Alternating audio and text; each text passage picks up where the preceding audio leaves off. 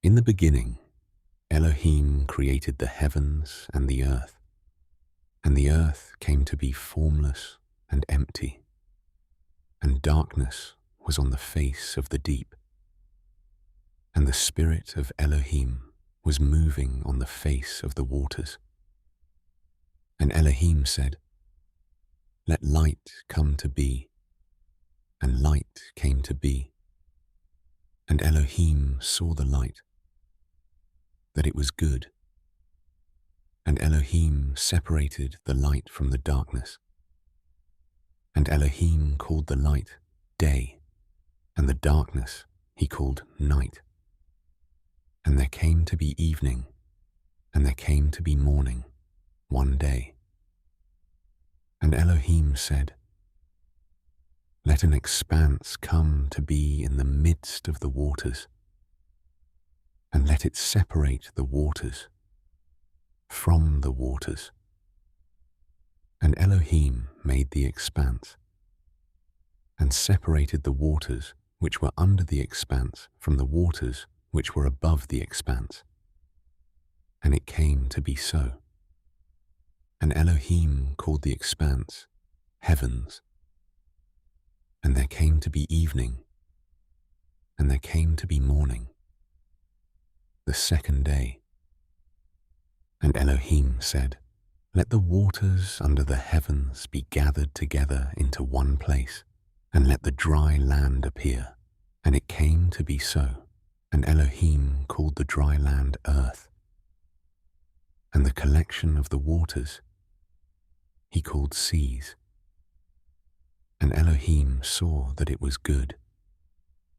And Elohim said, "Let the earth bring forth grass, the plant that yields seed, and the fruit tree that yields fruit according to its kind, whose seed is in itself, on the earth." And it came to be so. And the earth brought forth grass, the plant that yields seed according to its kind, and the tree that yields fruit, whose seed is in itself according to its kind. And Elohim saw that it was good. And there came to be evening, and there came to be morning, the third day. And Elohim said, "Let lights come to be in the expanse of the heavens, to separate the day from the night, and let them be for signs and appointed times, and for days and years, and let them be for lights in the expanse of the heavens, to give light on the earth." And it came to be so. And Elohim made two great lights, the greater light to rule the day, and the lesser light to rule the night, and the stars. And Elohim set them in the expanse of the heavens to give light on the earth, and to rule over the day and over the night, and to separate the light from the darkness. And Elohim saw that it was good. And there came to be evening, and there came to be morning, the fourth day. And Elohim said, "Let the waters teem with shoals of living beings, and let birds fly above the earth, on the face of the expanse of the heavens." And Elohim created great sea creatures, and every living being that moves, with which the waters teemed, according to their kind, and every winged bird according to its kind. And Elohim saw that it was good. And Elohim blessed them, saying, "Be fruitful and increase, and fill the waters in the seas, and let the birds increase on the earth." And there came to be evening, and there came to be morning, the fifth day. And Elohim said, "Let the earth bring forth the living being according to its kind, livestock, creeping creatures and beasts of the earth, according to its kind. And it came to be so. And Elohim made the beast of the earth according to its kind, livestock according to its kind, and all that creep on the earth according to its kind. And Elohim saw that it was good. And Elohim said, Let us make man in our image, according to our likeness, and let them rule over the fish of the sea, and over the birds of the heavens, and over the livestock, and over all the earth, and over all the creeping creatures that creep on the ground. And Elohim created the man in his image. In the image of Elohim he created him.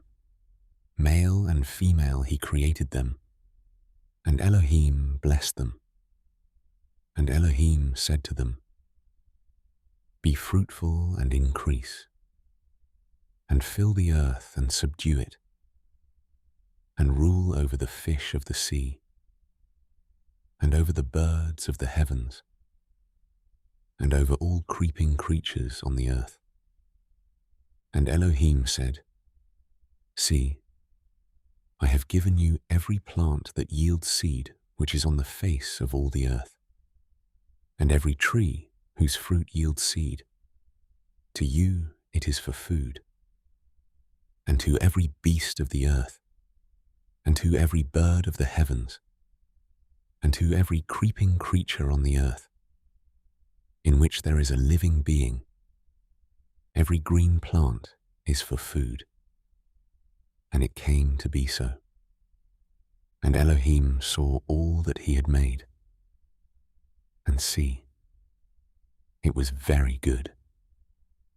And there came to be evening, and there came to be morning, the sixth day.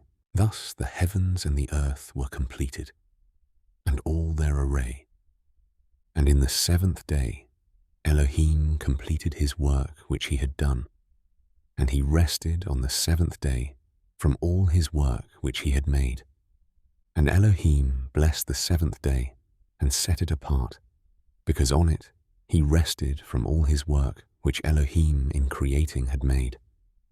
These are the births of the heavens and the earth when they were created, in the day that Yahuah Elohim made earth and heavens. Now no shrub of the field was yet on the earth, and no plant of the field had yet sprung up, for Yahuah Elohim had not sent rain on the earth, and there was no man to till the ground. But a mist went up from the earth, and watered the entire surface of the ground. And Yahuah Elohim formed the man out of dust from the ground, and breathed into his nostrils breath of lives. And the man became a living being. And Yahuah Elohim planted a garden in Eden, to the east, and there he put the man whom he had formed.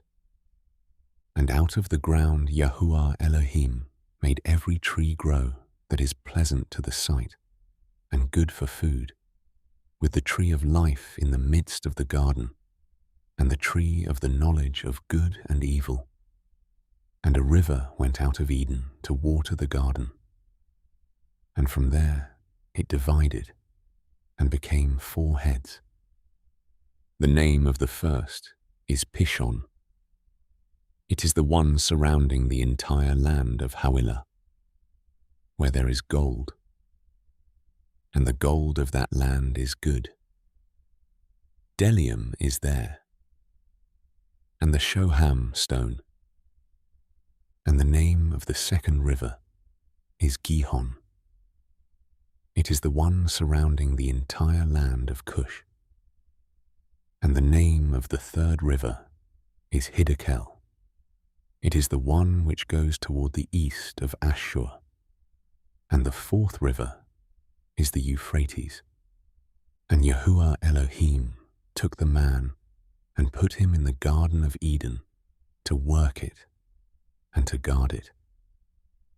And Yahuah Elohim commanded the man, saying, "Eat of every tree of the garden, but do not eat of the tree of the knowledge of good and evil, for in the day that you eat of it, you shall certainly die." And Yahuah Elohim said, "It is not good for the man to be alone. I am going to make a helper for him, as his counterpart." And from the ground Yahuah Elohim formed every beast of the field and every bird of the heavens, and brought them to the man to see what he would call them. And whatever the man called each living being, that was its name. So the man gave names to all livestock, and to the birds of the heavens, and to every beast of the field. But for the man there was not found a helper for him, as his counterpart. So Yahuah Elohim caused a deep sleep to fall on the man, and he slept. And he took one of his ribs, and closed up the flesh in its place. And the rib which Yahuah Elohim had taken from the man he made into a woman, and he brought her to the man. And the man said, "This is now bone of my bones, and flesh of my flesh. This one is called woman, because she was taken out of man. For this cause a man shall leave his father and mother, and cleave to his wife, and they shall become one flesh. And they were both naked, the man and his wife. Yet they were not ashamed. And the Nahash was more crafty than all the lives of the field which Yahuah Elohim had made. And he said to the woman, "Is it true that Elohim has said, 'Do not eat of every tree of the garden'?" And the woman said to the Nahash, "We are to eat of the fruit of the trees of the garden. But of the fruit of the tree which is in the midst of the garden, Elohim has said, 'Do not eat of it, nor touch it, lest you die.'" And the Nahash said to the woman, "You shall certainly not die. For Elohim knows that in the day you eat of it, your eyes shall be opened, and you shall be like Elohim, knowing good and evil." And the woman saw that the tree was good for food, that it was pleasant to the eyes, and a tree desirable to make one wise. And she took of its fruit and ate. And she also gave to her husband with her, and he ate. Then the eyes of both of them were opened, and they knew that they were naked. And they sewed fig leaves together, and made loin coverings for themselves. And they heard the voice of Yahuah Elohim walking about in the garden in the cool of the day. And Adam and his wife hid themselves from the presence of Yahuah Elohim among the trees of the garden. And Yahuah Elohim called unto Adam and said to him, "Where are you?" And he said, "I heard your voice in the garden, and I was afraid because I was naked, so I hid myself." And he said, "Who made you know that you were naked? Have you eaten of the tree of which I commanded you that you should not eat?" And the man said, "The woman whom you gave to be with me, she gave me of the tree, and I ate." And Yahuah Elohim said to the woman, "What is this you have done?" And the woman said, "The Nahash deceived me, and I ate." And Yahuah Elohim said to the Nahash, "Because you have done this, you are cursed more than all livestock, and more than every beast of the field. On your belly you are to go and eat dust all the days of your life. And I put enmity between you and the woman, and between your seed and her seed. He shall crush your head, and you shall crush his heel. To the woman he said, I greatly increase your sorrow and your conception. Bring forth children in pain. And your desire is for your husband, and he does rule over you. And to the man he said, because you have listened to the voice of your wife, and have eaten of the tree of which I commanded you, saying, do not eat of it. Cursed is the ground because of you. In toil you are to eat of it all the days of your life. And the ground shall bring forth thorns and thistles for you, and you shall eat the plants of the field. By the sweat of your face you are to eat bread until you return to the ground, for out of it you were taken. For dust you are, and to dust you return. And the man called his wife's name Yahuah, because she became the mother of all living. And Yahuah Elohim made coats of skin for the man and his wife, and dressed them. And Yahuah Elohim said, see, the man has become like one of us, to know good and evil. And now, lest he put out his hand and take also of the tree of life, and eat and live forever.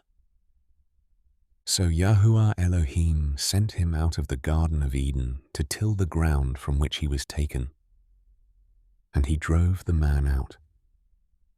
And he placed cherubim at the east of the Garden of Eden, and a flaming sword which turned every way, to guard the way to the tree of life. And Adam knew Yahuah his wife, and she conceived and bore Cain, and said, I have gained a man, Yahuah. And again she gave birth to his brother, Hebel. And Hebel became a keeper of sheep, but Cain became a tiller of the ground. And it came to be, in the course of time, that Cain brought an offering of the fruit of the ground to Yahuah, and Hebel also brought of the firstborn of his flock, and of their fat. And Yahuah looked to Hebel and his offering, but he did not look to Cain and his offering. And Cain was very wroth, and his face fell. And Yahuah said to Cain, why is he wroth towards you? And why is your face fallen? Is it not if you do good, you are to be accepted? And if you do not do good, towards the door is a sin. He is lying, and towards you is his desire, and you must rule over him. And Cain told Hebel his brother. And it came to be when they were in the field, that Cain rose up against Hebel his brother, and killed him. And Yahuah said to Cain, where is Hebel your brother? And he said, I do not know. Am I my brother's guard? And he said, what have you done? The voice of your brother's blood cries out to me from the ground. And now you are cursed from the earth, which has opened its mouth to receive your brother's blood from your hand. If you till the ground, it shall no longer yield its strength to you. You shall be a fugitive and a wanderer on the earth. And Cain said to Yahuah, my punishment is too great to bear. See, you have driven me from the face of the ground today, and I am hidden from your face. I shall be a fugitive and a wanderer on the earth, and it shall be that anyone who finds me kills me, And Yahuah said to him, "Well, if anyone kills Cain, vengeance is taken on him sevenfold." And Yahuah set up a sign for Cain, lest anyone finding him strikes him. So Cain went out from the presence of Yahuah and dwelt in the land of Nod, on the east of Eden. And Cain knew his wife, and she conceived and bore Hanok. And he built a city, and called the name of the city after the name of his son, Hanok. And to Hanok was born Irad. And Irad brought forth Mehujael. And Mehujael brought forth Methusael. And Methusael brought forth Lamech. And Lamech took for himself 2 wives. The name of one was Ada, and the name of the second was Silla. And Ada bore Jabal. He was the father of those who dwell in tents, with livestock. And his brother's name was Jubal. He was the father of all those who play the lyre and flute. As for Silla, she also bore Tubal-Cain, a smith of all kinds of tools in bronze and iron. And the sister of Tubal-Cain was Naamah. And Lamech said to his wives, Ada and Silla, hear my voice. Wives of Lamech, listen to my words. For I have killed a man for wounding me, even a young man for hurting me. For Cain is avenged 7-fold, and Lamech 77-fold. And Adam knew his wife again, and she bore a son, and called his name Sheth. For Elohim has appointed me another seed instead of Hebel, because Cain had killed him. And to Sheth, to him also a son was born, and he called his name Enosh. Then it was begun to call on the name of Yahuah. This is the book of the genealogy of Adam. In the day that Elohim created man, he made him in the likeness of Elohim.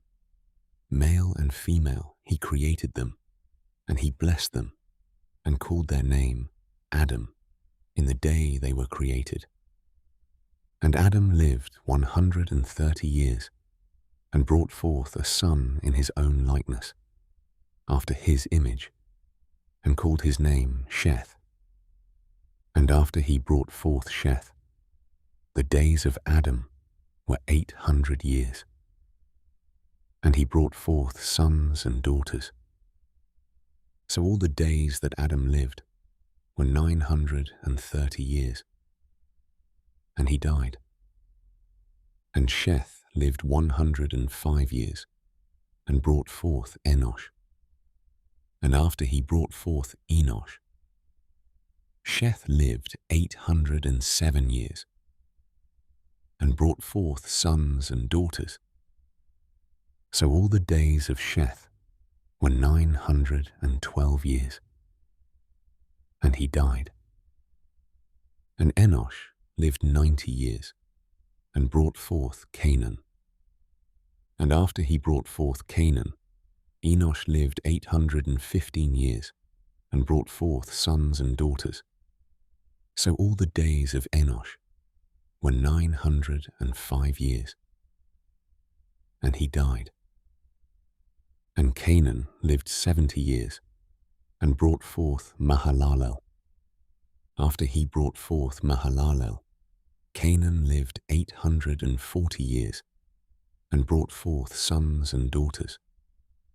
So all the days of Canaan were 910 years, and he died. And Mahalalel lived 65 years, and brought forth Yered. And after he brought forth Yered, Mahalalel lived 830 years, and brought forth sons and daughters. So all the days of Mahalalel were 895 years, and he died. And Yered lived 162 years, and brought forth Hanok. And after he brought forth Hanok, Yered lived 800 years, and brought forth sons and daughters.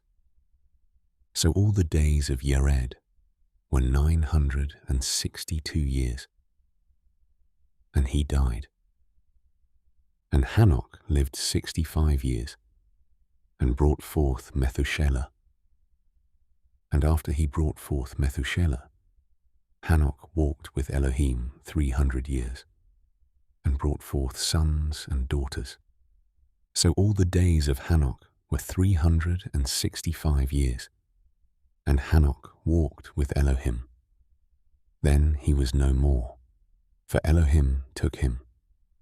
And Methushalah lived 187 years, and brought forth Lamech. And after he brought forth Lamech, Methushalah lived 782 years, and brought forth sons and daughters. So all the days of Methushalah were 969 years, and he died. And Lamech lived 182 years, and brought forth a son, and called his name Noah, saying, This one does comfort us concerning our work and the toil of our hands, because of the ground which Yahuah has cursed.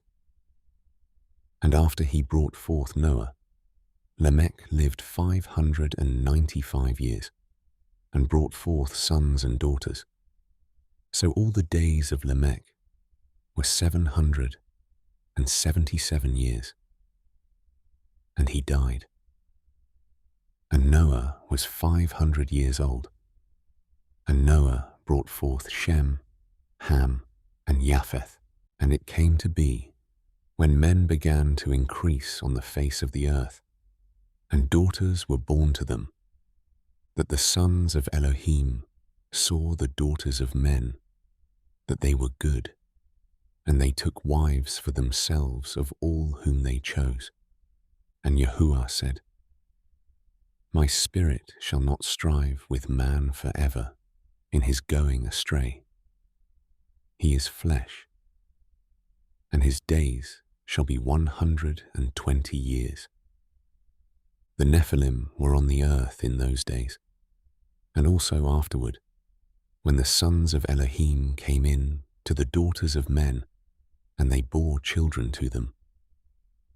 Those were the mighty men who were of old, the men of name. And Yahuah saw that the wickedness of man was great in the earth, and that every inclination of the thoughts of his heart was only evil continually. And Yahuah was sorry that he had made man on the earth, and he was grieved in his heart. And Yahuah said, I am going to wipe off man whom I have created from the face of the ground, both man and beast, creeping creature and birds of the heavens, for I am sorry that I have made them. But Noah found favor in the eyes of Yahuah. This is the genealogy of Noah. Noah was a righteous man, perfect in his generations. Noah walked with Elohim. And Noah brought forth 3 sons, Shem, Ham, and Japheth. And the earth was corrupt before Elohim, and the earth was filled with violence. And Elohim looked upon the earth, and saw that it was corrupt, for all flesh had corrupted their way on the earth. And Elohim said to Noah, The end of all flesh has come before me, for the earth is filled with violence through them.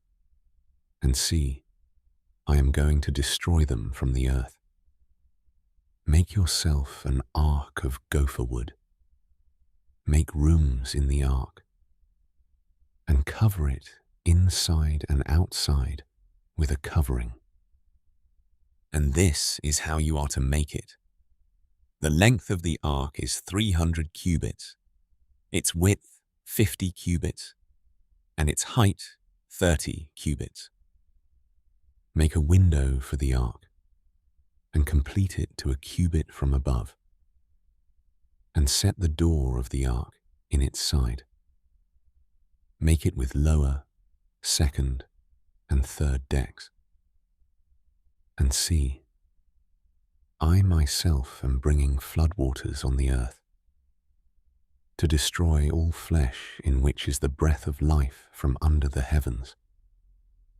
All that is on the earth is to die, and I shall establish my covenant with you, and you shall come into the ark, you and your sons and your wife, and your sons' wives with you, and of all the living of all flesh, 2 of each, you are to bring into the ark, to keep them alive with you, a male and a female. Of the birds after their kind, and of the cattle after their kind, and of all creeping creatures of the ground after their kind, 2 of each are to come to you, to keep them alive.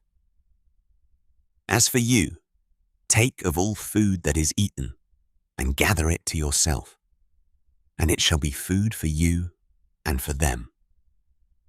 And Noah did according to all that Elohim commanded him. So he did, and Yahuah said to Noah, Come into the ark, you and all your household, because I have seen that you are righteous before me in this generation.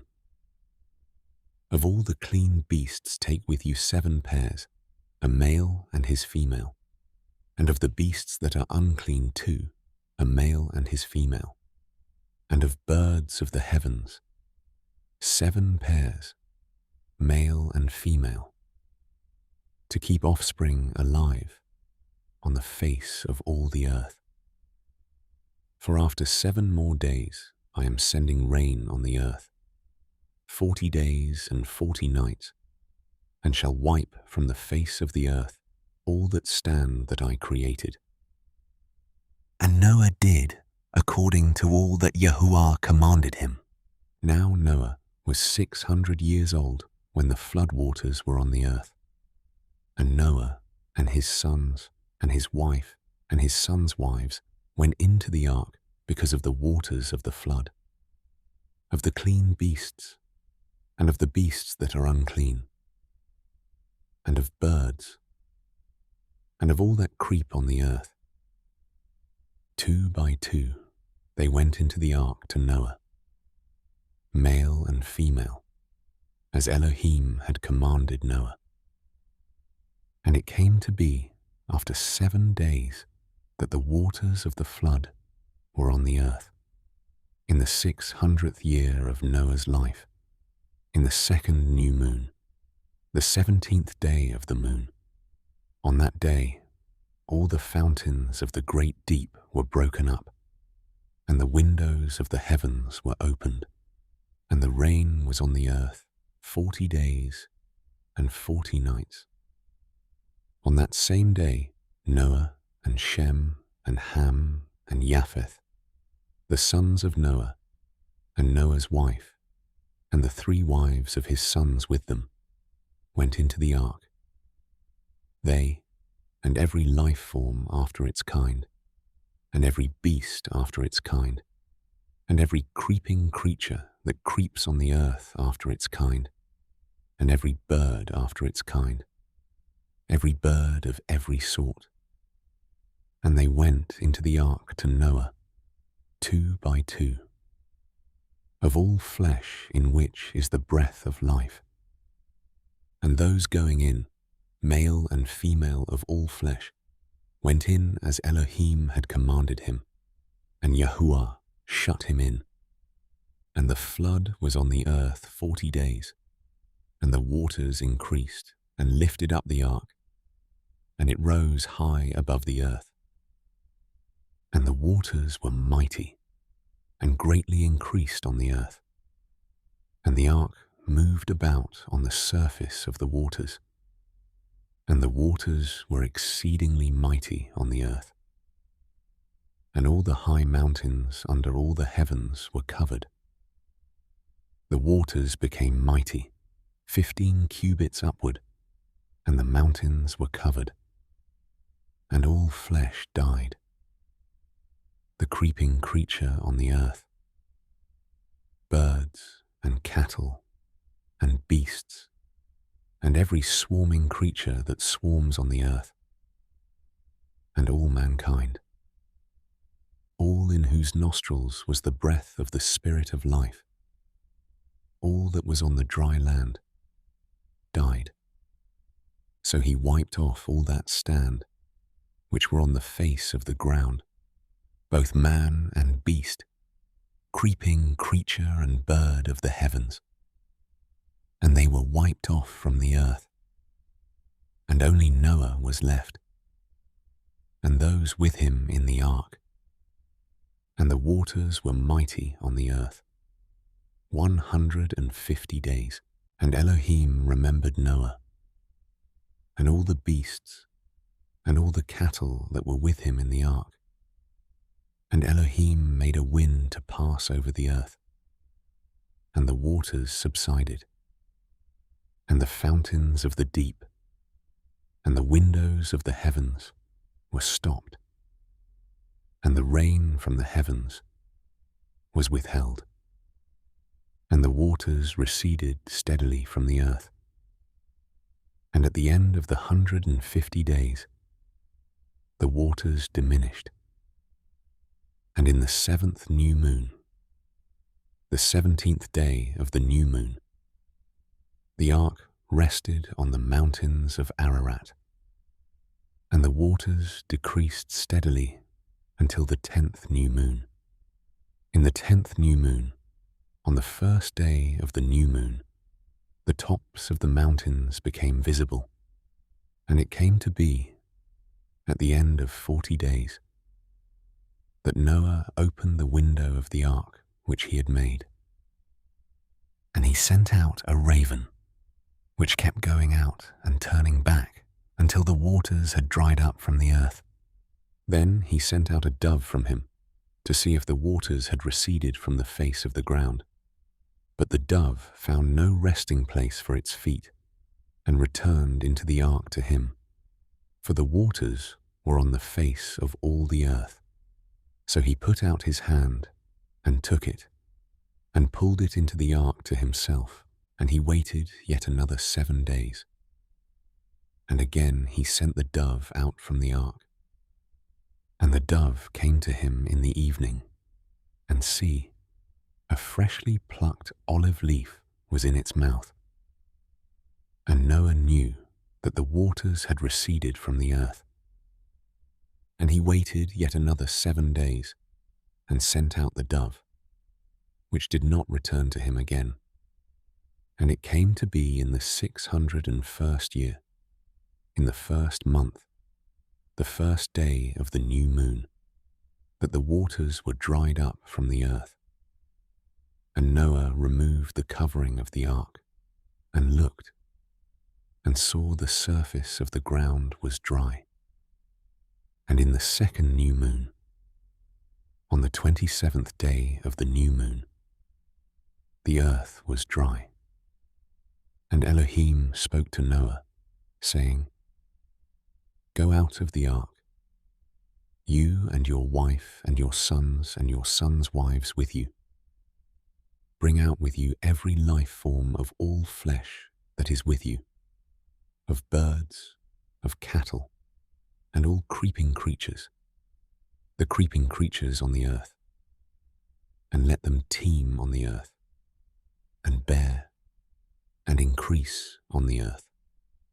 So Noah went out, and his sons and his wife, and his sons' wives with him, every beast, every creeping creature, and every bird, whatever creeps on the earth, according to their kinds, went out of the ark.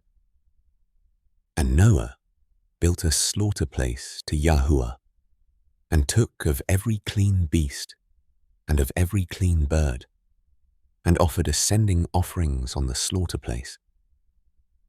And Yahuah smelled a soothing fragrance. And Yahuah said in his heart, Never again shall I curse the ground because of man, although the inclination of man's heart is evil from his youth. And never again strike all living creatures, as I have done, as long as the earth remains, seed time and harvest, and cold and heat, and summer and winter, and day and night shall not cease. And Elohim blessed Noah and his sons, and said to them, Be fruitful and increase, and fill the earth. And the fear of you and the dread of you is on every beast of the earth, on every bird of the heavens, on all that creeps on the ground, and on all the fish of the sea. Into your hand they have been given. Every creeping creature that lives is food for you. I have given you all, as I gave the green plants. But do not eat flesh with its life, its blood. But only your blood for your lives I require. From the hand of every beast I require it, and from the hand of man. From the hand of every man's brother I require the life of man. Whoever sheds man's blood, by man his blood is shed. For in the image of Elohim has he made man. As for you, be fruitful and increase. Bring forth teemingly in the earth and increase in it. And Elohim spoke to Noah and to his sons with him, saying, And I, see, I establish my covenant with you and with your seed after you, and with every living being that is with you, of the birds, of the cattle, and of every beast of the earth with you, of all that go out of the ark, every beast of the earth. And I shall establish my covenant with you, and never again is all flesh cut off by the waters of the flood, and never again is there a flood to destroy the earth. And Elohim said, This is the sign of the covenant which I make between me and you, and every living being that is with you, for all generations to come. I shall set my rainbow in the cloud, and it shall be for the sign of the covenant between me and the earth. And it shall be, when I bring a cloud over the earth, that the rainbow shall be seen in the cloud, and I shall remember my covenant, which is between me and you, and every living being of all flesh. And never again let the waters become a flood, to destroy all flesh. And the rainbow shall be in the cloud, and I shall see it, to remember the everlasting covenant between Elohim and every living being of all flesh that is on the earth. And Elohim said to Noah, This is the sign of the covenant which I have established between me and all flesh that is on the earth. And the sons of Noah who went out of the ark were Shem and Ham and Japheth. And Ham was the father of Canaan. These three were the sons of Noah, and all the earth was overspread from them. And Noah, a man of the soil, began and planted a vineyard. And he drank of the wine, and was drunk, and became uncovered in his tent. And Ham, the father of Canaan, saw the nakedness of his father and told his two brothers outside. So Shem and Japheth took a garment, laid it on both their shoulders, and went backward and covered the nakedness of their father. But their faces were turned away, and they did not see their father's nakedness. And Noah awoke from his wine, and he knew what his younger son had done to him. And he said, "Cursed is Canaan, let him become a servant of servants to his brothers." And he said, "Blessed be Yahuah, the Elohim of Shem, and let Canaan become his servant. Let Elohim enlarge Japheth, and let him dwell in the tents of Shem, and let Canaan become his servant."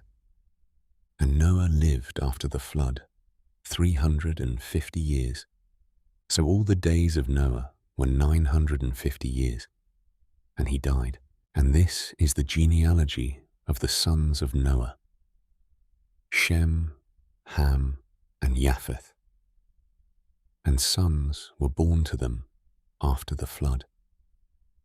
The sons of Japheth: Gomer, and Magog, and Madai, and Yawan, and Tubal, and Meshech, and Tiras. And the sons of Gomer: Ashkenaz, and Riphath, and Togarmah. And the sons of Yawan: Elisha, and Tarshish, Kittim, and Dodanim. From these the coastland peoples of the nations were separated into their lands, everyone according to his language, according to their clans, into their nations. And the sons of Ham: Cush, and Mitzrayim, and Put, and Canaan. And the sons of Cush: Seba, and Hawilah, and Sabta, and Ramah, and Sabteca. And the sons of Ramah: Sheba, and Dedan. And Cush brought forth Nimrod.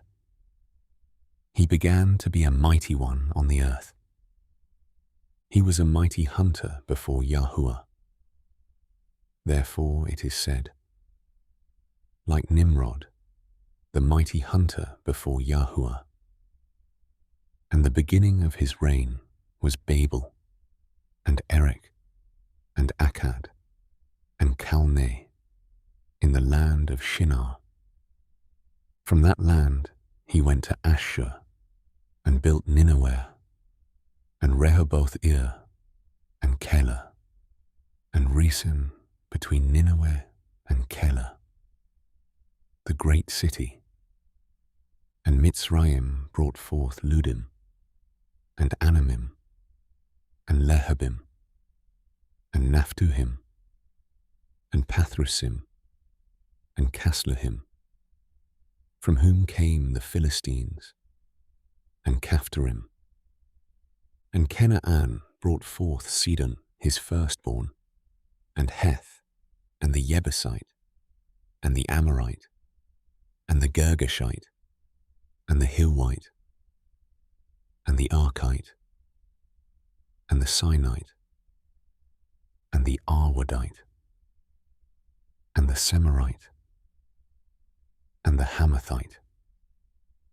And afterward the clans of the Canaanites were spread abroad.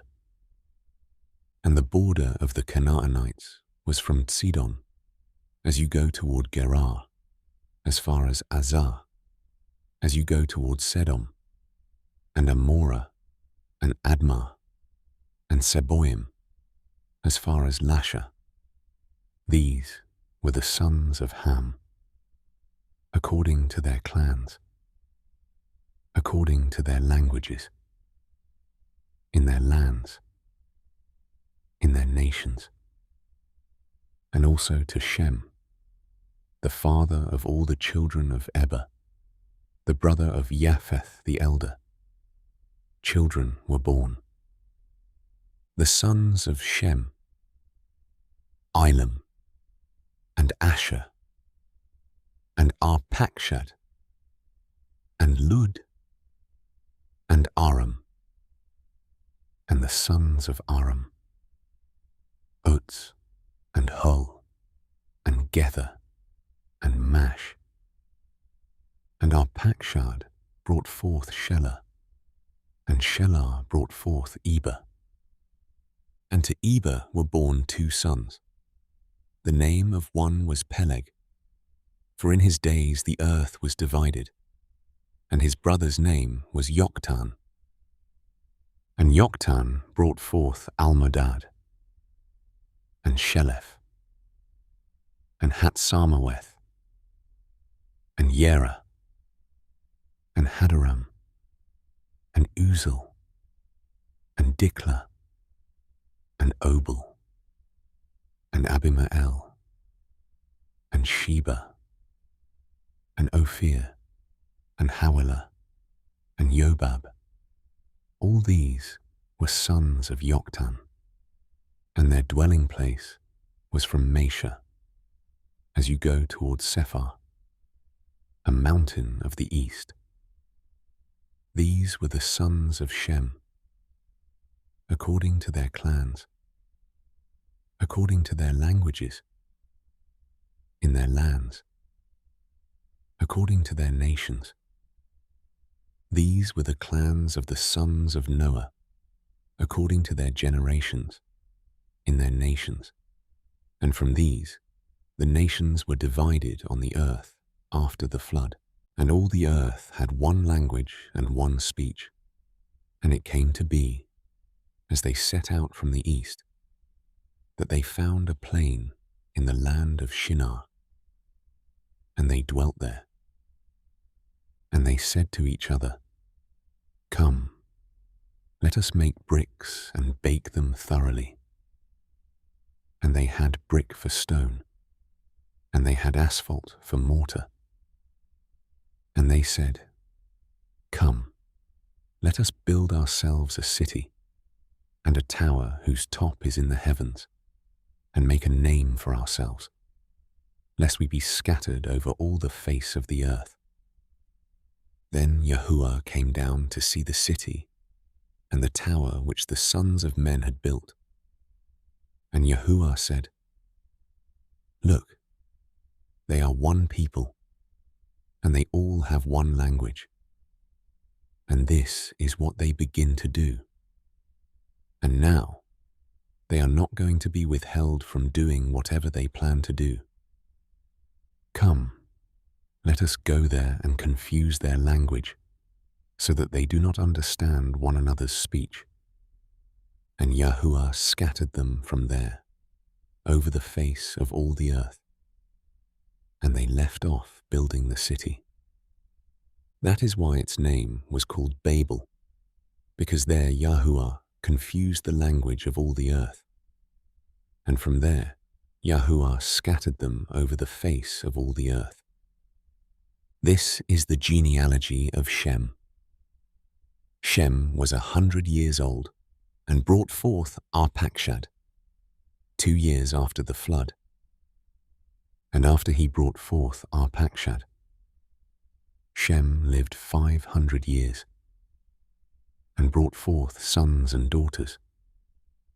And Arpachshad lived 35 years, and brought forth Shelah. And after he brought forth Shelah, Arpachshad lived 403 years, and brought forth sons and daughters. And Shelah lived 30 years, and brought forth Eber. And after he brought forth Eber, Shelah lived 403 years, and brought forth sons and daughters. And Eber lived 34 years, and brought forth Peleg. And after he brought forth Peleg, Eber lived 430 years, and brought forth sons and daughters. And Peleg lived 30 years, and brought forth Reu. And after he brought forth Reu, Peleg lived 209 years, and brought forth sons and daughters. And Reu lived 32 years, and brought forth Serug. And after he brought forth Serug, Reu lived 207 years, and brought forth sons and daughters. And Serug lived 30 years, and brought forth Nahor. And after he brought forth Nahor, Serug lived 200 years, and brought forth sons and daughters. And Nahor lived 29 years, and brought forth Terah.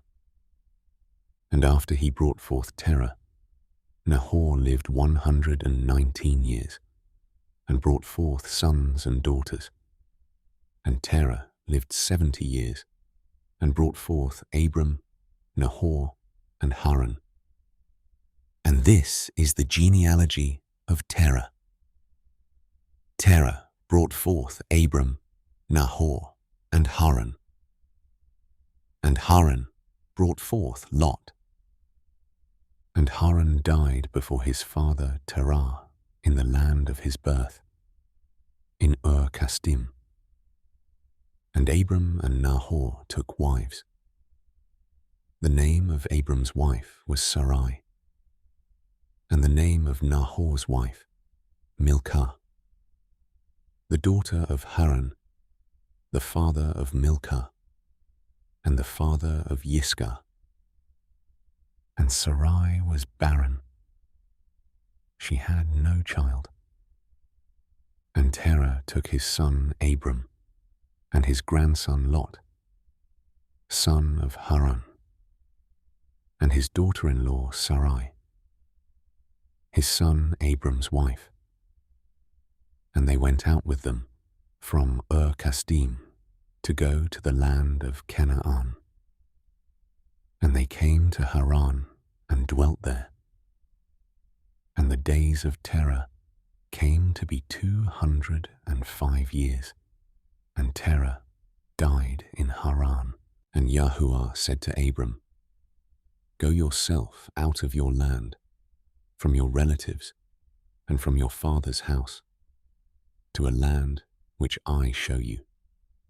And I shall make you a great nation, and bless you, and make your name great. And you shall be a blessing. And I shall bless those who bless you, and curse him who curses you. And in you all the clans of the earth shall be blessed." So Abram left, as Yahuah had commanded him, and Lot went with him. And Abram was 75 years old when he set out from Haran. And Abram took Sarai his wife, and Lot his brother's son, and all their possessions that they had gathered, and the beings whom they had acquired in Haran. And they set out for the land of Canaan. And they came to the land of Canaan. And Abram passed through the land to the place of Shechem, as far as the terebinth tree of Moreh. At that time the Canaanites were in the land. And Yahuah appeared to Abram and said, "To your seed I give this land." And he built there a slaughter place to Yahuah, who had appeared to him. And from there he moved to the mountain east of Beth El. And he pitched his tent, with Beth El on the west, and Ai on the east. And he built there a slaughter place to Yahuah, and called on the name of Yahuah. And Abram set out, continuing toward the south. And a scarcity of food came to be in the land. And Abram went down to Mitzrayim to dwell there, for the scarcity of food was severe in the land. And it came to be, when he was close to entering Mitzrayim, that he said to Sarai his wife, "See, I know that you are a beautiful woman to look at.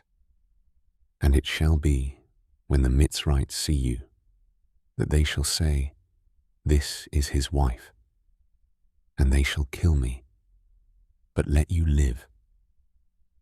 Please say you are my sister, so that it shall be well with me for your sake, and my life be spared because of you. And it came to be, when Abram came into Mitzrayim, that the Mitzrites saw the woman, that she was very beautiful. And Pharaoh's officials saw her and praised her before Pharaoh. And the woman was taken to Pharaoh's house. And he treated Abram well for her sake. And he had sheep and cattle and male donkeys, and male and female servants, and female donkeys and camels. But Yahuah plagued Pharaoh and his house with great plagues because of Sarai, Abram's wife. And Pharaoh called Abram and said, What is this you have done to me? Why did you not inform me that she was your wife? Why did you say, She is my sister? And so I was going to take her for my wife. Look, here is your wife. Take her and go. And Pharaoh commanded his men concerning him, and they sent him away, with his wife and all that he had. And Abram went up from Mitzrayim into the south, he and his wife and all that he had, and Lot with him. And Abram was very rich in livestock, in silver, and in gold. And he went on his journey from the south as far as Beth El, to the place where his tent had been at the beginning, between Beth El and Ai, to the place of the slaughter place which he had made there at first. And there Abram called on the name of Yahuah. Now Lot, who went with Abram, also had flocks and herds and tents, and the land was not able to bear them, that they might dwell together. For their possessions were great, so that they could not dwell together. And there was strife between the herdsmen of Abram's livestock and the herdsmen of Lot's livestock. And at that time the Canaanites and the Perizzites dwelt in the land. Then Abram said to Lot, Let there be no strife between you and me, and between my herdsmen and your herdsmen, for we are brothers. Is not all the land before you? Please separate from me. If you take the left, then I go to the right. Or, if you go to the right, then I go to the left. And Lot lifted his eyes and saw all the plain of the Yarden, that it was well watered everywhere, before Yahuah destroyed Sodom and Amorah, like the garden of Yahuah, like the land of Mitzrayim, as you go toward Zoar. So Lot chose for himself all the plain of the Yarden, and Lot moved east. Thus they separated from each other, Abram dwelling in the land of Canaan, and Lot dwelling in the cities of the plain, and pitched his tent as far as Sodom. But the men of Sodom were evil, and sinned before Yahuah, exceedingly so. And after Lot had separated from him, Yahuah said to Abram, Now lift up your eyes and look from the place where you are, northward and southward and eastward and westward, for all the land which you see I shall give to you and your seed forever. And I shall make your seed as the dust of the earth, so that, if a man could count the dust of the earth, then your seed also could be counted. Arise, walk in the land through its length and its width, for I give it to you." So Abram moved his tent and went and dwelt by the terebinth trees of Mamre, which are in Hebron, and built a slaughter place there to Yahuah. And it came to be in the days of Amraphel sovereign of Shinar, Arioch sovereign of Elasar, Kedorla Omer sovereign of Elam, and Tidal sovereign of Goyim, that they fought against Bera, sovereign of Sedom, Beersha sovereign of Amorah, Shinab sovereign of Admah, Shem-Eber sovereign of Seboim, and the sovereign of Bela, that is, Soar. All these joined together in the valley of Siddim, that is the Salt Sea. 12 years they served Kedorla Omer, and in the 13th year they rebelled. And in the 14th year, Kedorla Omer and the sovereigns that were with him came and struck the Rephaim in Ashtaroth Karnaim, and the Zuzim in Ham, and the Amites in Shaweh Kiriathaim, and the Horites in their mountain of Seir, as far as El Paran, which is by the wilderness.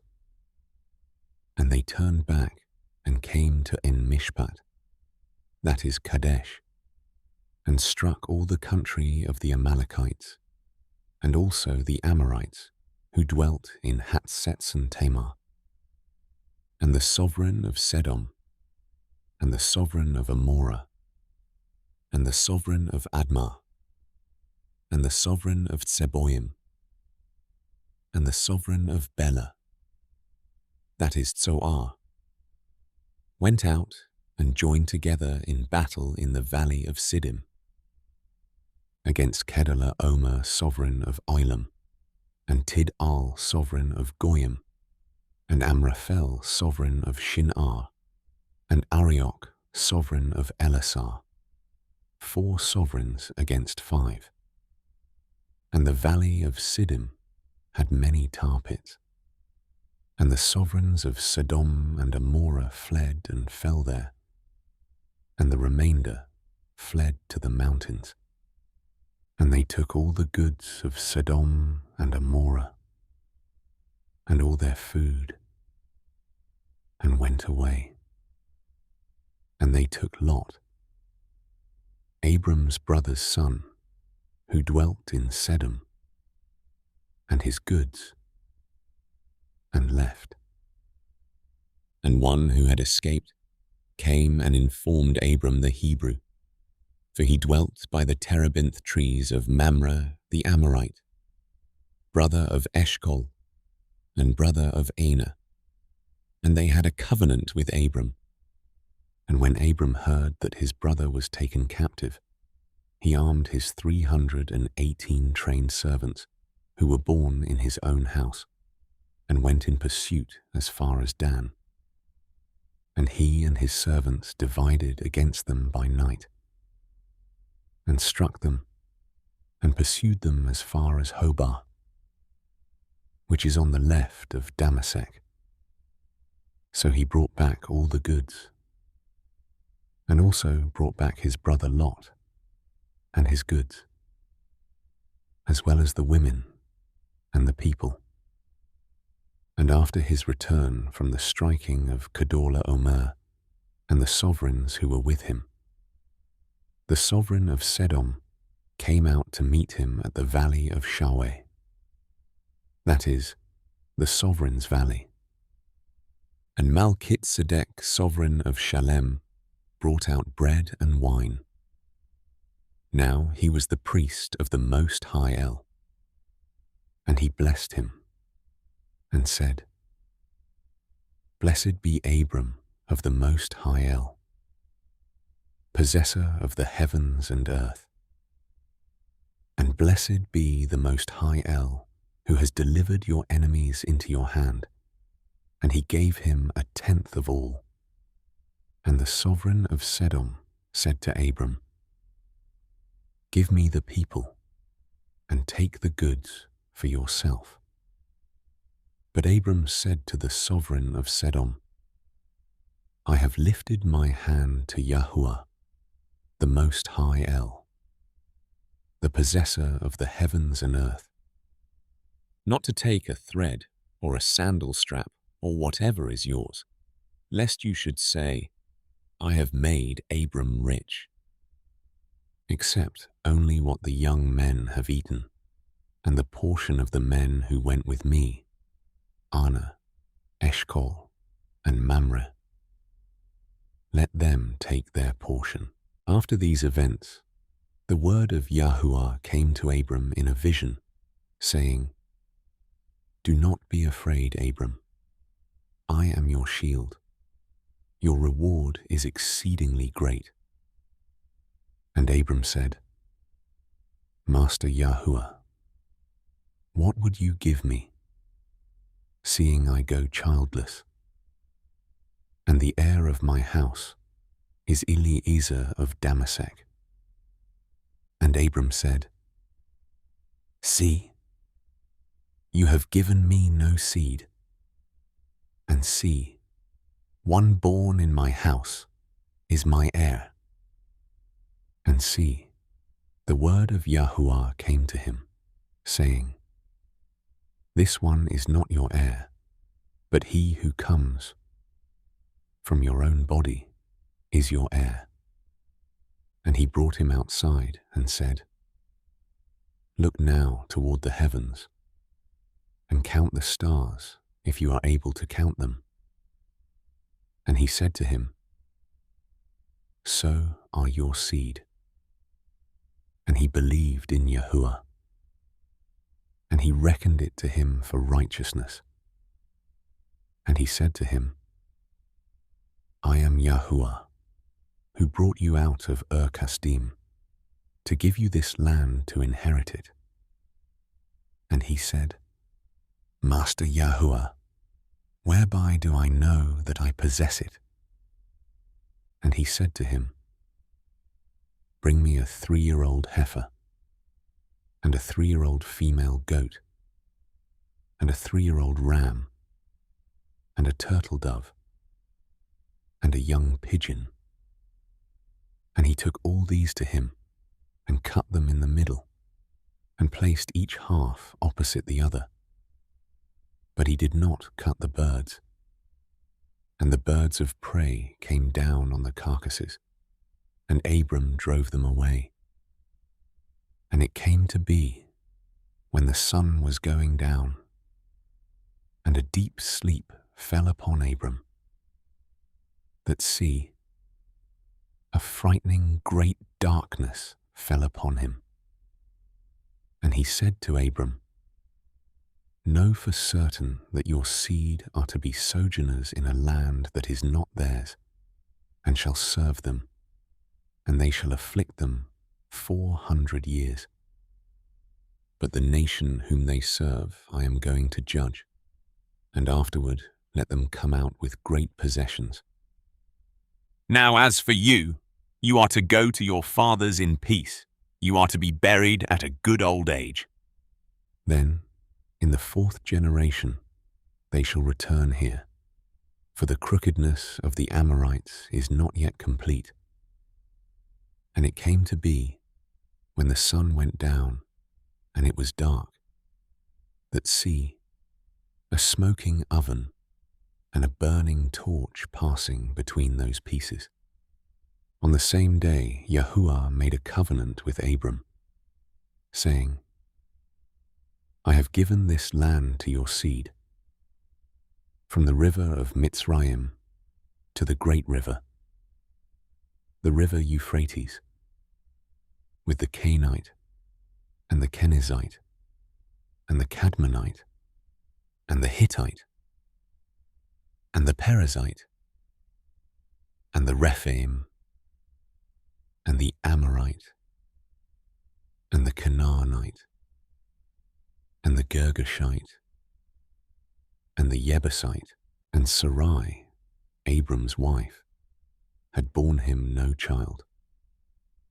And she had a Mitzrian female servant, whose name was Hagar.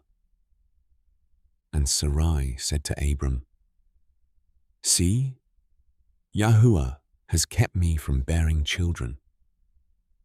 Please, go in to my female servant. It might be that I am built up by her." And Abram listened to the voice of Sarai.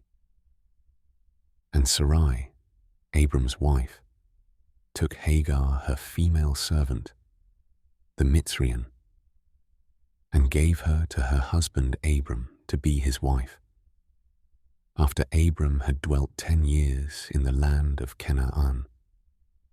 And he went in to Hagar, and she conceived. And when she saw that she had conceived, her mistress was despised in her eyes. And Sarai said to Abram, "My wrong be upon you. I gave my female servant into your bosom. And when she saw that she had conceived, I was despised in her eyes. Let Yahuah judge between you and me." And Abram said to Sarai, "See, your female servant is in your hand. Do to her what is good in your eyes." And Sarai treated her harshly, and she fled from her presence. And the messenger of Yahuah found her by a spring of water in the wilderness, by the spring on the way to Shur. And he said, "Hagar, Sarai's female servant, where have you come from, and where are you going?" And she said, "I am fleeing from the presence of Sarai, my mistress." And the messenger of Yahuah said to her, "Return to your mistress, and humble yourself under her hand." And the messenger of Yahuah said to her, "I am going to increase your seed greatly, too numerous to be counted." And the messenger of Yahuah said to her, "See, you are conceiving and bearing a son, and shall call his name Yishmael, because Yahuah has heard your affliction.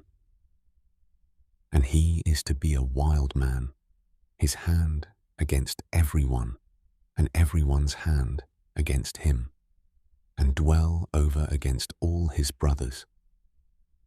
And she called the name of Yahuah, who spoke to her, "You are the El who sees." For she said, "Even here have I seen after him who sees me." That is why the well was called Be'er Lahai Roi. See, it is between Kadesh and Bered. And Hagar bore Abram a son, and Abram called the name of his son, whom Hagar bore, Yishmael. And Abram was 86 years old when Hagar bore Yishmael to Abram. And it came to be, when Abram was 99 years old, that Yahuah appeared to Abram and said to him, "I am El Shaddai. Walk before me and be perfect. And I give my covenant between me and you, and shall greatly increase you." And Abram fell on his face, and Elohim spoke with him, saying, "As for me, look, my covenant is with you, and you shall become a father of many nations. And no longer is your name called Abram, but your name shall be Abraham, because I shall make you a father of many nations. And I shall make you exceedingly fruitful, and make nations of you, and sovereigns shall come from you. And I shall establish my covenant between me and you, and your seed after you in their generations, for an everlasting covenant, to be Elohim to you and your seed after you. And I shall give to you and your seed after you the land of your sojournings, all the land of Canaan, as an everlasting possession, and I shall be their Elohim." And Elohim said to Abraham, "As for you, guard my covenant, you and your seed after you throughout their generations. This is my covenant which you guard between me and you, and your seed after you. Every male child among you is to be circumcised, and you shall circumcise the flesh of your foreskin, and it shall become a sign of the covenant between me and you. And a son of 8 days is circumcised by you, every male child in your generations. He who is born in your house or bought with silver from any foreigner who is not of your seed. He who is born in your house, and he who is bought with your silver, has to be circumcised.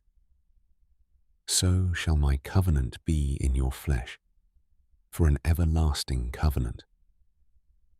And an uncircumcised male child, who is not circumcised in the flesh of his foreskin, his life shall be cut off from his people. He has broken my covenant." And Elohim said to Abraham, "As for Sarah your wife, do not call her name Sarai, for Sarah is her name. And I shall bless her, and also give you a son by her. And I shall bless her, and she shall become nations. Sovereigns of peoples are to be from her." And Abraham fell on his face and laughed, and said in his heart, "Is a child born to a man who is 100 years old? Or is Sarah, who is 90 years old, to bear a child?" And Abraham said to Elohim, "Oh, let Yishmael live before you." And Elohim said, "No, Sarah your wife is truly bearing a son to you, and you shall call his name Yitzhak, and I shall establish my covenant with him for an everlasting covenant, and with his seed after him. And as for Yishmael, I have heard you. See, I shall bless him, and shall make him fruitful, and greatly increase him. He is to bring forth 12 princes, and I shall make him a great nation. But my covenant I establish with Yitzhak, whom Sarah is to bear to you at this appointed time next year." And when he had ended speaking with him, Elohim went up from Abraham, and Abraham took Yishmael his son, and all those born in his house, and all those bought with his silver, every male among the men of Abraham's house, and circumcised the flesh of their foreskins that same day, as Elohim told him. And Abraham was 99 years old when he was circumcised in the flesh of his foreskin, and Yishmael his son was 13 years old when he was circumcised in the flesh of his foreskin. Abraham and his son Yishmael were circumcised that same day, and all the men of his house, born in the house or bought with silver from a foreigner, were circumcised with him. And Yahuah appeared to him by the terebinth trees of Mamre, while he was sitting in the tent door in the heat of the day. So he lifted his eyes and looked, and saw 3 men standing opposite him. And when he saw them, he ran from the tent door to meet them, and bowed himself to the ground, and said, "Yahuah, if I have now found favor in your eyes, please do not pass your servant by. Please let a little water be brought, and wash your feet, and rest yourselves under the tree. And let me bring a piece of bread, and refresh your hearts, and then go on. For this is why you have come to your servant." And they said, "Do as you have said." So Abraham ran into the tent to Sarah and said, "Hurry, make ready 3 measures of fine flour, knead it, and make cakes." And Abraham ran to the herd, took a tender and good calf, gave it to a young man, and he hurried to prepare it. And he took curds and milk and the calf which he had prepared, and set it before them. And he stood by them under the tree as they ate. And they said to him, "Where is Sarah your wife?" And he said, "See, in the tent." And he said, "I shall certainly return to you according to the time of life. And see, Sarah your wife is to have a son." And Sarah was listening in the tent door which was behind him. Now Abraham and Sarah were old, well advanced in age, and Sarah was past the way of women. And Sarah laughed within herself, saying, "After I have grown old, shall I have pleasure, my master being old too?" And Yahuah said to Abraham, "Why did Sarah laugh, saying, 'Shall I truly have a child since I am old?' Is any matter too hard for Yahuah? At the appointed time, I'm going to return to you, according to the time of life, and Sarah is to have a son." But Sarah denied it, saying, "I did not laugh," for she was afraid. And he said, "No, but you did laugh." And the men rose up from there and looked towards Sedom. And Abraham went with them to send them away. And Yahuah said, "Shall I hide from Abraham what I am doing?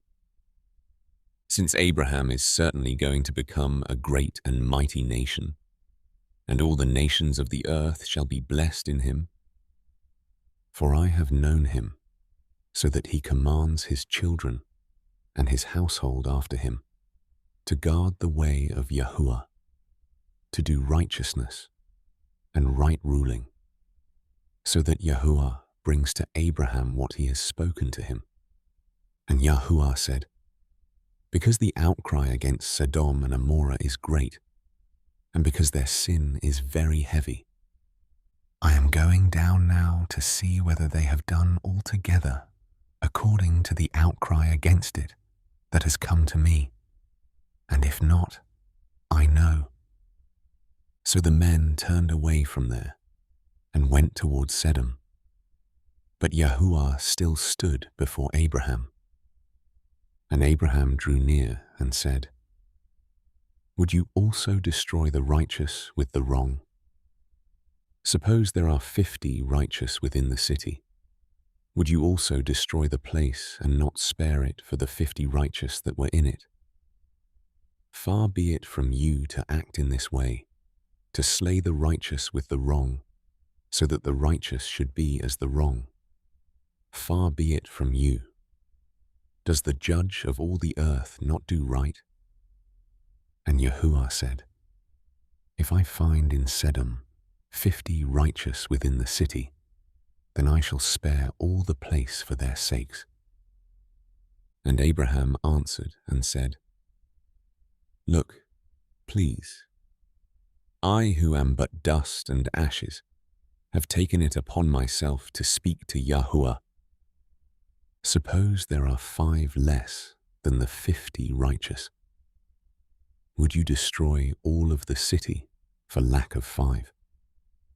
And he said, "If I find there 45, I do not destroy it."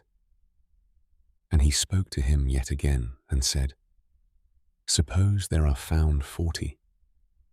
And he said, "I would not do it for the sake of 40. And he said, "Let not Yahuah be displeased, and let me speak. Suppose there are found 30. And he said, I would not do it if I find 30 there. And he said, Look, please, I have taken it upon myself to speak to Yahuah. Suppose there are found 20. And he said, I would not destroy it for the sake of 20. And he said, Let not Yahuah be displeased, and let me speak only this time. Suppose there are found 10. And he said, I would not destroy it for the sake of 10. Then Yahuah went away as soon as he had ended speaking to Abraham. And Abraham returned to his place, and the 2 messengers came to Sodom in the evening, and Lot was sitting in the gate of Sodom.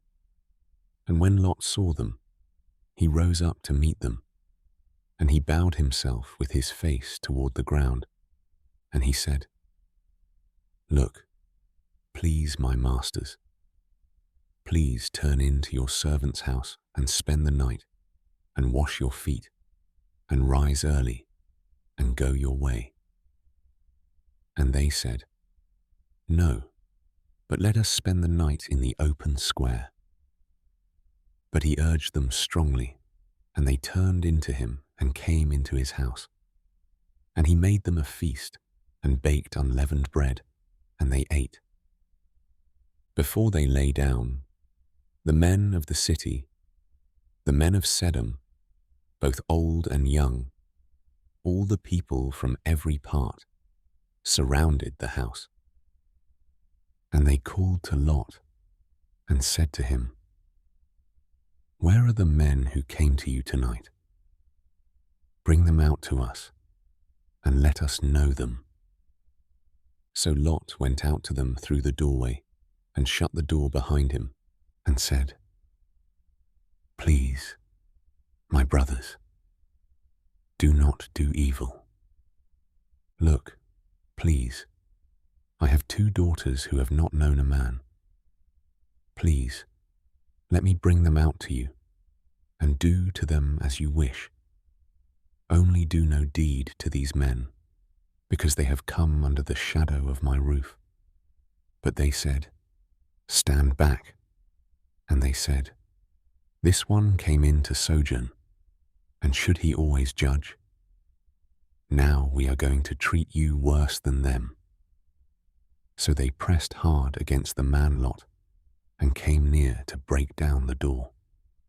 But the men reached out their hands, and pulled Lot into the house with them, and shut the door. Then they struck the men who were at the doorway of the house with blindness, both small and great, and they wearied themselves to find the door. And the men said to Lot, Have you anyone else here? A son-in-law, and your sons, and your daughters, and whomever you have in the city? Bring them out of this place. For we are going to destroy this place, because the cry against them has grown great before the face of Yahuah, and Yahuah has sent us to destroy it. And Lot went out and spoke to his sons-in-law, who had married his daughters, and said, Get up, get out of this place, for Yahuah is going to destroy this city. But to his sons-in-law, he seemed to be as one joking. And when morning dawned, the messengers urged Lot to hurry, saying, Get up, take your wife and your 2 daughters who are here, lest you be consumed in the punishment of the city. And while he loitered, the men took hold of his hand, and his wife's hand, and the hands of his 2 daughters, Yahuah having compassion on him. And they brought him out and set him outside the city.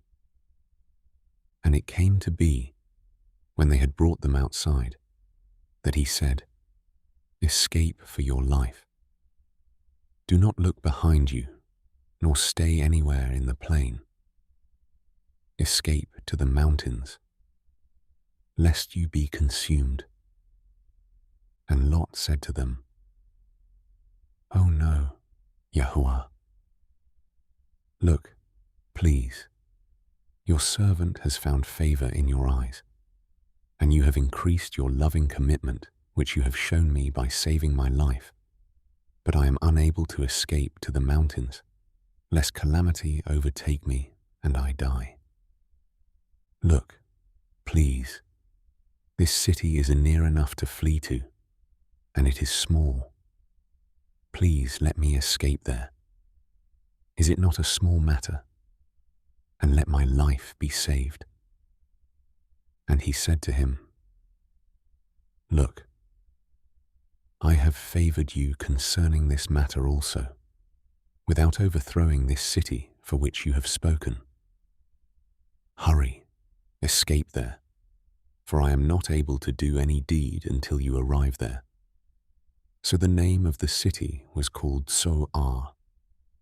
The sun had risen upon the earth when Lot entered Zoar, and Yahuah rained sulfur and fire on Sodom and Amorah from Yahuah out of the heavens.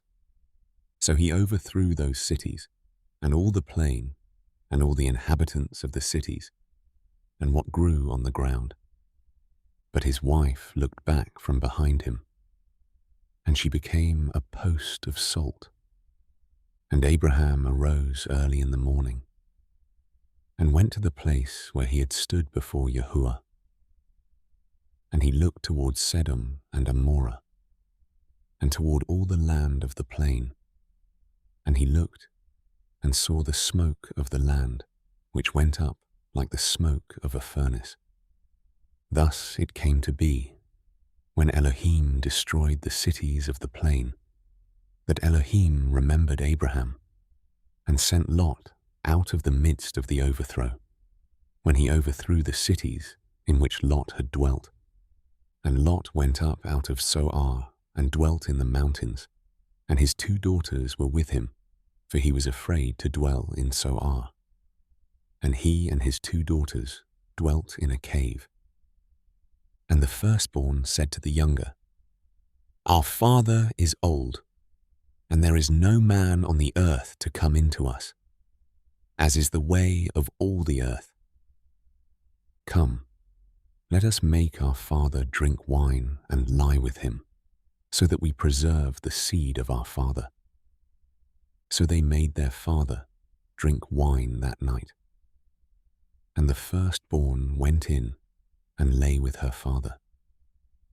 And he was not aware of it when she lay down or when she arose. And it came to be on the next day that the firstborn said to the younger, "See, I lay with my father last night. Let us make him drink wine tonight as well, and you go in and lie with him, so that we keep the seed of our father." So they made their father drink wine that night as well. And the younger arose and lay with him. And he was not aware of it when she lay down or when she arose. Thus both the daughters of Lot became pregnant by their father. And the firstborn bore a son and called his name Moab. He is the father of the Moabites to this day. And the younger, she also bore a son and called his name Ben-Ami. He is the father of the children of Ammon to this day. And Abraham set out from there to the land of the south, and dwelt between Kadesh and Shur, and stayed in Gerar. And Abraham said concerning Sarah his wife, "She is my sister." And Abimelech, sovereign of Gerar, sent and took Sarah. But Elohim came to Abimelech in a dream by night, and said to him, "See, you are a dead man because of the woman whom you have taken, for she is a man's wife." However, Abimelech had not come near her, and he said, "Yahuah, would you kill a righteous nation also? Did he not say to me, 'She is my sister'?" And she, even she herself said, He is my brother. In the integrity of my heart and in the innocence of my hands I have done this.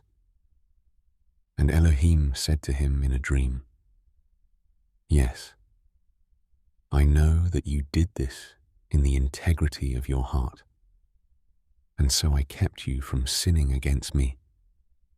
For this reason, I did not let you touch her. And now, return the man's wife, for he is a prophet, and let him pray for you, and you live. But if you do not return her, know that you shall certainly die, you and all that are yours.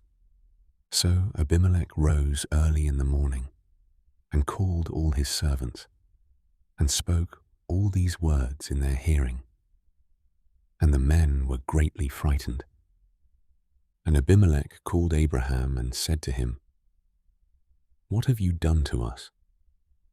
In what have I sinned against you, that you have brought on me, and on my reign a great sin? You have done matters to me that should not be done. And Abimelech said to Abraham, What did you have in view, that you have done this matter? And Abraham said, Only because I said to myself, The fear of Elohim is not in this place, and they shall kill me for the sake of my wife. And yet, she is truly my sister. She is the daughter of my father, but not the daughter of my mother. And she became my wife. And it came to be, when Elohim caused me to wander from my father's house, that I said to her, This is your loving commitment that you should do for me.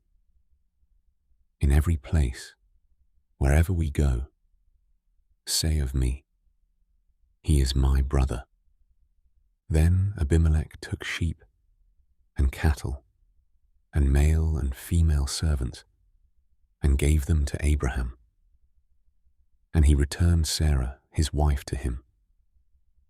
And Abimelech said, See, my land is before you. Dwell wherever it is good in your eyes. And to Sarah he said, See, I have given your brother 1,000 pieces of silver.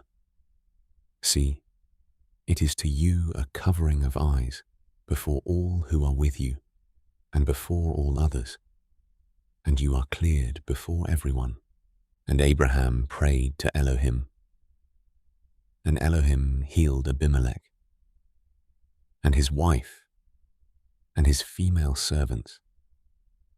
So they bore children. For Yahuah had closed up all the wombs of the house of Abimelech because of Sarah, Abraham's wife. And Yahuah visited Sarah as he had said, and Yahuah did for Sarah as he had spoken. So Sarah conceived and bore Abraham a son in his old age, at the appointed time of which Elohim had spoken to him. And Abraham called the name of his son who was born to him, whom Sarah bore to him, Yitzchak. And Abraham circumcised his son Yitzchak when he was 8 days old, as Elohim had commanded him. And Abraham was 100 years old when his son Yitzchak was born to him.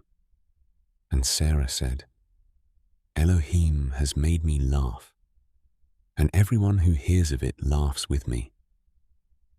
And she said, Who would have said to Abraham that Sarah would nurse children? For I have borne him a son in his old age. And the child grew and was weaned. And Abraham made a great feast on the day that Yitzchak was weaned. And Sarah saw the son of Hagar, the Mitzrian, whom she had borne to Abraham, mocking. So she said to Abraham, Drive out this female servant and her son. For the son of this female servant shall not inherit with my son, with Yitzchak. And the matter was very evil in the eyes of Abraham because of his son. But Elohim said to Abraham, "Let it not be evil in your eyes because of the boy and because of your female servant. Whatever Sarah has said to you, listen to her voice, for in Yitzhak your seed is called. And of the son of the female servant I also make a nation, because he is your seed." And Abraham rose early in the morning and took bread and a skin of water, which he gave to Hagar, putting it on her shoulder, also the boy, and sent her away. And she left and wandered in the wilderness of Beersheba. And the water in the skin was used up, and she placed the boy under one of the shrubs. And she went and sat down about a bowshot away. For she said, "Let me not see the death of the boy." And she sat opposite him, and lifted her voice and wept. And Elohim heard the voice of the boy, and the messenger of Elohim called to Hagar from the heavens, and said to her, "What is the matter with you, Hagar? Do not fear, for Elohim has heard the voice of the boy where he is. Arise, lift up the boy, and hold him with your hand, for I make a great nation of him." And Elohim opened her eyes, and she saw a well of water. And she went and filled the skin with water, and gave the boy a drink. And Elohim was with the boy, and he grew and dwelt in the wilderness, and became an archer. And he dwelt in the wilderness of Paran, and his mother took a wife for him from the land of Mitzrayim. And it came to be at that time that Abimelech and Pichol, the commander of his army, spoke to Abraham, saying, "Elohim is with you in all that you do.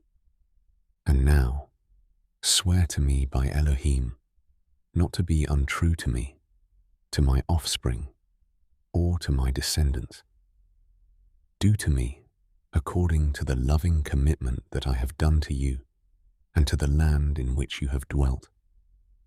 And Abraham said, "I swear." And Abraham reproved Abimelech because of a well of water which Abimelech's servants had seized.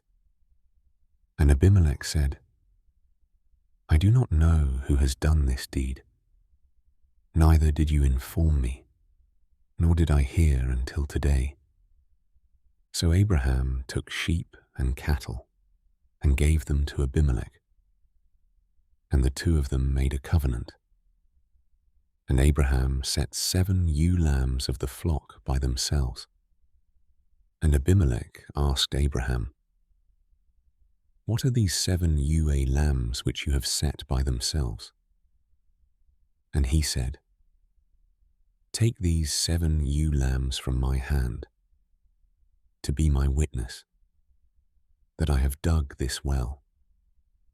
So he called that place Beersheba, because the two of them swore an oath there. Thus they made a covenant at Beersheba. And Abimelech rose with Pichol, the commander of his army, and they returned to the land of the Philistines. And he planted a tamarisk tree in Beersheba, and there called on the name of Yahuah, the everlasting El. And Abraham sojourned in the land of the Philistines many days. And it came to be after these events that Elohim tried Abraham, and said to him, "Abraham." And he said, "Here I am." And he said, "Take your son, now, your only son Yitzhak, whom you love, and go to the land of Moriah, and offer him there as an ascending offering on one of the mountains which I command you." And Abraham rose early in the morning and saddled his donkey and took 2 of his young men with him and Yitzchak his son. And he split the wood for the ascending offering and arose and went to the place which Elohim had commanded him. And on the 3rd day, Abraham lifted his eyes and saw the place from a distance. So Abraham said to his young men, "Stay here with the donkey, while the boy and I go over there and worship and come back to you." And Abraham took the wood of the ascending offering and laid it on Yitzchak his son. And he took the fire in his hand and a knife, and the 2 of them went together. And Yitzchak spoke to Abraham his father and said, "My father." And he said, "Here I am, my son." And he said, "See, the fire and the wood, but where is the lamb for an ascending offering?" And Abraham said, "My son, Elohim does provide for himself the lamb for an ascending offering." And the 2 of them went together. And they came to the place which Elohim had commanded him. And Abraham built a slaughter place there and placed the wood in order. And he bound Yitzchak his son and laid him on the slaughter place upon the wood. And Abraham stretched out his hand and took the knife to slay his son. But the messenger of Yahuah called to him from the heavens and said, "Abraham, Abraham." And he said, "Here I am." And he said, "Do not lay your hand on the boy, nor touch him. For now I know that you fear Elohim, seeing you have not withheld your son, your only son, from me." And Abraham lifted his eyes and looked, and saw behind him a ram caught in a bush by its horns. And Abraham went and took the ram, and offered it up for an ascending offering instead of his son. And Abraham called the name of the place Yahuah Yireh, as it is said to this day, "On the mountain Yahuah provides." And the messenger of Yahuah called to Abraham a 2nd time from the heavens, and said, "By myself I have sworn, declares Yahuah, because you have done this, and have not withheld your son, your only son, that I shall certainly bless you. And I shall certainly increase your seed as the stars of the heavens, and as the sand which is on the seashore. And let your seed possess the gate of their enemies. And in your seed all the nations of the earth shall be blessed, because you have obeyed my voice." Then Abraham returned to his young men, and they rose up and went together to Beersheba. And Abraham dwelt at Beersheba. And it came to be after these events that it was reported to Abraham, saying, "See, Milcah too has borne children to your brother Nahor, Utz his firstborn, and Buz his brother, and Kemuel the father of Aram, and Kesed, and Hazo, and Pildash, and Yidlaf, and Bethuel."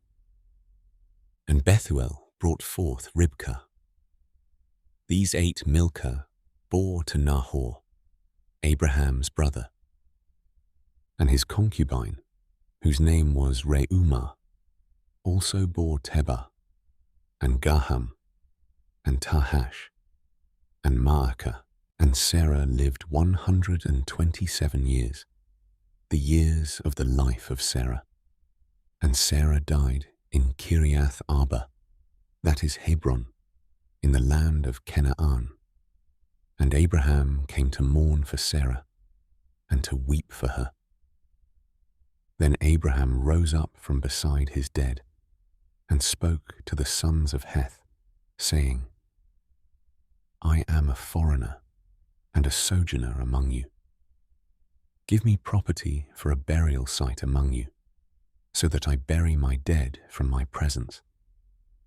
And the sons of Heth answered Abraham, saying to him, Hear us, my master.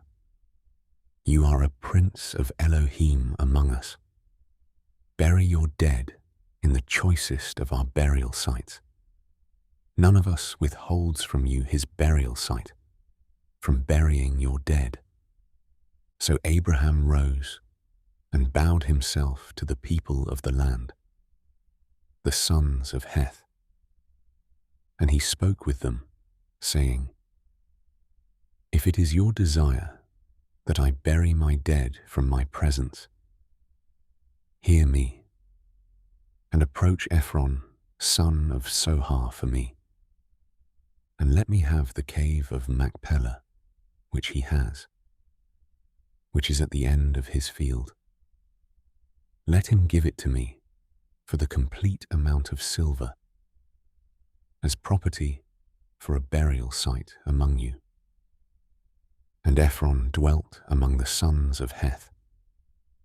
And Ephron the Hittite answered Abraham in the hearing of the sons of Heth, all who entered at the gate of his city, saying, No, my master, listen to me.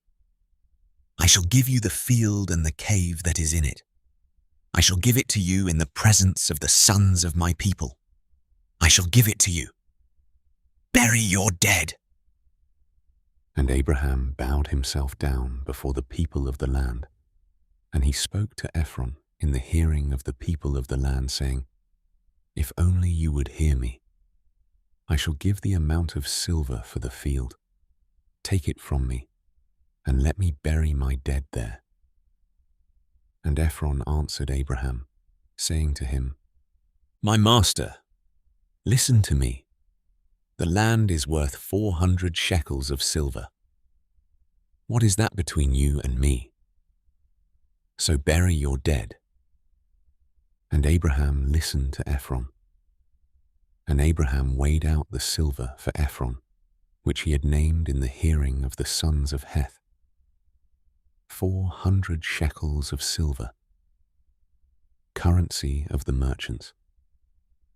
Thus the field of Ephron, which was in Machpelah, which was before Mamre, the field and the cave which was in it, and all the trees that were in the field, which were within all the surrounding borders, were deeded to Abraham as a possession in the presence of the sons of Heth, before all who went in at the gate of his city.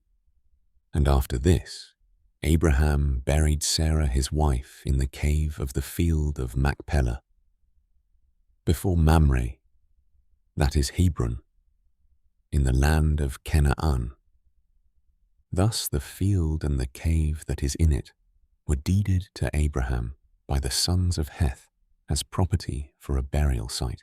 And Abraham was old, advanced in years, and Yahuah had blessed Abraham in every way. And Abraham said to the oldest servant of his house, who ruled over all that he had, Please, put your hand under my thigh, so that I make you swear by Yahuah, the Elohim of the heavens and the Elohim of the earth, that you do not take a wife for my son from the daughters of the Canaanites, among whom I dwell, but to go to my land and to my relatives, and take a wife for my son Yitzhak. And the servant said to him, What if the woman refuses to follow me to this land? Do I then take your son back to the land from which you came? And Abraham said to him, Beware, lest you take my son back there. Yahuah, Elohim of the heavens, who took me from my father's house and from the land of my relatives, and who spoke to me and swore to me, saying, to your seed I give this land. He sends his messenger before you, and you shall take a wife for my son from there. And if the woman refuses to follow you, then you shall be released from this oath. Only do not take my son back there. Then the servant put his hand under the thigh of Abraham his master, and swore to him concerning this matter. And the servant took 10 of his master's camels and left. For all his master's good gifts were in his hand. And he arose and went to Aram Naharaim, to the city of Nahor. And he made his camels kneel down outside the city by a fountain of water at evening time, the time when women go out to draw water. And he said, Yahuah, Elohim of my master Abraham, please cause her to meet before me this day, and show loving commitment to my master Abraham.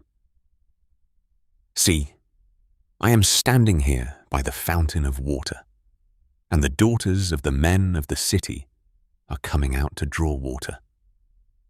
Now let it be that the young woman to whom I say, please let down your jar to let me drink, and she says, drink, and let me water your camels too. Let her be the one whom you have appointed for your servant Yitzchak, and let me know by this that you have shown loving commitment to my master. And it came to be, before he had ended speaking, that see, Ribkah, who was born to Bethuel, son of Milcah, the wife of Nahor, Abraham's brother, came out with her jar on her shoulder. And the young woman was very good-looking, a maiden, no man having known her. And she went down to the fountain, filled her jar, and came up. And the servant ran to meet her and said, please, let me drink a little water from your jar. And she said, drink, my master. And she hurried and let her jar down to her hand and gave him a drink. And when she had finished giving him a drink, she said, let me draw water for your camels too, until they have finished drinking. And she hurried and emptied her jar into the trough, ran back to the fountain to draw water, and drew for all his camels. And watching her, the man remained silent, in order to know whether Yahuah had prospered his way or not. And it came to be, when the camels had finished drinking, that the man took a golden nose ring, weighing 1/2 shekel, and 2 bracelets for her wrists, weighing 10 shekels of gold, and said, whose daughter are you? Please inform me. Is there room in your father's house for us to spend the night? And she said to him, I am the daughter of Bethuel, Milcah's son, whom she bore to Nahor. And she said to him, we have both straw and fodder enough, and room to spend the night. And the man bowed down his head and worshipped Yahuah. And he said, blessed be Yahuah Elohim of my master Abraham, who has not forsaken his loving commitment and his truth toward my master. As for me, being on the way, Yahuah led me to the house of my master's brothers. Then the young woman ran and informed those of her mother's house these matters. And Ribkah had a brother whose name was Laban, and Laban ran out to the man, to the fountain. And it came to be, when he saw the nose ring and the bracelets on his sister's wrists, and when he heard the words of his sister Ribkah saying, "Thus the man spoke to me," that he went to the man and saw him standing by the camels at the fountain. And he said, "Come in, O blessed of Yahuah. Why do you stand outside? I myself have prepared the house and a place for the camels." So the man came into the house while he unloaded the camels and provided straw and fodder for the camels and water to wash his feet and the feet of the men who were with him, and set food before him to eat. But he said, "Let me not eat until I have spoken my word." And he said, "Speak on." And he said, "I am Abraham's servant, and Yahuah has blessed my master exceedingly, and he has become great. And he has given him flocks and herds, and silver and gold, and male and female servants, and camels and donkeys. And Sarah, my master's wife, bore a son to my master when she was old, and he has given to him all that he has. And my master made me swear, saying, Do not take a wife for my son from the daughters of the Canaanites, in whose land I dwell, but go to my father's house and to my relatives, and take a wife for my son." And I said to my master, "What if the woman does not follow me?" But he said to me, "Yahuah, before whom I walk, sends his messenger with you, and shall prosper your way. And you shall take a wife for my son from my relatives, and from my father's house. Then, when you go to my relatives, you are to be released from this oath. And if they do not give her to you, then you are released from my oath." And this day I came to the fountain and said, "Yahuah, Elohim of my master Abraham, please, if you are prospering the way in which I am going, see, I am standing by the fountain of water. And when the young woman comes out to draw water, and I say to her, 'Please give me a little water from your jar to drink,' and she says to me, 'Drink, and let me draw for your camels too,' let her be the woman whom Yahuah has appointed for my master's son." I had not yet ended speaking in my heart. Then see, Ribkah was coming out with her jar on her shoulder, and she went down to the fountain and drew water. And I said to her, "Please, let me drink." And she hurried and let her jar down from her shoulder, and said, "Drink, and let me water your camels too." So I drank, and she watered the camels too. And I asked her and said, "Whose daughter are you?" And she said, "The daughter of Bethuel, Nahor's son, whom Milcah bore to him." Then I put the nose ring on her nose, and the bracelets on her wrists, and I bowed my head and worshipped Yahuah, and blessed Yahuah, Elohim of my master Abraham, who had led me in the true way to take the daughter of my master's brother for his son. And now, if you are going to show loving commitment and truth to my master, let me know, and if not, let me know, so that I turn to the right or to the left. And Laban answered, "Bethuel too," and said, The matter comes from Yahuah. We are not able to speak to you either evil or good. See, Ribkah is before you. Take her and go, and let her be your master's son's wife, as Yahuah has spoken. And it came to be, when Abraham's servant heard their words, that he bowed himself towards the earth before Yahuah. And the servant brought out ornaments of silver, and ornaments of gold, and garments, and gave them to Ribkah. He also gave costly gifts to her brother and to her mother. And he and the men who were with him ate and drank and spent the night.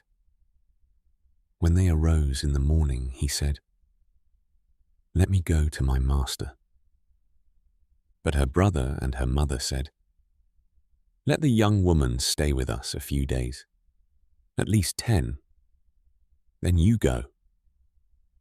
And he said to them, "Do not delay me, since Yahuah has prospered my way.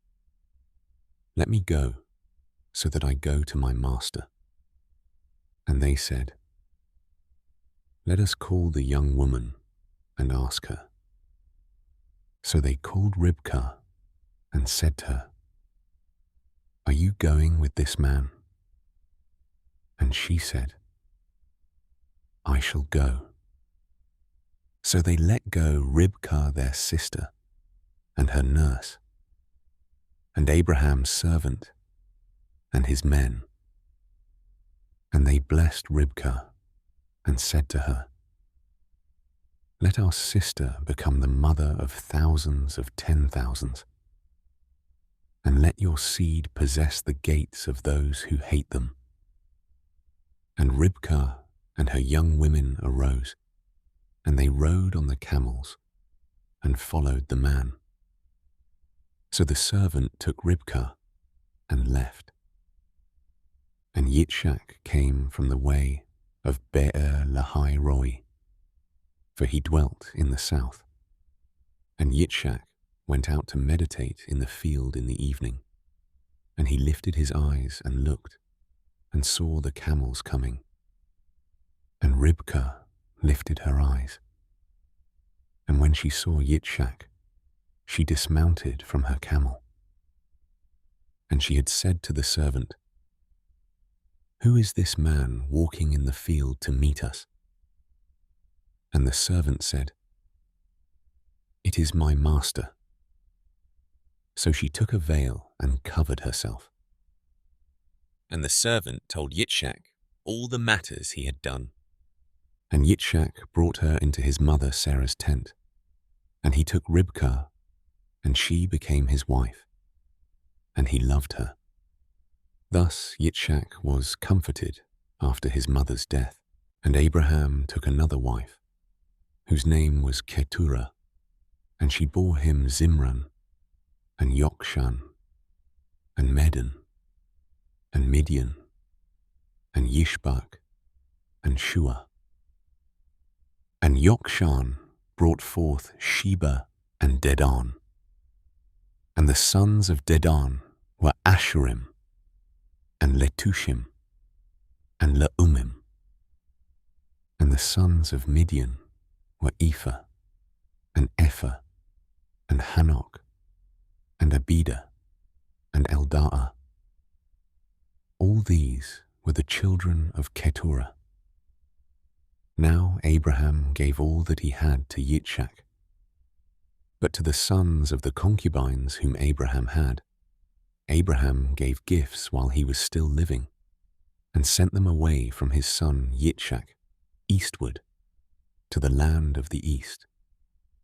And these are all the years of Abraham's life which he lived, 175 years.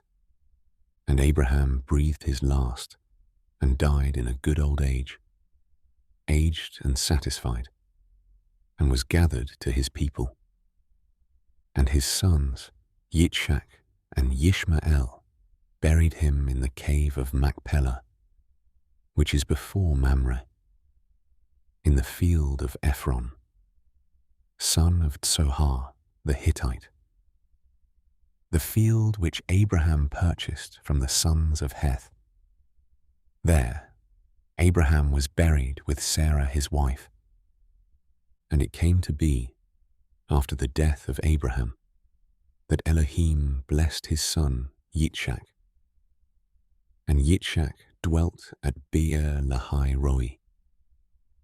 And this is the genealogy of Yishmael, Abraham's son, whom Hagar the Mitzrian, Sarah's female servant, bore to Abraham. And these were the names of the sons of Yishmael, by their names according to their generations.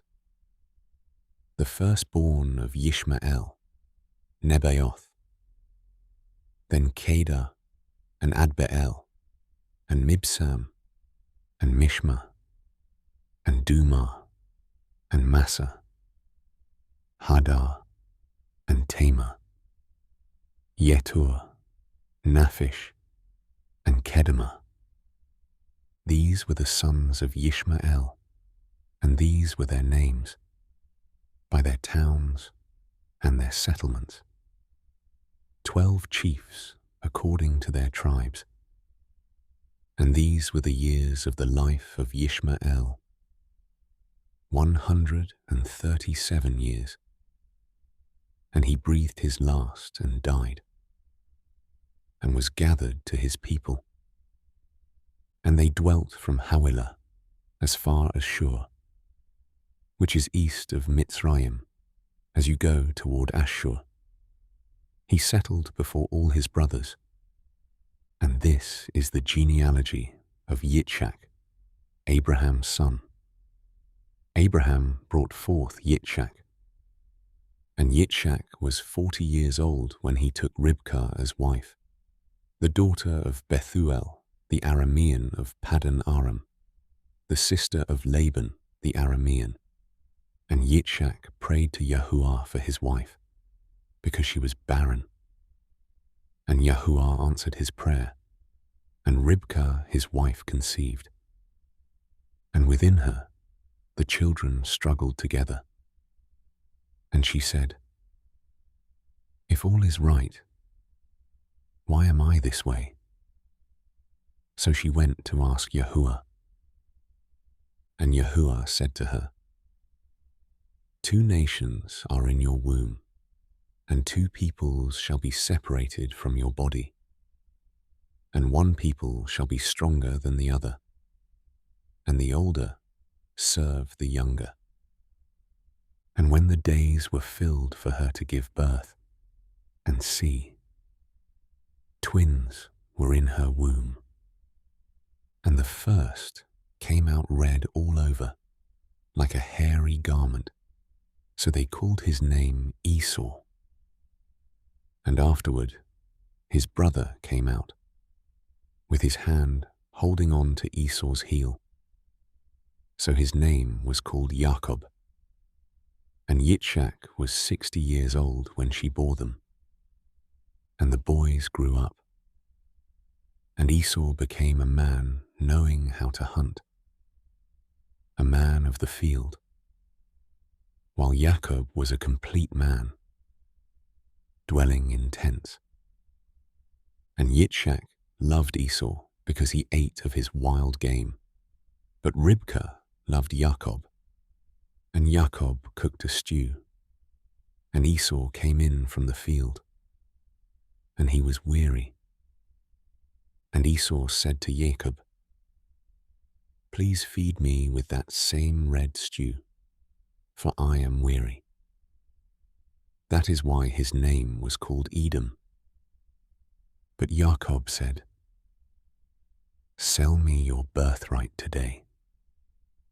And Esau said, "Look, I am going to die, so why should I have birthright?" Then Jacob said, "Swear to me today." And he swore to him, and sold his birthright to Jacob. Jacob then gave Esau bread and stew of lentils, and he ate and drank, and rose up and left.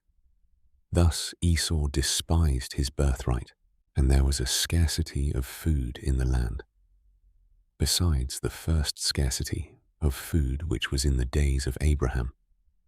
And Yitzchak went to Abimelech, sovereign of the Philistines, in Gerar. And Yahuah appeared to him and said, "Do not go down to Mitzrayim. Live in the land which I command you. Sojourn in this land, and I shall be with you and bless you, for I give all these lands to you and your seed. And I shall establish the oath which I swore to Abraham your father. And I shall increase your seed like the stars of the heavens, and I shall give all these lands to your seed, and in your seed all the nations of the earth shall be blessed, because Abraham obeyed my voice and guarded my charge, my commands, my laws, and my Torah." And Yitzchak dwelt in Gerar. And when the men of the place asked about his wife, he said, "She is my sister." For he was afraid to say, "She is my wife," thinking, lest the men of the place should kill me for Ribkah, because she is good-looking. And it came to be, when he had been there a long time, that Abimelech, sovereign of the Philistines, looked through a window, and he watched and saw Yitzchak playing with Ribkah his wife. So Abimelech called Yitzchak and said, "See, truly, she is your wife. So how could you say, 'She is my sister'?" And Yitzchak said to him, "Because I said, 'Lest I die on account of her.'" And Abimelech said, "What is this you have done to us? One of the people had almost lain with your wife, and you would have brought guilt on us." And Abimelech commanded all his people, saying, "He who touches this man or his wife shall certainly be put to death." And Yitzchak sowed in that land, and reaped in the same year 100-fold. And Yahuah blessed him. And the man grew great, and went forward until he became very great. And he came to have possessions of flocks, and possessions of herds, and a great body of servants. And the Philistines envied him. And the Philistines had stopped up all the wells which his father's servants had dug in the days of Abraham his father, and filled them with dirt. And Abimelech said to Yitzchak, "Go away from us, for you are much mightier than we." So Yitzchak went from there and pitched his tent in the Wadi Gerar, and dwelt there. And Yitzchak dug again the wells of water which they had dug in the days of Abraham his father, for the Philistines had stopped them up after the death of Abraham, and he called them by the names which his father had called them. But when Yitzchak's servants dug in the wadi, and found a well of running water there, the herdsmen of Gerar strove with Yitzchak's herdsmen, saying, "The water is ours." And he called the name of the well Esek, because they strove with him. And they dug another well, and they strove over that one too. And he called its name Sitnah. And he moved from there and dug another well, and they did not strive over it. And he called its name Rehoboth, and said, "For now Yahuah has made room for us, and we shall be fruitful in the land." And from there he went up to Beersheba. And Yahuah appeared to him the same night and said, "I am the Elohim of your father Abraham. Do not fear, for I am with you, and shall bless you, and increase your seed for my servant Abraham's sake. And he built a slaughter place there, and called on the name of Yahuah. And he pitched his tent there. And the servants of Yitzchak dug a well there. And Abimelech came to him from Gerar, with Ahuzath, one of his friends, and Pikol, the commander of his army. And Yitzchak said to them, Why have you come to me, seeing you have hated me, and have sent me away from you? But they said, We have clearly seen that Yahuah is with you. And we said, Please, let there be an oath between us, between you and us, and let us make a covenant with you, that you do no evil to us, as we have not touched you, and as we have done only good toward you, and have sent you away in peace. You are now blessed by Yahuah. And he made them a feast, and they ate and drank. And they rose early in the morning, and swore an oath with one another.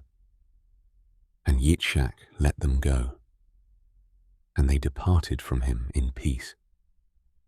And on the same day it came to be that the servants of Yitzchak came and informed him about the well which they had dug, and said to him, We have found water. So he called it Sheba. Therefore the name of the city is Beersheba to this day. And when Esau was 40 years old, he took as wives Yehudith, the daughter of Beeri the Hittite, and Basemath, the daughter of Elon the Hittite. And they were a bitterness of spirit to Yitzchak and Ribkah. And it came to be, when Yitzchak was old and his eyes were too dim to see, that he called Esau his elder son, and said to him, My son. And he answered him, Here I am. And he said, See now, I am old. I do not know the day of my death. Now then, please take your weapons, your quiver, and your bow, and go out to the field and hunt wild game for me. And make me a tasty dish, such as I love, and bring it to me to eat, in order that my being does bless you before I die. And Ribkah heard when Yitzchak spoke to Esau his son. And Esau went to the field to hunt wild game and to bring it. And Ribkah spoke to Jacob her son, saying, See, I heard your father speak to Esau your brother, saying, Bring me wild game, and make me a tasty dish to eat, and bless you in the presence of Yahuah before my death. And now, my son, listen to my voice according to what I command you. Please go to the flock and bring me 2 choice young goats, and I make a tasty dish from them for your father, such as he loves. And you shall take it to your father, and he shall eat it, so that he might bless you before his death. And Jacob said to Ribkah his mother, See, Esau my brother is a hairy man, and I am a smooth-skinned man. What if my father touches me? Then I shall be like a deceiver in his eyes, and shall bring a curse on myself, and not a blessing. But his mother said to him, Let your curse be on me, my son. Only obey my voice, and go. Get them for me. And he went and fetched them, and brought them to his mother. And his mother made a tasty dish, such as his father loved.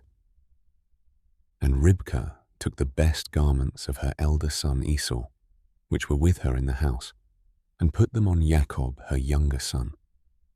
And she put the skins of the young goats on his hands, and on the smooth part of his neck. Then she gave the tasty dish and the bread, which she had prepared, into the hand of her son Jacob. And he went to his father and said, "My father." And he said, "Here I am. Who are you, my son?" And Jacob said to his father, "I am Esau, your firstborn. I have done as you said to me. Please rise, sit and eat of my wild game, so that your being might bless me." But Yitzchak said to his son, "How is it that you have found it so quickly, my son?" And he said, "Because Yahuah, your Elohim, brought it to me." Then Yitzchak said to Jacob, "Please come near, so that I feel you, my son, whether you truly are my son Esau or not."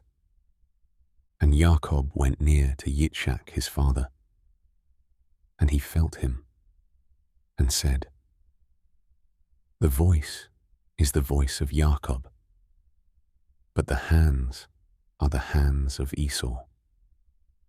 And he did not recognize him, for his hands were hairy like his brother Esau's hands. And he blessed him, and he said, "Are you truly my son Esau?" And he said, "I am." And he said, "Bring it near to me, and let me eat of my son's wild game, so that my being might bless you." So he brought it near to him, and he ate. And he brought him wine, and he drank. And his father Yitzchak said to him, "Please come near and kiss me, my son." And he came near and kissed him. And he smelled the smell of his garments, and blessed him, and said, "See, the smell of my son is like the smell of a field which Yahuah has blessed. And Elohim give you of the dew of the heavens, of the fatness of the earth, and plenty of grain and wine. Let peoples serve you, and nations bow down to you. Be master over your brothers, and let your mother's sons bow down to you. Cursed be those cursing you, and blessed be those blessing you." And it came to be, as soon as Yitzchak had finished blessing Jacob, and Jacob had hardly left the presence of Yitzchak his father, that Esau his brother came in from his hunting. And he too had made a tasty dish, and brought it to his father, and said to his father, "Let my father rise and eat of his son's wild game, so that your being might bless me." And his father Yitzchak said to him, "Who are you?" And he said, "I am your son, your firstborn, Esau." Then Yitzchak trembled exceedingly, and said, "Who was it then who hunted wild game and brought it to me? And I ate all of it before you came, and I have blessed him. Yes, he is blessed." When Esau heard the words of his father, he cried with an exceedingly great and bitter cry, and said to his father, "Bless me too, O my father." And he said, "Your brother came with deceit and took your blessing." And Esau said, "Was his name then called Jacob, for he has caught me by the heel these 2 times. He took my birthright, and see, now he has taken my blessing. And he said, have you not reserved a blessing for me? Then Yitzchak answered and said to Esau, see, I have made him your master, and all his brothers I have given to him as servants. And I have sustained him with grain and wine. And what then shall I do for you, my son? And Esau said to his father, have you only one blessing, my father? Bless me too, O my father. And Esau lifted up his voice and wept. And Yitzchak his father answered and said to him, see, your dwelling is of the fatness of the earth, and of the dew of the heavens from above, and by your sword you are to live, and serve your brother. And it shall be, when you grow restless, that you shall break his yoke from your neck. And Esau hated Jacob because of the blessing with which his father blessed him. And Esau said in his heart, the days of mourning for my father draw near, then I am going to kill my brother Jacob. And the words of Esau, her older son, were reported to Ribkah. And she sent and called Jacob her younger son, and said to him, see, your brother Esau comforts himself concerning you, to kill you. And now, my son, listen to my voice, and rise, flee to my brother Laban in Haran, and stay with him a few days, until your brother's wrath turns away, until your brother's displeasure turns away from you, and he forgets what you have done to him. And I shall send and bring you from there. Why should I be bereaved of you both in one day? And Ribkah said to Yitzchak, I am disgusted with my life because of the daughters of Heth. If Jacob takes a wife from the daughters of Heth, like these who are the daughters of the land, what is my life to me? And Yitzchak called Jacob and blessed him, and commanded him, and said to him, do not take a wife from the daughters of Canaan.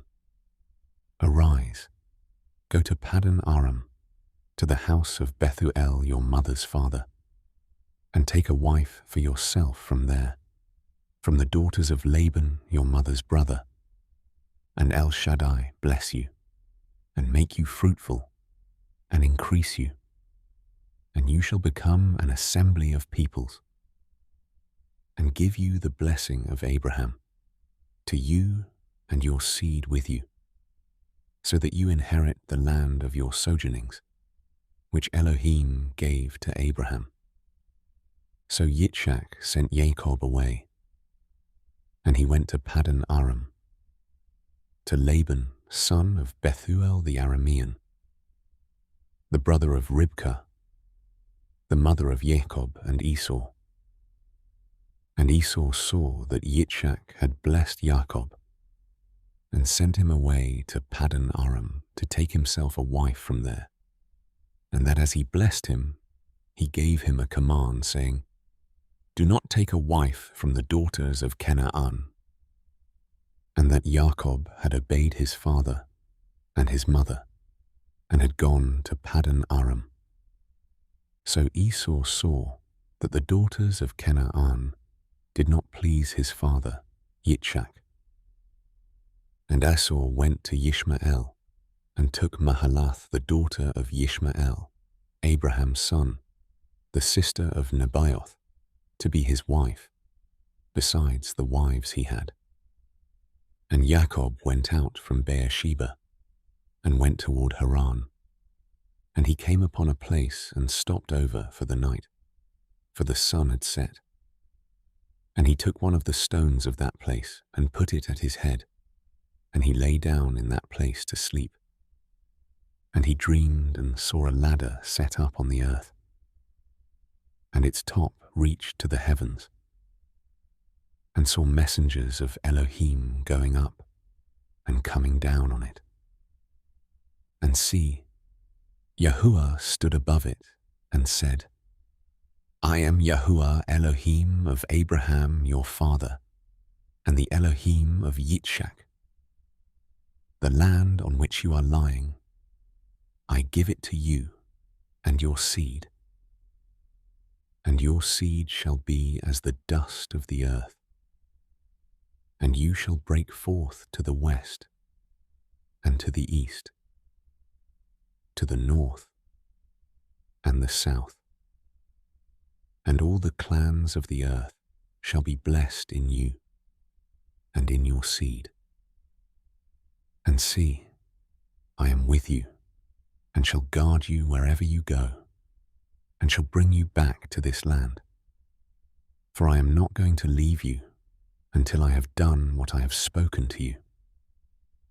And Jacob awoke from his sleep and said, Truly, Yahuah is in this place, and I did not know it. And he was afraid and said, How awesome is this place! This is none other than the house of Elohim, and this is the gate of the heavens. And Jacob rose early in the morning, and took the stone that he had put at his head, set it up as a standing column, and poured oil on top of it. And he called the name of that place Beth El. However, the name of that city had been Luz previously.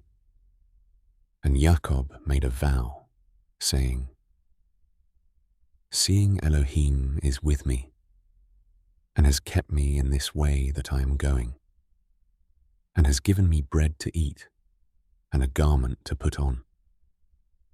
When I have returned to my father's house in peace, and Yahuah has been my Elohim, then this stone which I have set as a standing column shall be Elohim's house, and of all that you give me, I shall certainly give a tenth to you. And Jacob moved on, and came to the land of the people of the east. And he looked and saw a well in the field, and saw 3 flocks of sheep lying by it. For out of that well they watered the flocks, and a large stone was on the well's mouth. And all the flocks would be gathered there. Then they would roll the stone from the well's mouth, and water the sheep, and put the stone back in its place on the well's mouth. So Jacob said to them, My brothers, where are you from? And they said, We are from Haran. And he said to them, Do you know Laban son of Nahor? And they said, We know him. So he said to them, Is he well? And they said, Well. And see, his daughter Rahel is coming with the sheep. And he said, See, it is still high day, not the time for the livestock to be gathered together. Water the sheep, and go and feed them. But they said, We are not allowed until all the flocks are gathered together, and they have rolled the stone from the well's mouth. Then we shall water the sheep. While he was still speaking with them, Rahel came with her father's sheep, for she was a shepherdess. And it came to be, when Jacob saw Rahel the daughter of Laban his mother's brother, and the sheep of Laban his mother's brother, that Jacob went near, and rolled the stone from the well's mouth, and watered the flock of Laban his mother's brother. And Jacob kissed Rahel, and lifted up his voice, and wept. And when Jacob told Rahel that he was her father's relative, and that he was Ribkah's son, She ran and told her father. And it came to be, when Laban heard the report about Jacob his sister's son, that he ran to meet him, and embraced him, and kissed him, and brought him to his house. Then he told Laban all these matters. And Laban said to him, "You are indeed my bone and my flesh." And he stayed with him for a new moon. Then Laban said to Jacob, "Because you are my relative, should you therefore serve me for naught? Let me know, what should your wages be?" And Laban had 2 daughters. The name of the elder was Leah, and the name of the younger was Rahel. And Leah's eyes were weak. But Rahel was beautiful of form, and beautiful of appearance. And Jacob loved Rahel, so he said, "Let me serve you 7 years for Rahel, your younger daughter." And Laban said, "It is better that I give her to you than that I should give her to another man. Stay with me." So Jacob served 7 years for Rahel, and they seemed to him but a few days because of the love he had for her. Then Jacob said to Laban, "Give me my wife, for my days are completed, and let me go into her." And Laban gathered all the men of the place and made a feast. And it came to be in the evening that he took Leah his daughter and brought her to Jacob. And he went into her. And Laban gave his female servant Zilpah to his daughter Leah as a female servant. And in the morning it came to be that, see, it was Leah. So he said to Laban, "What is this you have done to me? Was it not for Rahel that I served you? Why then have you deceived me?" And Laban said, "It is not done this way in our place, to give the younger before the firstborn. Complete the week of this one. Then we give you this one too, for the service which you shall serve with me still another 7 years." And Jacob did so, and completed her week. Then he gave him his daughter Rahel too, as wife.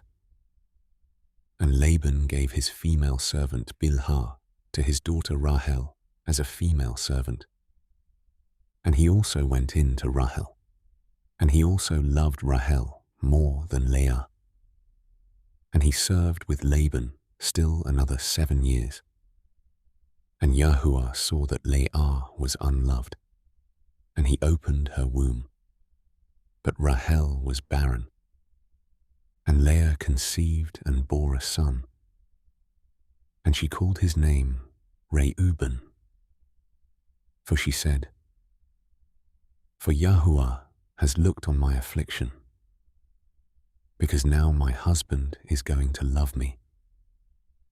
And she conceived again, and bore a son, and said, "Because Yahuah has heard that I am unloved, he gave me this son too." And she called his name Shim'on. And she conceived again, and bore a son, and said, "Now this time my husband is joined to me, because I have borne him 3 sons." So his name was called Levi. And she conceived again, and bore a son, and said, "Now I praise Yahuah." So she called his name Yehudah. And she ceased bearing. And when Rahel saw that she bore Jacob no children, Rahel envied her sister, and said to Jacob, "Give me children, or else I am going to die." And Jacob's displeasure burned against Rahel. And he said, Am I in the place of Elohim, who has withheld from you the fruit of the womb? And she said, See, my female servant Bilhah. Go into her, and let her bear for me, and let me be built up from her as well. So she gave him Bilhah, her female servant, as wife, and Jacob went into her. And Bilhah conceived and bore Jacob a son. And Rahel said, Elohim has rightly ruled my case, and has also heard my voice, and given me a son. So she called his name Dan. And Rahel's female servant Bilhah conceived again, and bore Jacob a second son. And Rahel said, With great wrestlings I have wrestled with my sister, and I have overcome. So she called his name Naphtali. And Leah saw that she had ceased bearing. And she took Zilpah, her female servant, and gave her to Jacob as wife. And Leah's female servant Zilpah bore Jacob a son. And Leah said, Fortune comes. So she called his name Gad. And Leah's female servant Zilpah bore Jacob a second son. And Leah said, I am happy, for the daughters shall call me happy. So she called his name Asher. And Reuben went in the days of wheat harvest, and found love apples in the field, and brought them to his mother Leah.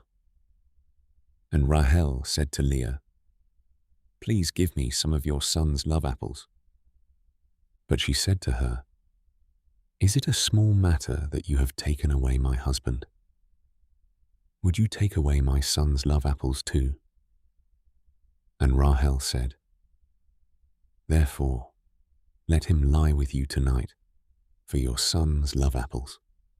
And when Jacob came out of the field in the evening, Leah went out to meet him, and said, Do come in to me, for indeed I have hired you with my son's love apples.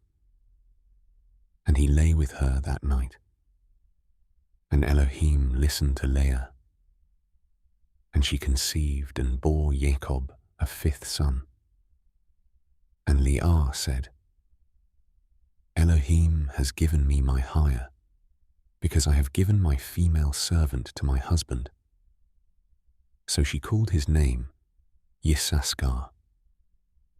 And Leah conceived again, and bore Jacob a sixth son. And Leah said, Elohim has presented me with a good present. Now my husband is going to dwell with me, because I have borne him 6 sons. So she called his name Zebulun.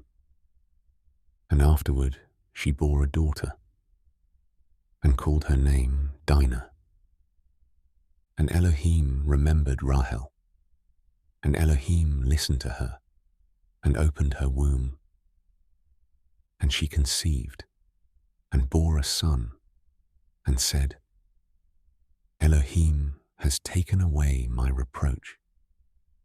So she called his name Joseph, and said, Yahuah has added to me another son. And it came to be, when Rahel had borne Joseph, that Jacob said to Laban, Send me on my way, to go to my own place and to my land. Give my wives and my children, for whom I have served you, and let me go. For you yourself know my service which I have done for you. And Laban said to him, If please I have found favor in your eyes, stay, for I have divined that Yahuah has blessed me for your sake. And he said, Name me your wages, and I give it. So he said to him, You know how I have served you, and how your livestock has been with me. For the little you had before I came has increased greatly, and Yahuah has blessed you since my coming. But now, when am I to provide for my own house too? And he said, What do I give you? And Jacob said, Give me naught. If you do this for me, I shall again feed and guard your flocks. Let me pass through all your flock today, removing from there all the speckled and spotted sheep, and all the black ones among the lambs, and the spotted and speckled among the goats. And these shall be my wages. And my righteousness shall answer for me in time to come, when you come concerning my wages. Every one that is not speckled and spotted among the goats, and black among the lambs, it is stolen, if it is with me. And Laban said, See, let it be according to your word. And on that day he set aside the male goats that were speckled and spotted, and all the female goats that were speckled and spotted, every one that had some white in it, and all the black ones among the lambs, and gave them into the hand of his sons. And he put 3 days' journey between himself and Jacob. And Jacob fed the rest of Laban's flocks. And Jacob took for himself rods of green poplar, and of the almond and chestnut trees, peeled white strips in them, and exposed the white which was in the rods. And he set the rods which he had peeled before the flocks in the gutters, in the watering troughs where the flocks came to drink. And they conceived when they came to drink. So the flocks conceived before the rods, and the flocks brought forth streaked, speckled, and spotted. And Jacob separated the lambs, and made the flocks face toward the streaked, and all the black in the flock of Laban. But he put his own flocks by themselves, and did not put them with Laban's flock. And it came to be, whenever the strong ones of the flock conceived, that Jacob placed the rods before the eyes of the flock in the gutters, so they would conceive among the rods. But when the flocks were weak, he did not put them in. So the weak ones were Laban's, and the strong ones Jacob's. Thus the man increased very much, and had many flocks, and female and male servants, and camels, and donkeys. And he heard the words of Laban's sons, saying, Jacob has taken away all that was our father's, and from what belonged to our father, he has made all this wealth. And Jacob would look at the face of Laban, and see that it was not toward him as before. And Yahuah said to Jacob, Return to the land of your fathers and to your relatives, and I am with you. And Jacob sent and called Rahel and Leah to the field, to his flock, and said to them, I see your father's face, that it is not toward me as before, but the Elohim of my father has been with me. And you know that I have served your father with all my strength.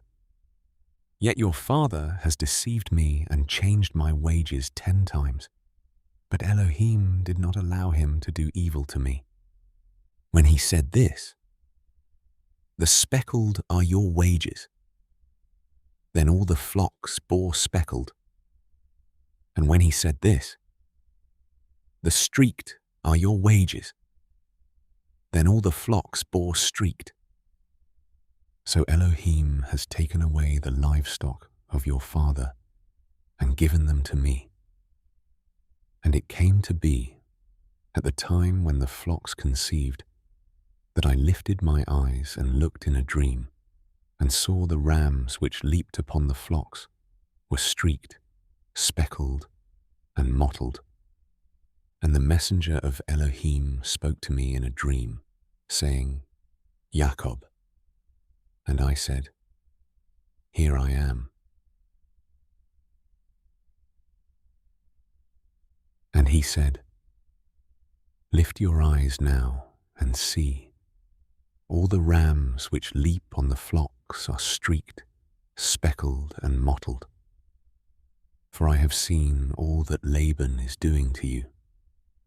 I am the El of Beth El, where you anointed the standing column, and where you made a vow to me. Now rise up, get out of this land, and return to the land of your relatives. And Rahel and Leah answered and said to him, Do we still have any portion or inheritance in our father's house? Are we not reckoned by him as strangers? For he has sold us, and also entirely consumed our silver. For all the wealth which Elohim has taken from our father is ours, and our children's. Now then, do whatever Elohim has told you. So Jacob rose and put his sons and his wives on camels. And he drove off all his livestock, and all his possessions which he had acquired, his property of the livestock which he had acquired in Paddan Aram, to go to his father Yitzchak in the land of Canaan. And when Laban had gone to shear his sheep, Rahel stole the house idols that were her father's, and Jacob deceived Laban the Aramean, because he did not inform him that he was about to flee. And he fled with all that he had. And he rose up and passed over the river and headed toward the mountains of Gilead. And on the third day, Laban was told that Jacob had fled. Then he took his brothers with him and pursued him for 7 days' journey. And he overtook him in the mountains of Gilead. But in a dream by night, Elohim came to Laban the Aramean and said to him, Guard yourself, that you do not speak to Jacob either good or evil. Then Laban overtook Jacob. Now Jacob had pitched his tent in the mountains, and Laban with his brothers pitched in the mountains of Gilead. And Laban said to Jacob, What have you done, that you have deceived me, and driven my daughters off like captives taken with the sword? Why did you flee secretly and deceive me, and not inform me? And I would have sent you away with joy and songs, with tambourine and lyre. And you did not allow me to kiss my sons and my daughters. Now you have been foolish to do this. It is in the power of my hand to do evil to you. But the Elohim of your father spoke to me last night, saying, Guard yourself, that you do not speak to Jacob either good or evil. And now you have gone because you greatly long for your father's house. But why did you steal my mighty ones? And Jacob answered and said to Laban, Because I was afraid. For I said, Lest you tear your daughters away from me, with whomever you find your mighty ones. Do not let him live. In the presence of our brothers, see for yourself what is with me, and take it with you. For Jacob did not know that Rahel had stolen them. And Laban went into Jacob's tent, and into Leah's tent, and into the tents of the 2 female servants, but he did not find them. And he came out of Leah's tent, and entered Rahel's tent. Now Rahel had taken the house idols, and put them in the camel's saddle, and sat on them. And Laban searched all about the tent, but did not find them. And she said to her father, "Let it not displease my master, that I am unable to rise before you. For the way of women is with me." And he searched, but did not find the house idols. And Jacob was wroth and contended with Laban. And Jacob answered and said to Laban, "What is my transgression? What is my sin, that you have hotly pursued me? Now that you have searched all my goods, what have you found of all your household goods? Set it here before my brothers and your brothers, and let them decide between the two of us. These 20 years I have been with you. Your ewes and your female goats have not miscarried their young, and I have not eaten the rams of your sheep. That which was torn by beasts I did not bring to you. I myself bore the loss of it. You required it from my hand, whether stolen by day or stolen by night. Thus I was. By day the heat consumed me, and the frost by night, and my sleep fled from my eyes. These 20 years I have been in your house. I served you 14 years for your 2 daughters, and 6 years for your flock. And you have changed my wages 10 times, unless the Elohim of my father, the Elohim of Abraham, and the fear of Yitzchak had been with me. You would now have sent me away empty-handed. Elohim has seen my affliction and the labor of my hands, and rendered judgment last night. And Laban answered and said to Jacob, "These daughters are my daughters, and these children are my children, and this flock is my flock, and all that you see is mine. But what shall I do today to these, my daughters, or to their children, whom they have borne? And now, come, let us make a covenant, you and I, and it shall be a witness between you and me." So Jacob took a stone and set it up as a standing column. And Jacob said to his brothers, "Gather stones." And they took stones and made a heap, and they ate there on the heap. And Laban called it Yegar Sahadutha, but Jacob called it Galad. And Laban said, "This heap is a witness between you and me today." That is why its name was called Galad, also Mitzpah, because he said, "Let Yahuah watch between you and me when we are out of each other's sight. If you afflict my daughters, or if you take other wives besides my daughters, although no man is with us. See, Elohim is witness between you and me." And Laban said to Jacob, "See this heap, and see this standing column, which I have placed between you and me. This heap is a witness, and this standing column is a witness, that I do not pass beyond this heap to you, and you do not pass beyond this heap and this standing column to me, for evil.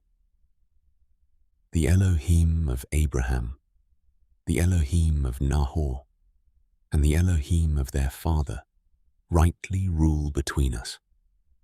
And Jacob swore by the fear of his father, Yitzchak. And Jacob slaughtered a slaughtering on the mountain, and called his brothers to eat bread. And they ate bread, and spent the night on the mountain. And Laban rose up early in the morning, and kissed his sons and daughters, and blessed them. And Laban left and returned to his place. And Jacob went on his way, and the messengers of Elohim met him. And when Jacob saw them, he said, "This is the camp of Elohim." And he called the name of that place Mahanaim. And Jacob sent messengers before him to Esau his brother in the land of Seir, the field of Edom. And he commanded them, saying, "Say this to my master Esau. Your servant Jacob said this. I have sojourned with Laban and stayed there until now. And I have bulls and donkeys, flocks, and male and female servants. And I have sent to inform my master to find favor in your eyes." So the messengers returned to Jacob, saying, "We came to your brother Esau, and he also is coming to meet you, and 400 men with him." And Jacob was greatly afraid and distressed. So he divided the people that were with him, and the flocks and herds and camels, into 2 groups. And he said, "If Esau comes to the one group and strikes it, then the other group which is left shall escape." And Jacob said, "O Elohim of my father, Abraham, and Elohim of my father, Yitzchak, Yahuah, who said to me, 'Return to your land and to your relatives, and I do good to you.'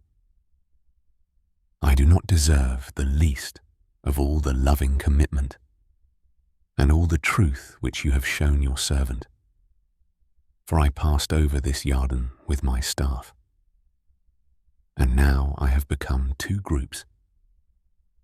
Deliver me, I pray, from the hand of my brother, from the hand of Esau, for I fear him, lest he come and shall strike me and the mother with the children. For you said, I shall certainly do good to you, and shall make your seed as the sand of the sea, which are too numerous to count." And he spent the night there, and took what came to his hand as a present for Esau his brother, 200 female goats and 20 male goats, 200 ewes and 20 rams, 30 suckling camels with their colts, 40 cows and 10 bulls, 20 female donkeys and 10 foals. And he gave into the hand of his servants every drove by itself, and said to his servants, "Pass over before me, and put some distance between drove and drove." And he commanded the first one, saying, "When Esau my brother meets you and asks you, saying, 'To whom do you belong, and where are you going? And whose are these in front of you?' Then you shall say, 'They are your servant Jacob's. It is a present sent to my master Esau. And see, he also is behind us.' So he commanded the second and the third, and all who followed the droves, saying, 'Speak to Esau this same word when you find him, and you shall say, Also look, your servant Jacob is behind us.' For he said, 'Let me appease him with the present that goes before me, and after that see his face. He might accept me.' And the present passed over before him. But he himself spent the night in the camp. And he rose up that night, and took his 2 wives, and his 2 female servants, and his 11 sons, and passed over the ford of Jabbok. And he took them and sent them over the stream, and sent over what he had. And Jacob was left alone, and a man wrestled with him until the breaking of day. And when he saw that he did not overcome him, he touched the socket of his hip. And the socket of Jacob's hip was dislocated as he wrestled with him. And he said, "Let me go, for the day breaks." But he said, "I am not letting you go until you have blessed me." So he asked him, "What is your name?" And he said, "Jacob." And he said, "Your name is no longer called Jacob, but Yisrael, because you have striven with Elohim and with men, and have overcome." And Jacob asked him, saying, "Please, let me know your name." And he said, "Why do you ask about my name?" And he blessed him there. And Jacob called the name of the place Peniel, for I have seen Elohim face to face, and my life is preserved. And the sun rose on him as he passed over Penuel, and he limped on his hip. That is why the children of Yisrael to this day do not eat the sinew of the hip, which is on the socket of the thigh, because he touched the socket of the thigh of Jacob in the sinew of the hip. And Jacob lifted his eyes and looked, and saw Esau coming, and with him 400 men.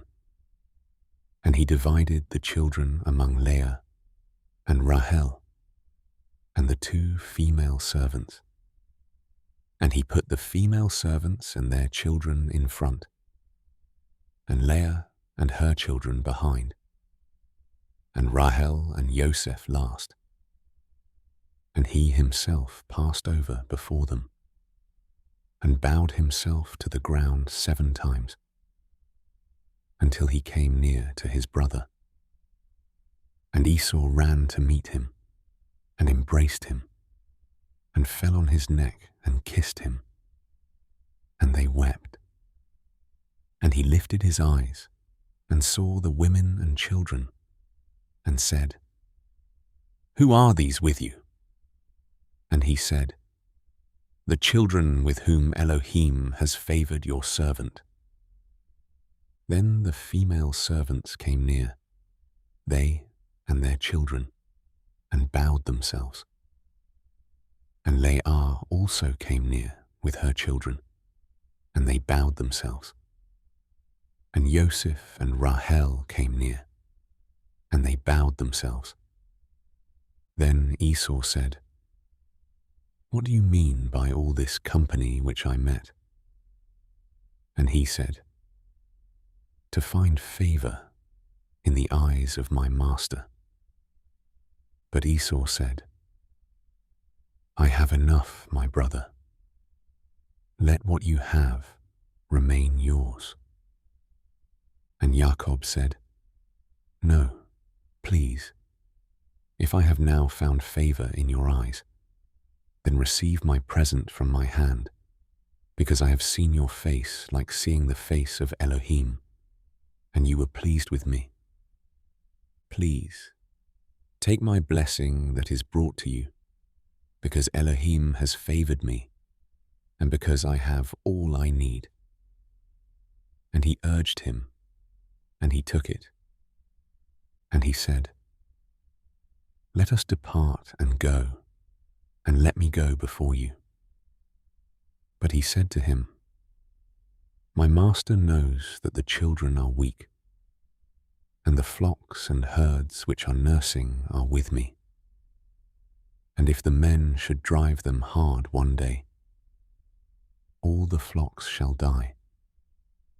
Please let my master go before his servant, and let me lead on slowly, according to the pace of the livestock that go before me, and according to the pace of the children, until I come to my master in Seir. And Esau said, Please, let me leave with you some of the people who are with me. But he said, Why this? Let me find favor in the eyes of my master. And Esau returned that day on his way to Seir. And Jacob set out to Succoth, and built himself a house, and made booths for his livestock. That is why the name of the place is called Succoth. And Jacob came safely to the city of Shechem, which is in the land of Canaan, when he came from Paddan Aram. And he pitched his tent before the city. And he bought the portion of the field where he had pitched his tent from the children of Hamor, Shechem's father, for 100 kesitah. And he set up a slaughter place there, and called it El Elohe Yisrael. And Dinah, the daughter of Leah, whom she had borne to Jacob, went out to see the daughters of the land. And Shechem, son of Hamor the Hivite, prince of the land, saw her, and took her, and lay with her, and humbled her. And his being clung to Dinah, the daughter of Jacob, and he loved the girl, and spoke kindly to the girl. And Shechem spoke to his father Hamor, saying, Take this girl for me, for a wife. And Jacob heard that he had defiled Dinah, his daughter. Now his sons were with his livestock in the field. So Jacob kept silent until they came. And Hamor, the father of Shechem, went out to Jacob to speak with him. And the sons of Jacob came in from the field when they heard it. And the men were grieved and very wroth, because he had done a senseless deed in Israel by lying with Jacob's daughter, which should not be done. But Hamor spoke with them, saying, My son Shechem's being longs for your daughter. Please give her to him for a wife. And intermarry with us. Give us your daughters, and take our daughters for yourselves. And dwell with us, and let the land be before you. Dwell and move about in it, and have possessions in it. And Shechem said to her father and her brothers, Let me find favor in your eyes, and whatever you say to me I give. Ask of me a bride price and gift ever so high, and I give according to what you say to me, but give me the girl for a wife. But the sons of Jacob answered Shechem and Hamor his father, and spoke with deceit, because he had defiled Dinah their sister. And they said to them, We are not able to do this matter, to give our sister to one who is uncircumcised, for that would be a reproach to us. Only on this condition would we agree to you. If you become as we are, to have every male of you circumcised, then we shall give our daughters to you, and take your daughters to us, and we shall dwell with you, and shall become one people.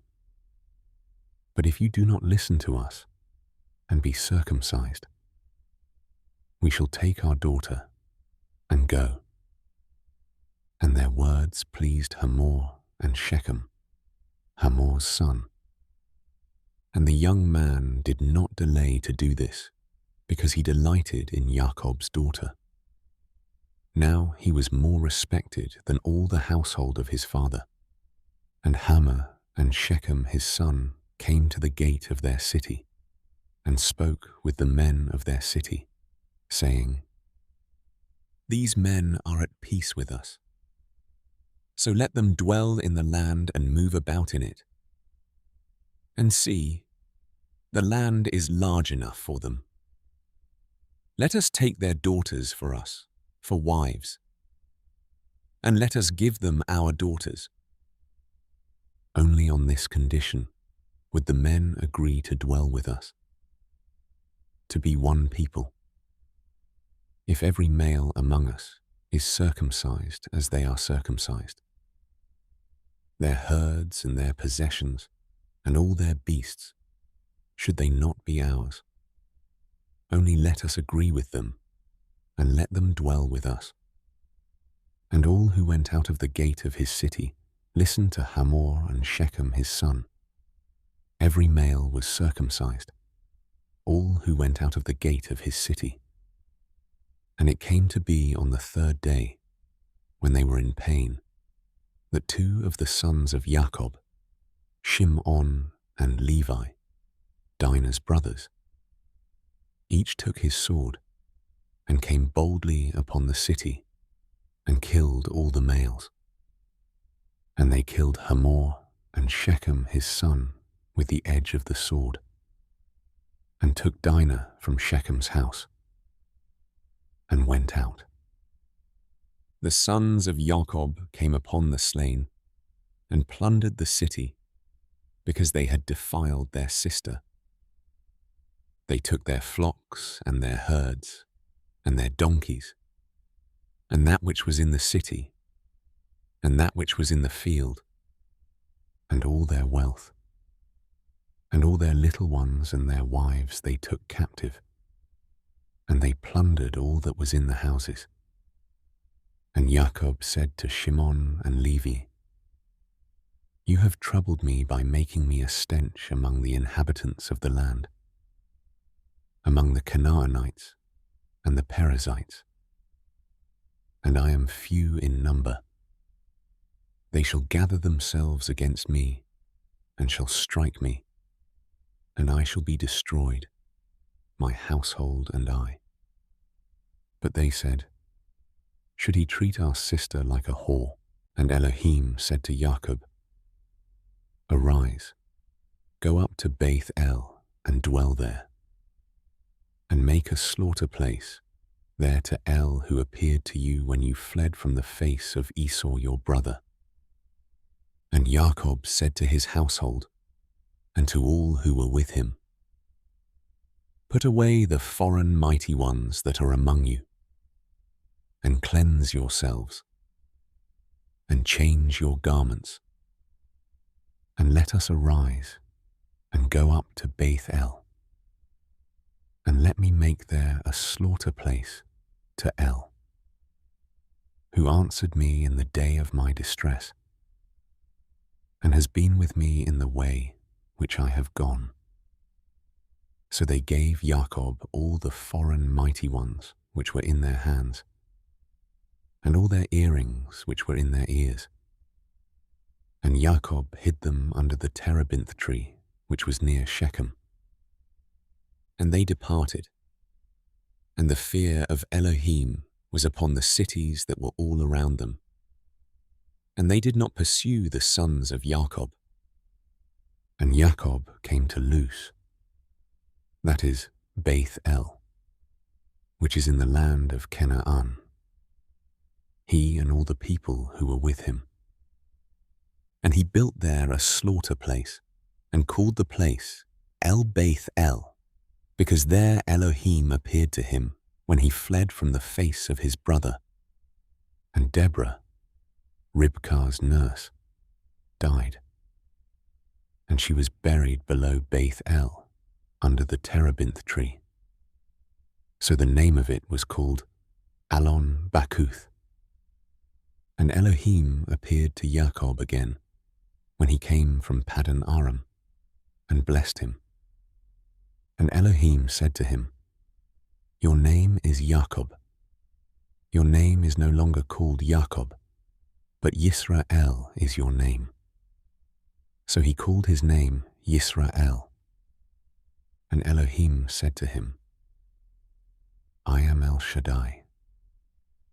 Be fruitful and increase, A nation and a company of nations shall be from you, and sovereigns come from your body.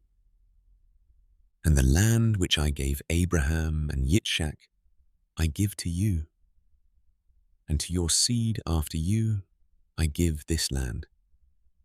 And Elohim went up from him in the place where he had spoken with him. And Jacob set up a standing column in the place where he had spoken with him, a monument of stone. And he poured a drink offering on it, and he poured oil on it. And Jacob called the name of the place where Elohim spoke with him, Beth El. Then they set out from Beth El. And it came to be, when there was but a little distance to go to Ephrath, that Rahel began to give birth, and had great difficulty giving birth. And it came to be, as she was having great difficulty giving birth, that the midwife said to her, "Do not fear, for it is another son for you." And it came to be, as her life was going out, for she died, that she called his name Ben-Oni. But his father called him Binyamin. So Rahel died, and was buried on the way to Ephrath, that is, Bethlehem. And Jacob set a standing column on her burial place, which is the monument of Rahel's burial place to this day. And Yisrael set out, and pitched his tent beyond the tower of Eder.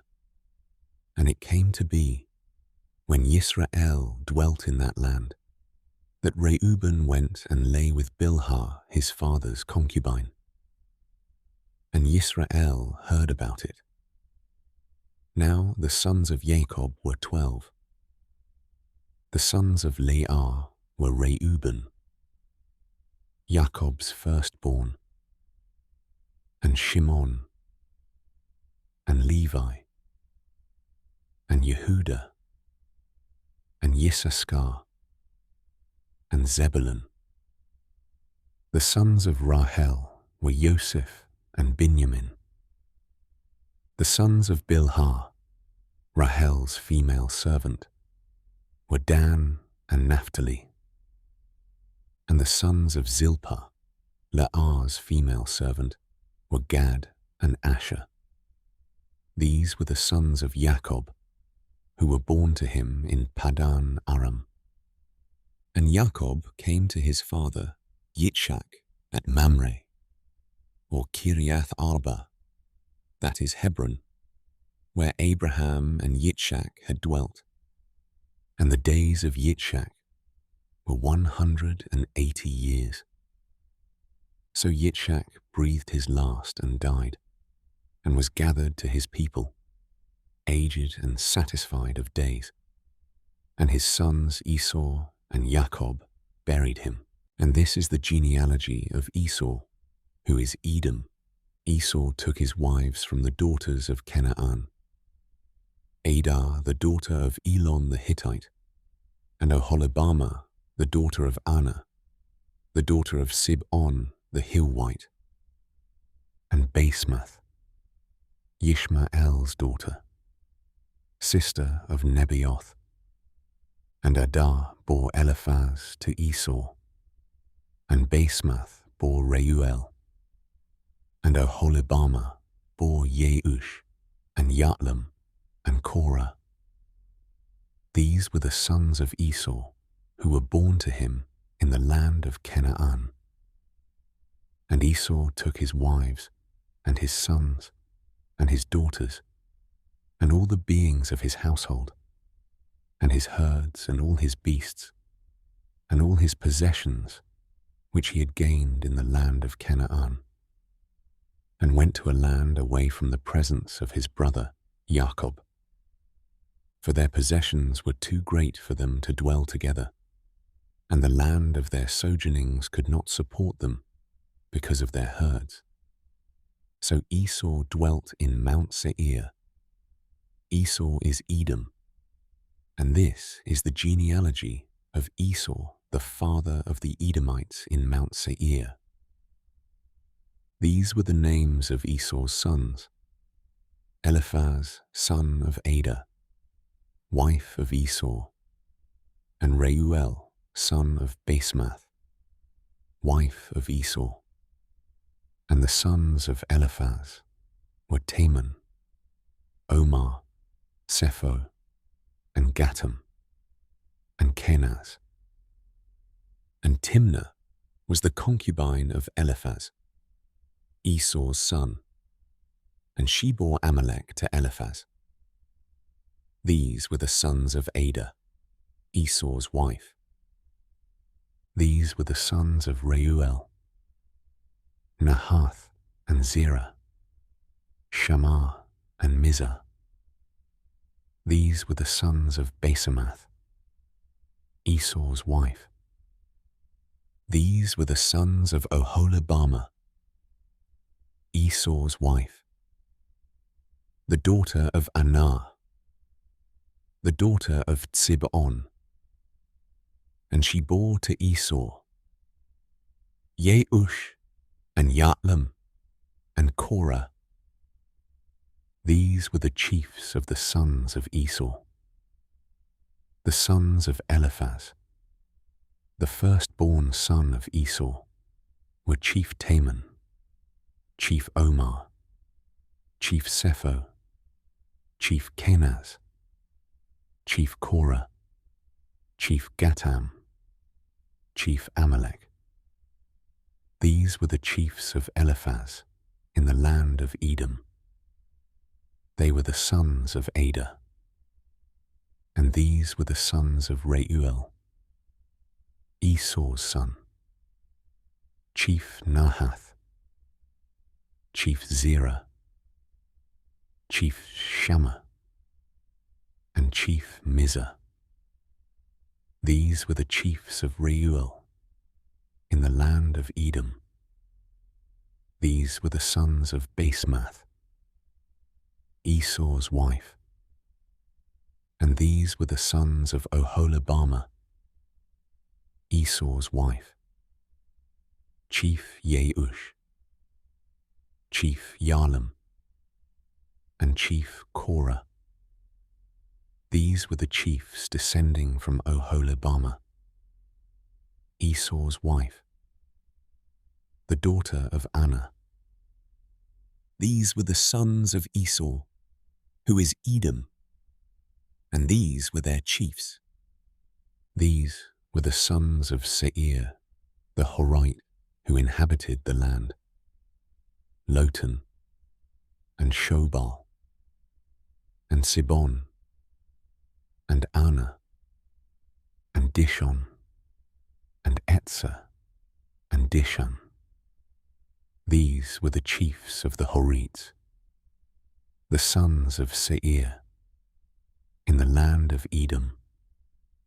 And the sons of Lotan were Hori and Hemam. Lotan's sister was Timnah. And these were the sons of Shobal: Alwan, and Manahath, and Abal, Shepho, and Onam. And these were the sons of Tsibon, both Aya and Anah. This was the Anah who found the water in the wilderness as he fed the donkeys of his father, Tsibon. And these were the children of Anah: Dishon, and Oholibamah, the daughter of Anah. And these were the sons of Dishon: Hemdan, and Eshban, and Yithran, and Keren. These were the sons of Etzer: Bilhan, and Zaawan, and Akan. These were the sons of Dishan: Uz and Aran. These were the chiefs of the Horites: Chief Lotan, Chief Shobal, Chief Sibon, Chief Anah, Chief Dishon, Chief Etzer, and Chief Dishan. These were the chiefs of the Horites, according to their chiefs in the land of Seir. And these were the sovereigns who reigned in the land of Edom, before any sovereign reigned over the children of Yisrael. And Bela, the son of Beor, reigned in Edom, and the name of his city was Dinhabah. And Bela died. And Jobab, son of Zerah of Botzrah, reigned in his place. And Jobab died. And Husham of the land of the Temanites reigned in his place. And Husham died. And Hadad, son of Bedad, who struck Midian in the field of Moab, reigned in his place. And the name of his city was Awith. And Hadad died. And Samlah of Masrekah reigned in his place. And Samlah died. And Shaul of Rehoboth by the river reigned in his place. And Shaul died. And Baal-Hanan, son of Akbor, reigned in his place. And Baal-Hanan, son of Akbor, died. And Hadar reigned in his place. And the name of his city was Pau. And his wife's name was Mehetabel, the daughter of Matred, the daughter of Mezahab. And these were the names of the chiefs of Esau, according to their clans and their places, by their names: Chief Timnah, Chief Alwah, Chief Yetheth, Chief Oholibamah, Chief Elah, Chief Pinon, Chief Kenaz, Chief Teman, Chief Mibtsar, Chief Magdiel, Chief Iram. These were the chiefs of Edom, according to their dwelling places in the land of their possession. Esau was the father of the Edomites, and Jacob dwelt in the land of his father's sojournings, in the land of Canaan. This is the genealogy of Jacob. Joseph, being 17 years old, was feeding the flock with his brothers, and the young man was with the sons of Bilhah and the sons of Zilpah, his father's wives. And Joseph brought an evil report of them to his father. And Yisrael loved Joseph more than all his children, because he was the son of his old age. And he made him a long robe. But when his brothers saw that their father loved him more than all his brothers, they hated him and were not able to speak peaceably to him. And Joseph dreamed a dream and told it to his brothers. So they hated him even more. And he said to them, "Please listen to this dream which I have dreamed. See, we were binding sheaves in the midst of the field, and see, my sheaf rose up and also stood up.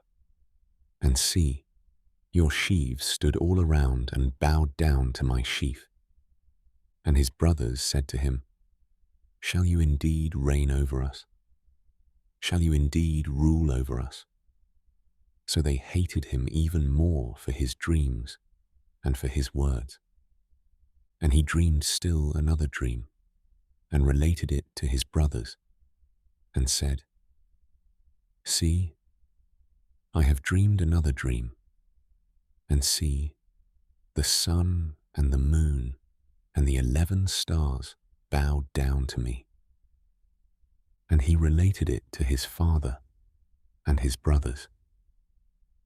And his father rebuked him and said to him, "What is this dream that you have dreamed? Shall we, your mother and I and your brothers, indeed come to bow down to the earth before you?" And his brothers envied him. But his father guarded the word. And his brothers went to feed their father's flock in Shechem. And Yisrael said to Joseph, "Are not your brothers feeding the flock in Shechem? Come, I send you to them." So he said to him, "Here I am." And he said to him, "Please go and see if it is well with your brothers and well with the sheep, and bring back word to me." So he sent him out of the valley of Hebron, and he went to Shechem. And a certain man found him, and see, he was wandering in the field. And the man asked him, saying, "What do you seek?" And he said, "I am seeking my brothers. Please inform me where they are feeding their sheep." And the man said, "They have left here, for I heard them say, 'Let us go towards Dothan.'" So Joseph went after his brothers and found them in Dothan. And they saw him from a distance. And before he came near them, they plotted against him to kill him. And they said to each other, "See, this master of dreams is coming. Now then, come and let us now kill him and throw him into some pit, and shall say, 'Some wild beast has devoured him.' Let us then see what comes of his dreams." But Reuben heard and rescued him from their hands, and said, "Let us not strike his being." And Reuben said to them, "Shed no blood. Throw him into this pit which is in the wilderness, and do not lay a hand on him, in order to rescue him out of their hands and bring him back to his father." So it came to be, when Joseph had come to his brothers, that they stripped Joseph of his robe, the long robe which was on him, and they took him and threw him into a pit. And the pit was empty. There was no water in it. And they sat down to eat a meal. And they lifted their eyes and looked, and saw a company of Ishmaelites coming from Gilead with their camels, bearing spices and balm and myrrh, going to take them down to Mitzrayim. And Yehudah said to his brothers, "What would we gain if we kill our brother and conceal his blood? Come and let us sell him to the Ishmaelites, and let not our hand be upon him. For he is our brother, our flesh." And his brothers listened. And men, Midianite traders, passed by. So they pulled Joseph up and lifted him out of the pit, and sold him to the Ishmaelites for 20 pieces of silver. And they took Joseph to Mitzrayim. And Reuben returned to the pit. And see, Joseph was not in the pit. And he tore his garments. And he returned to his brothers and said, "The boy is gone, and I, where am I to go?" So they took Joseph's robe, slew a male goat, and dipped the robe in the blood, and sent the long robe and brought it to their father and said, "We have found this. Please look, is it the robe of your son or not?" And he recognized it and said, "It is my son's robe.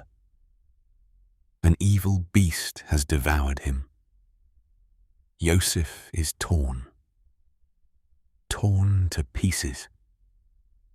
And Jacob tore his garments and put sackcloth on his waist, and mourned for his son many days. And all his sons and all his daughters arose to comfort him. But he refused to be comforted. And he said, "Now let me go down into Sheol to my son in mourning." So his father wept for him. And the Midianites had sold him in Mitzrayim to Potiphar, an officer of Pharaoh and captain of the guard. And at that time it came to be that Yehudah left his brothers and turned aside to a man, an Adullamite, whose name was Hira. And Yehudah saw there a daughter of a certain Canaanite, whose name was Shua. And he took her and went into her. So she conceived and bore a son, and he called his name And she conceived again and bore a son, and she called his name Onan. And she conceived yet again and bore a son, and called his name Shelah. And he was at Kezib when she bore him. And Yehudah took a wife for his firstborn, and her name was Tamar. But Yehudah's firstborn, was evil in the eyes of Yahuah, and Yahuah took his life. And Yehudah said to Onan, "Go into your brother's wife and marry her, and raise up an heir to your brother." And Onan knew that the offspring would not be his. And it came to be, when he went in to his brother's wife, that he spilled on the ground, lest he should give an offspring to his brother. But what he did displeased Yahuah, so he took his life too. Then Yehudah said to Tamar, his daughter-in-law, "Remain a widow in your father's house until my son Shelah is grown." For he said, "Lest he also die as his brothers did." And Tamar went and dwelt in her father's house. And after a long time, the daughter of Shua, Yehudah's wife, died. And Yehudah was comforted, and went up to his sheep shearers at Timnah, he and his friend Hira, the Adullamite. And it was reported to Tamar, saying, "See, your father-in-law is going up to Timnah to shear his sheep." And she took off her widow's garments, and covered herself with a veil, and wrapped herself, and sat at the entrance to Enaim, which was on the way to Timnah. For she saw that Shelah was grown, and she was not given to him as a wife. And Yehudah saw her, and reckoned her for a whore, for she had covered her face. And he turned aside to her by the way, and said, "Please, let me come in to you." For he did not know that she was his daughter-in-law. And she said, "What do you give me to come in to me?" And he said, "Let me send you a young goat from the flock." And she said, "Do you give me a pledge until you send it?" So he said, "What pledge should I give you?" And she said, "Your seal and your cord and your staff that is in your hand." And he gave them to her, and went into her, and she conceived by him. And she arose, and went away, and removed her veil, and put on the garments of her widowhood. And Yehudah sent the young goat by the hand of his friend the Adullamite to receive his pledge from the woman's hand. But he did not find her. And he asked the men of that place, saying, "Where is the cult prostitute who was beside the way to Enaim?" And they said, "There was no cult prostitute in this place." And he returned to Yehudah and said, "I have not found her." And the men of the place also said there was no cult prostitute in this place. And Yahudah said, "Let her take them for herself, lest we become despised. For I sent this young goat, and you have not found her." And it came to be, about 3 new moons after, that Yahudah was informed, saying, "Tamar, your daughter-in-law, has whored, and see, she has conceived by whoring." And Yahudah said, "Bring her out, and let her be burned." When she was brought out, she sent to her father-in-law, saying, "By the man to whom these belong, I am pregnant." And she said, "Please examine whose these are, the seal, and the cord, and the staff." And Yahudah examined and said, "She has been more righteous than I, because I did not give her to Shelah my son." And he never knew her again. And it came to be, at the time for giving birth, that see, twins were in her womb. And it came to be, when she was giving birth, that the one put out his hand. And the midwife took a scarlet thread and bound it on his hand, saying, "This one came out first." And it came to be, as he drew back his hand, that see, his brother came out. And she said, "How did you break through? This breach be upon you." So his name was called Peretz. And afterward his brother came out who had the scarlet thread on his hand. So his name was called Zerah. And Yosef had been taken down to Mitzrayim.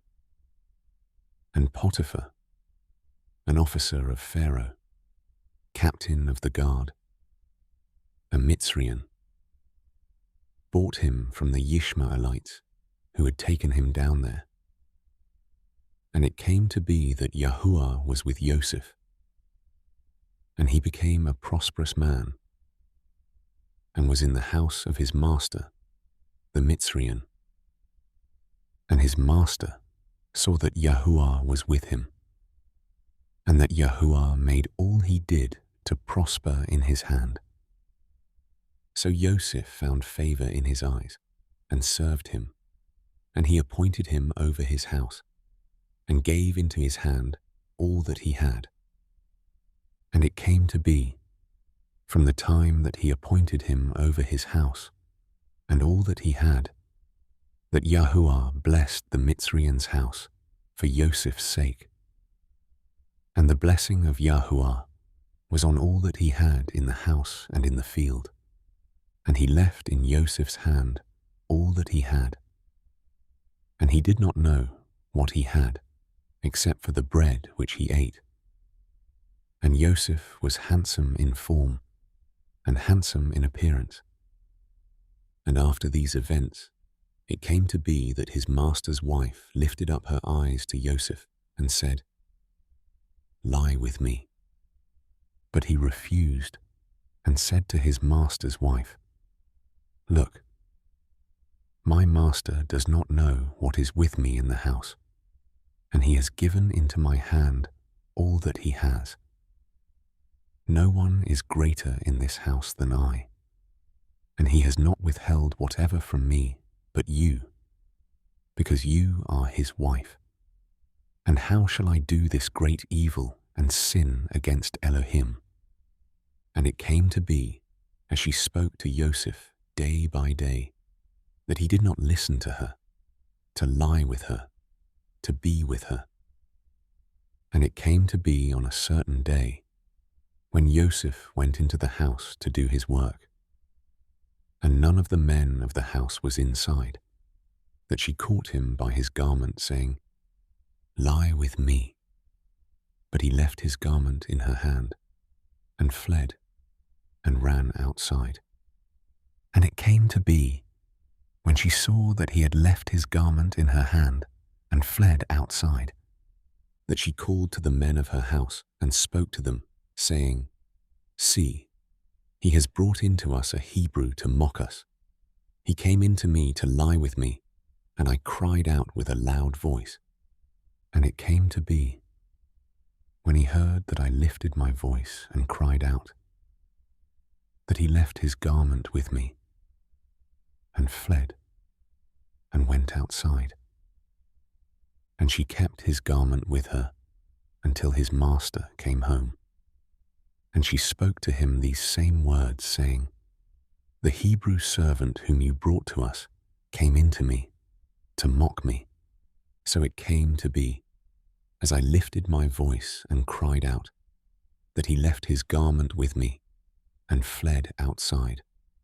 And it came to be, when his master heard the words which his wife spoke to him, saying, Your servant did to me according to these words, that his displeasure burned.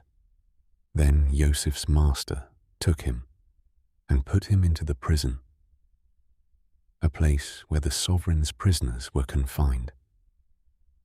And he was there in the prison. But Yahuah was with Joseph and extended loving commitment to him. And he gave him favor in the eyes of the prison warden. And the prison warden gave into the hand of Joseph all the prisoners who were in the prison, and whatever was done there was his doing. The prison warden did not look into any point that was under Joseph's hand, because Yahuah was with him. And whatever he did, Yahuah made it prosper. And after these events, it came to be that the cupbearer and the baker of the sovereign of Mitzrayim sinned against their master, the sovereign of Mitzrayim. And Pharaoh was wroth with his two officers, the chief cupbearer and the chief baker. So he put them in confinement in the house of the captain of the guard, in the prison, the place where Joseph was a prisoner. And the captain of the guard put Joseph in charge of them, and he served them. So they were in confinement for some time. Then the cupbearer and the baker of the sovereign of Mitzrayim, who were confined in the prison, dreamed a dream. Both of them, each man's dream in one night, and each man's dream with its own interpretation. And Joseph came into them in the morning and looked at them and saw that they were sad. And he asked Pharaoh's officers, who were with him in confinement of his master's house, saying, Why do you look so sad today? And they said to him, We each have dreamed a dream, and there is no one to interpret it. And Joseph said to them, Do not interpretations belong to Elohim? Relate them to me, please. So the chief cupbearer related his dream to Joseph and said to him, See, in my dream a vine was before me, and in the vine were 3 branches, and it was as though it budded. Its blossoms shot forth, and its clusters brought forth ripe grapes. And Pharaoh's cup was in my hand. So I took the grapes and pressed them into Pharaoh's cup, and placed the cup in Pharaoh's hand. And Joseph said to him, This is the interpretation of it. The 3 branches are 3 days. Yet, within 3 days, Pharaoh is going to lift up your head and restore you to your place, and you shall put Pharaoh's cup in his hand, according to the former ruling, when you were his cupbearer. But remember me when it is well with you, and please show loving commitment to me, and mention me to Pharaoh, and get me out of this house. For truly I was stolen away from the land of the Hebrews, And also, I have done naught that they should put me into the dungeon. And the chief baker saw that the interpretation was good, and he said to Joseph, I also was in my dream, and saw 3 white baskets were on my head, and in the uppermost basket all kinds of baked goods for Pharaoh, and the birds ate them out of the basket on my head. And Joseph answered and said, This is the interpretation of it. The 3 baskets are 3 days. Yet, within 3 days, Pharaoh is going to lift off your head from you and hang you on a tree. And the birds shall eat your flesh from you. And on the 3rd day, Pharaoh's birthday, it came to be that he made a feast for all his servants. And he lifted up the head of the chief cupbearer and of the chief baker among his servants. And he restored the chief cupbearer to his post of cupbearer again. And he placed the cup in Pharaoh's hand. But he hanged the chief baker, as Joseph had interpreted to them. And the chief cupbearer did not remember Joseph, but forgot him. And it came to be, at the end of 2 years' time, that Pharaoh had a dream, and saw him standing by the river, and saw 7 cows coming up out of the river, beautiful looking and fat, and they fed amongst the reeds. Then saw 7 other cows coming up after them out of the river, ugly and lean of flesh, and stood by the other cows on the bank of the river. And the ugly and lean of flesh cows ate up the 7 beautiful looking and fat cows. Then Pharaoh awoke, and he slept and dreamed a 2nd time, and saw 7 heads of grain coming up on one stalk, plump and good, and saw 7 lean heads, scorched by the east wind, coming up after them. And the 7 lean heads swallowed the 7 plump and complete heads. Then Pharaoh awoke and saw it was a dream. And it came to be in the morning that his spirit was moved. And he sent and called for all the magicians of Mitzrayim and all its wise men. And Pharaoh related to them his dreams. But there was no one who could interpret them for Pharaoh. Then the chief cupbearer spoke to Pharaoh, saying, I remember my crimes this day. When Pharaoh was wroth with his servants, and put me in confinement in the house of the captain of the guard, both me and the chief baker. Each one of us dreamed a dream in one night, he and I. Each of us dreamed according to the interpretation of his own dream. And there was with us a Hebrew youth, a servant of the captain of the guard, and we related to him, and he interpreted our dreams for us. To each man he interpreted according to his own dream, and it came to be, as he interpreted for us, so it came to be. He restored me to my office, and he hanged him. Then Pharaoh sent and called Joseph, and they hurriedly brought him out of the dungeon. And he shaved and changed his garments, and came to Pharaoh. And Pharaoh said to Joseph, I have dreamed a dream, and there is no one to interpret it. Now I myself have heard it said of you that you understand a dream, to interpret it. And Joseph answered Pharaoh, saying, It is not in me. Let Elohim answer Pharaoh with peace. And Pharaoh said to Joseph, See, in my dream I stood on the bank of the river and saw 7 cows coming up out of the river, beautiful looking and fat, and they fed amongst the reeds. Then saw 7 other cows coming up after them, poor and very ugly and lean of flesh, such ugliness as I have never seen in all the land of Mitzrayim.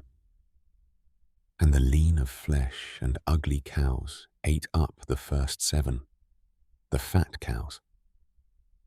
Yet when they had eaten them up, no one would have known that they had eaten them, for they were as ugly as at the beginning. Then I awoke.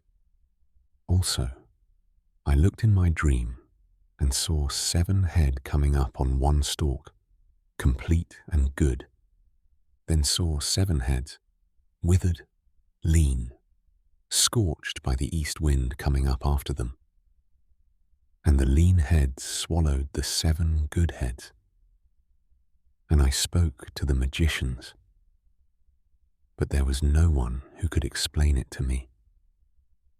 And Joseph said to Pharaoh, "The dream of Pharaoh is one. Elohim has shown Pharaoh what he is about to do. The 7 good cows are 7 years, and the 7 good heads are 7 years. It is one dream. And the 7 lean and ugly cows which came up after them are 7 years. And the 7 empty heads scorched by the east wind are 7 years of scarcity of food. This is the word which I spoke to Pharaoh. Elohim has shown Pharaoh what he is about to do. See, 7 years of great plenty are coming in all the land of Mitzrayim. But after them, 7 years of scarcity of food shall arise, and all the plenty be forgotten in the land of Mitzrayim.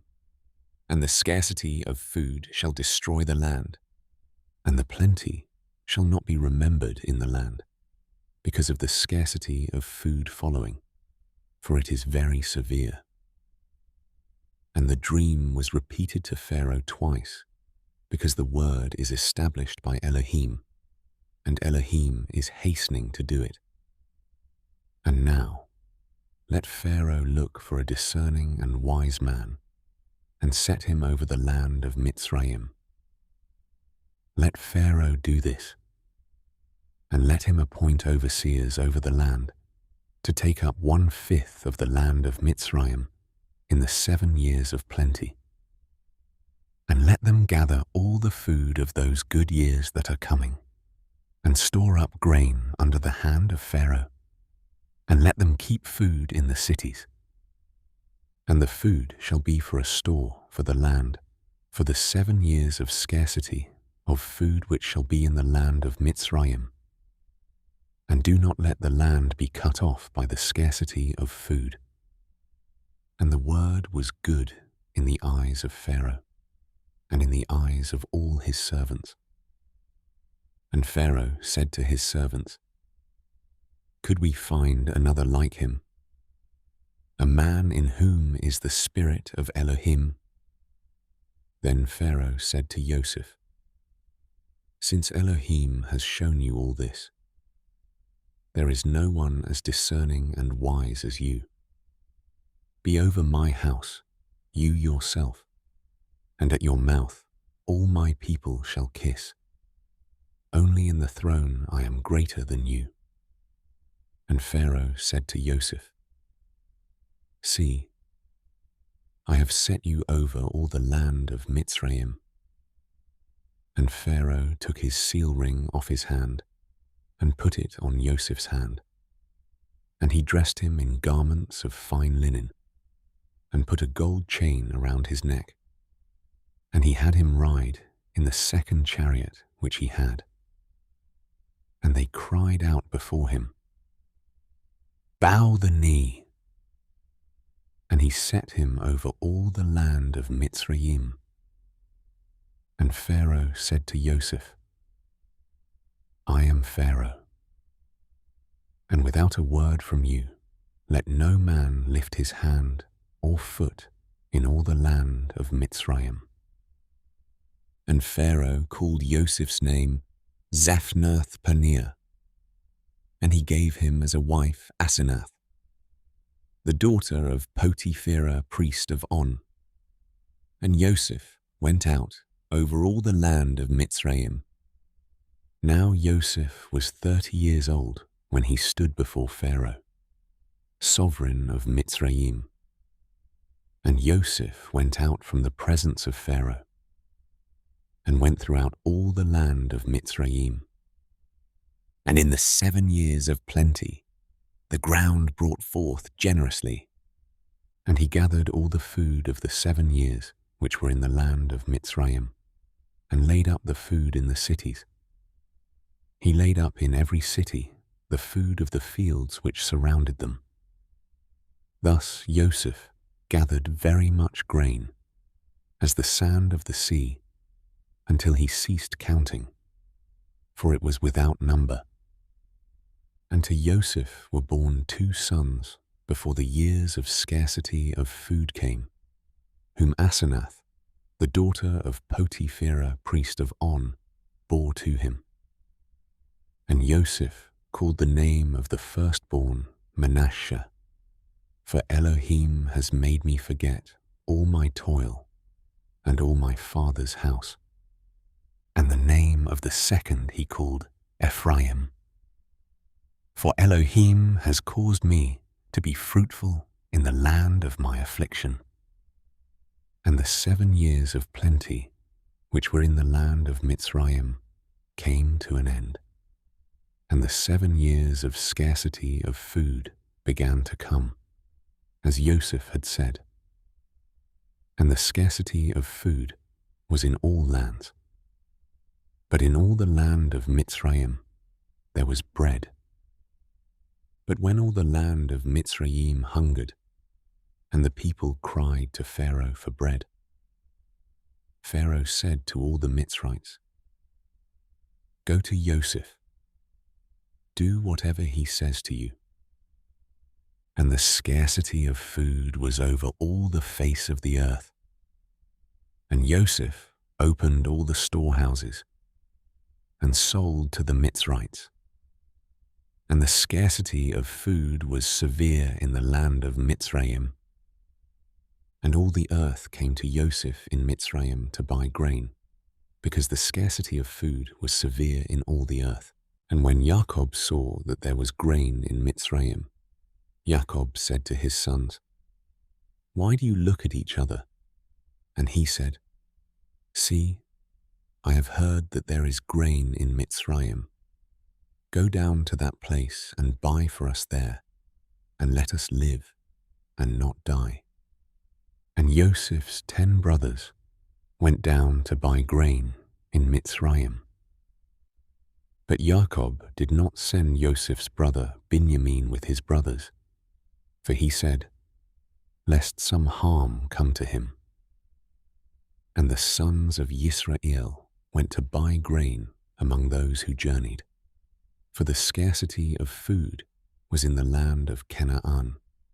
And Joseph was the governor over the land. He was the one who sold to all the people of the land. And Joseph's brothers came and bowed down before him with their faces to the earth. And Joseph saw his brothers and recognized them. But he acted as a stranger to them and spoke to them harshly, and said to them, "Where do you come from?" And they said, "From the land of Canaan, to buy food." So Joseph recognized his brothers, but they did not recognize him. And Joseph remembered the dreams which he had dreamed about them, and said to them, "You are spies. You have come to see the nakedness of the land." And they said to him, "No, my master, but your servants have come to buy food. We are all one man's sons." We are trustworthy. Your servants are not spies. But he said to them, No, but you have come to see the nakedness of the land. And they said, Your servants are 12 brothers, the sons of one man in the land of Canaan. And see, the youngest is with our father today, and one is no more. And Joseph said to them, It is as I spoke to you, saying, You are spies. By this you shall be proven. By the life of Pharaoh, you do not leave this place unless your youngest brother comes here. Send one of you, and let him bring your brother, while you are kept in prison. So let your words be proven to see whether there is any truth in you, or else, by the life of Pharaoh, you are spies. And he put them all together in prison for 3 days. Now Joseph said to them the third day, Do this and live, for I fear Elohim.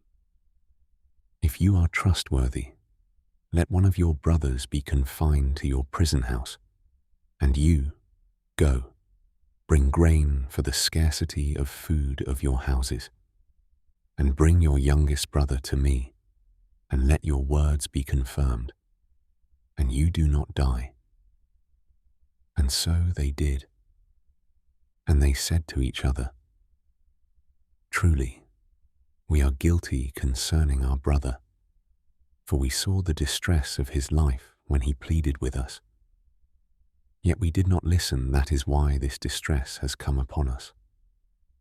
And Reuben answered them, saying, Did I not speak to you, saying, Do not sin against the boy, and you would not listen? And see, his blood is now required of us. And they did not know that Joseph understood them, for he spoke to them through an interpreter. And he turned himself away from them and wept, but came back to them and spoke to them. And he took Shimon from them and bound him before their eyes. And Joseph commanded, and they filled their sacks with grain, also to put back every man's silver to his sack, and to give them food for the journey. And thus it was done for them. So they loaded their donkeys with the grain, and went from there. And as one of them opened his sack to give his donkey fodder at the lodging place, he saw his silver, for there it was in the mouth of his sack. And he said to his brothers, My silver has been returned, and there it is, in my sack. And their hearts sank, and they were afraid, saying to each other, What is this that Elohim has done to us?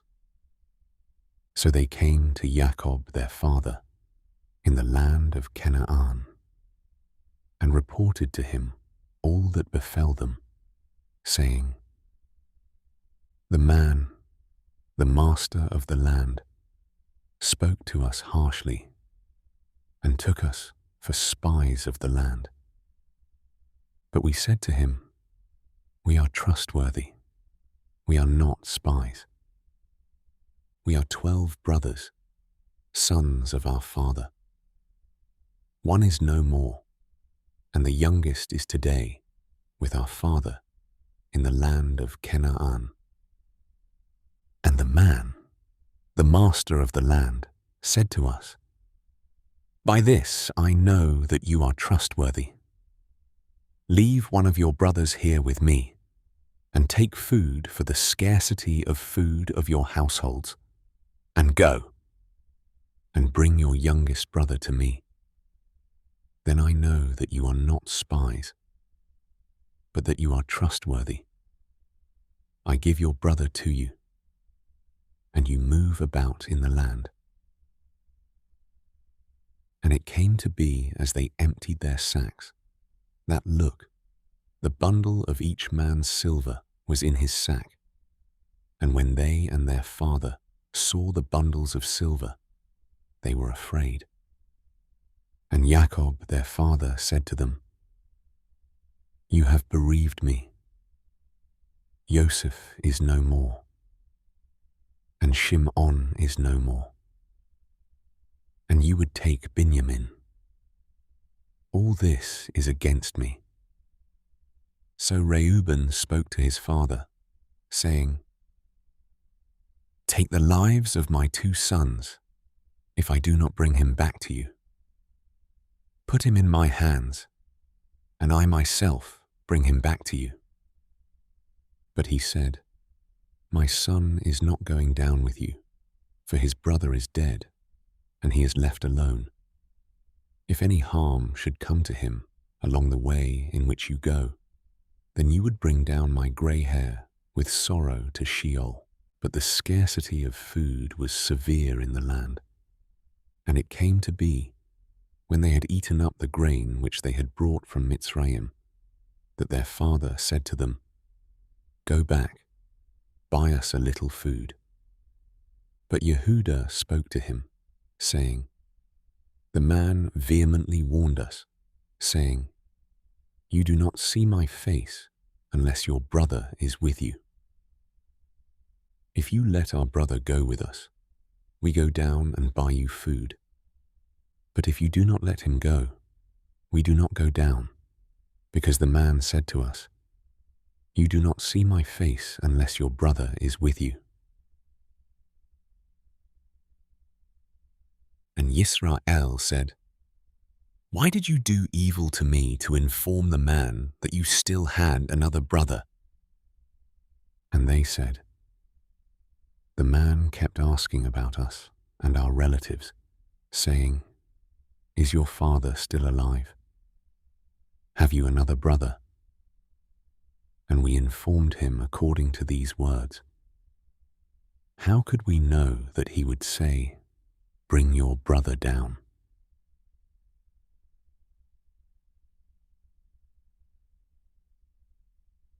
And Yehudah said to Yisrael his father, "Send the boy with me, and let us arise and go, and live and not die, both we and you, and also our little ones.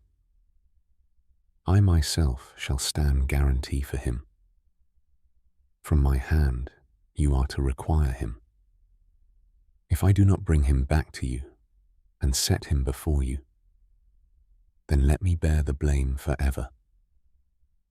For if we had not delayed, truly by now we could have returned this second time." And their father Yisrael said to them, "If so, then do this. Take some of the best fruit of the land in your vessels, and bring a present down for the man, a little balm and a little honey, spices and myrrh, nuts and almonds. And take double silver in your hand, and take back in your hand the silver that was returned in the mouth of your sacks. It could have been a mistake. And take your brother, and arise, go back to the man. And El Shaddai give to you compassion before the man, so that he shall release your other brother, and Benjamin. And I, if I am bereaved, I am bereaved."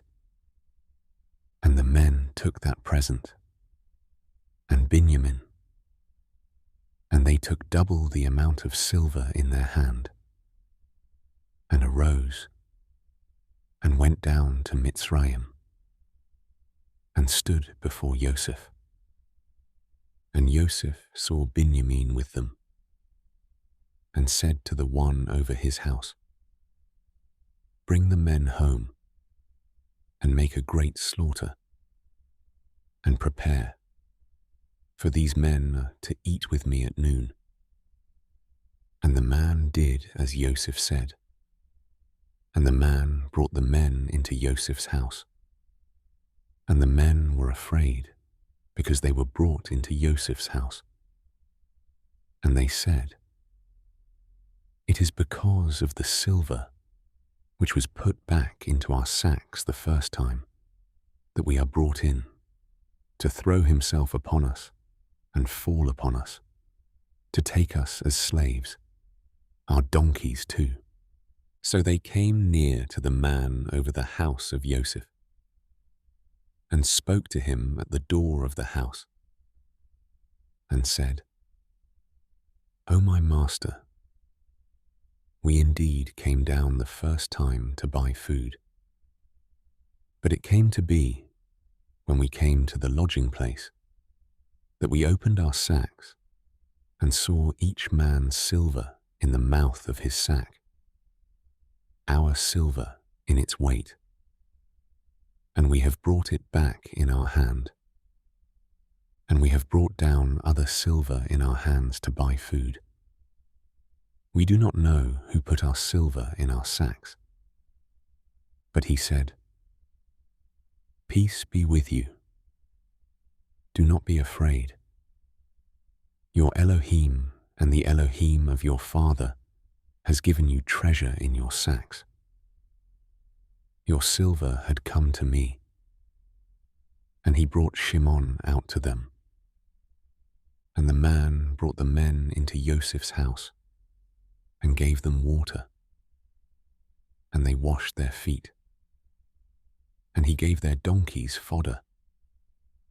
And they made the present ready for Joseph's coming at noon, for they heard that they were to eat there.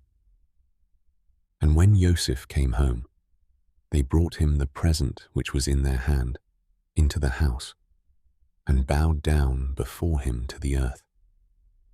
And he asked them about their welfare, and said, "Is your father well, the old man of whom you spoke? Is he still alive?" And they said, "Your servant, our father, is in good health. He is still alive." And they bowed their heads down and did obeisance. And he lifted his eyes and saw his brother Benjamin, his mother's son, and said, "Is this your younger brother, of whom you spoke to me?" And he said, "Elohim show favor to you, my son." And Joseph hurried, for his emotions were deeply moved towards his brother, and he looked for a place to weep, and went into his room and wept there. Then he washed his face and came out, and controlled himself, and said, "Serve the food." And they set him a place by himself, and them by themselves, and the Mitzrites who ate with him by themselves. For the Mitzrites could not eat food with the Hebrews, for that is an abomination to the Mitzrites, and they sat before him, the firstborn according to his birthright, and the youngest according to his youth.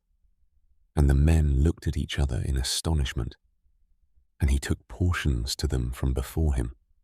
But Benjamin's portion was 5 times as much as any of theirs.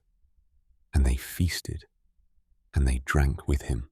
And he commanded the one over his house, saying, "Fill the men's sacks with food, as they are able to bear, and put each man's silver in the mouth of his sack, and put my cup, the silver cup, in the mouth of the sack of the youngest, and the silver for his grain."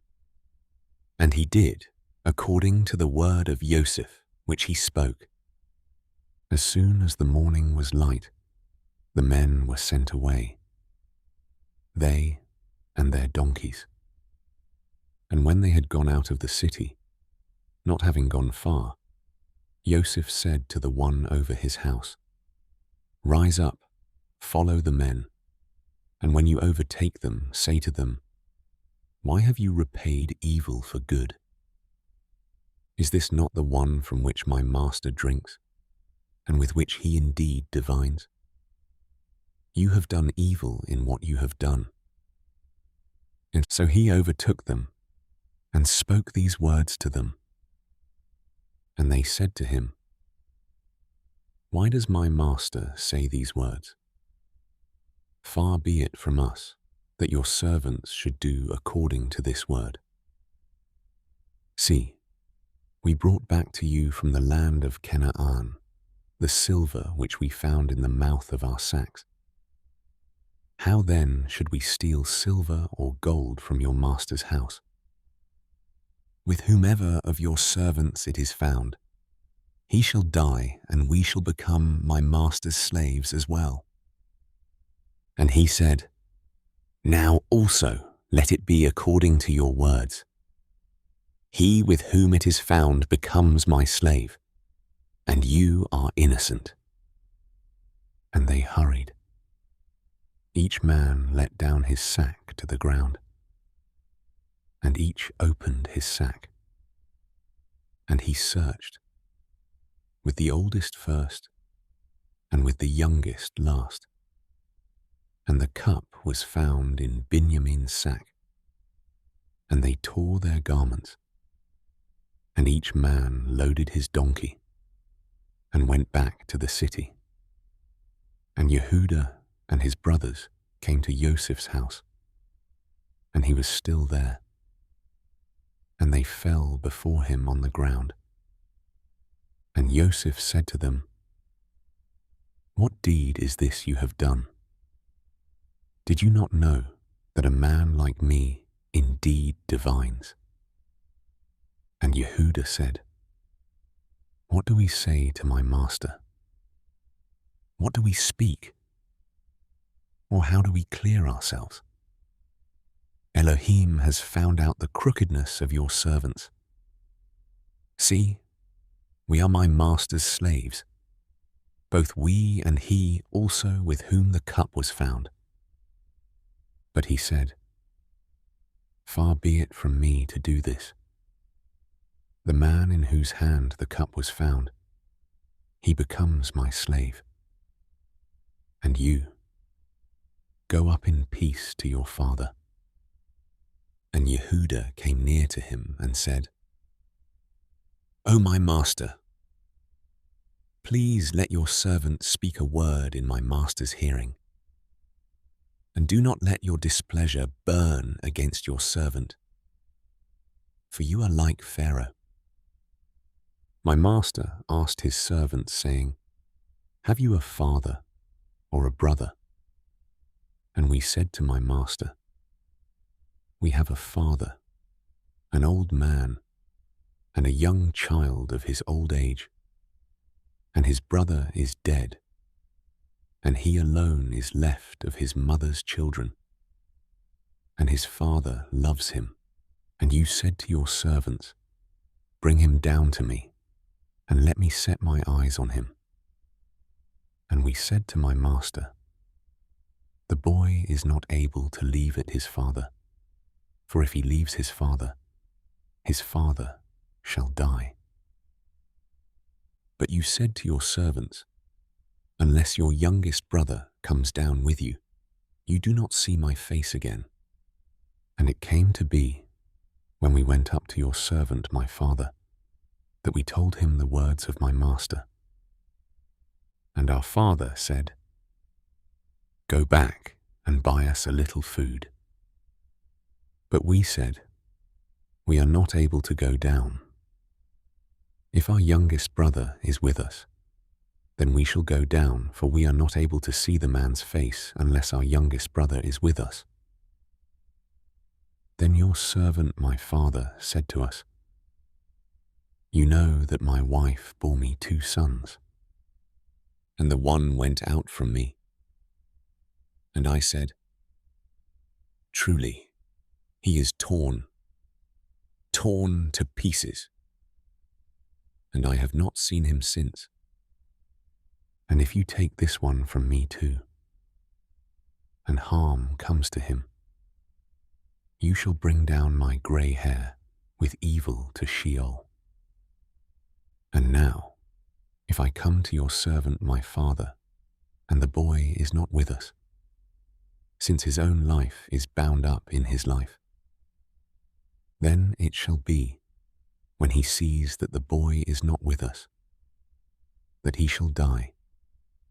So your servants shall bring down the grey hair of your servant, our father, with evil to Sheol. For your servant went guarantee for the boy to my father, saying, If I do not bring him back to you, then I shall be a sinner before my father forever.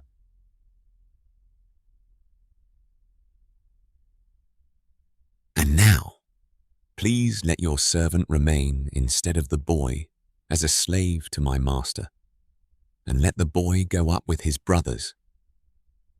For how do I go up to my father, if the boy is not with me, lest I see the evil that would come upon my father?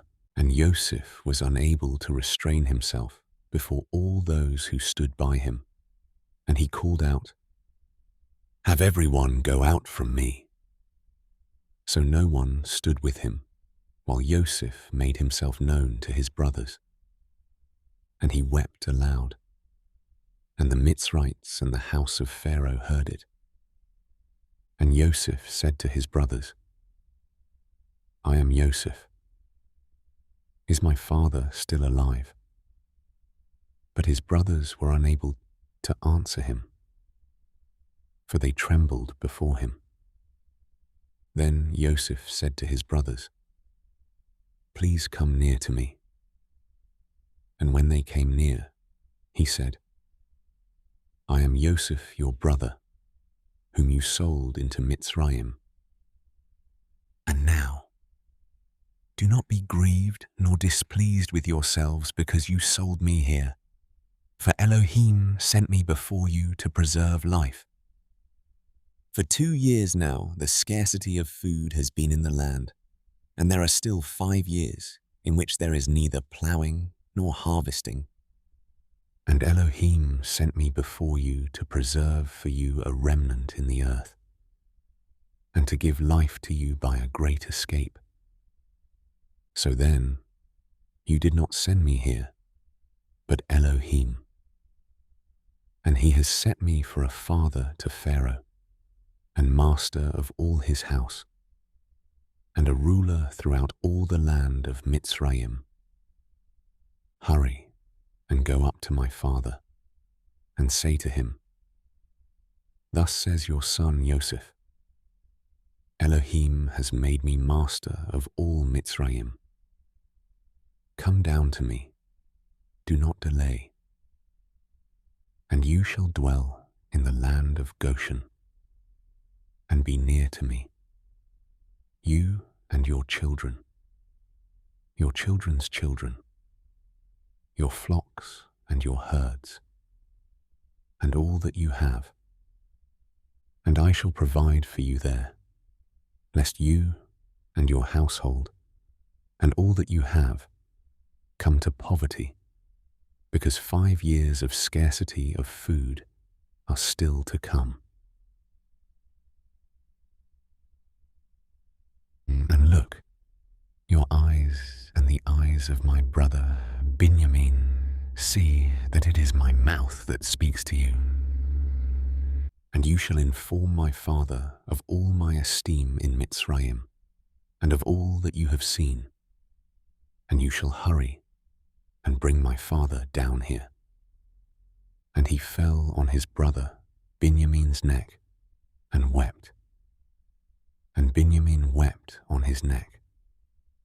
And he kissed all his brothers and wept over them. And after that his brothers spoke with him.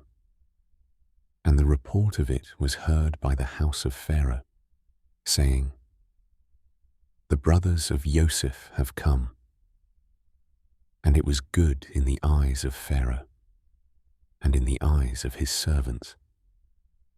And Pharaoh said to Joseph, Say to your brothers, Do this, load your beasts and go. Enter the land of Canaan, and take your father and your households and come to me, and I give you the best of the land of Mitzrayim, and you eat the fat of the land. And you have been commanded, do this. Take wagons out of the land of Mitzrayim for your little ones and your wives, and you shall bring your father, and come. And do not be concerned about your goods, for the best of all the land of Mitzrayim is yours. And the sons of Yisrael did so.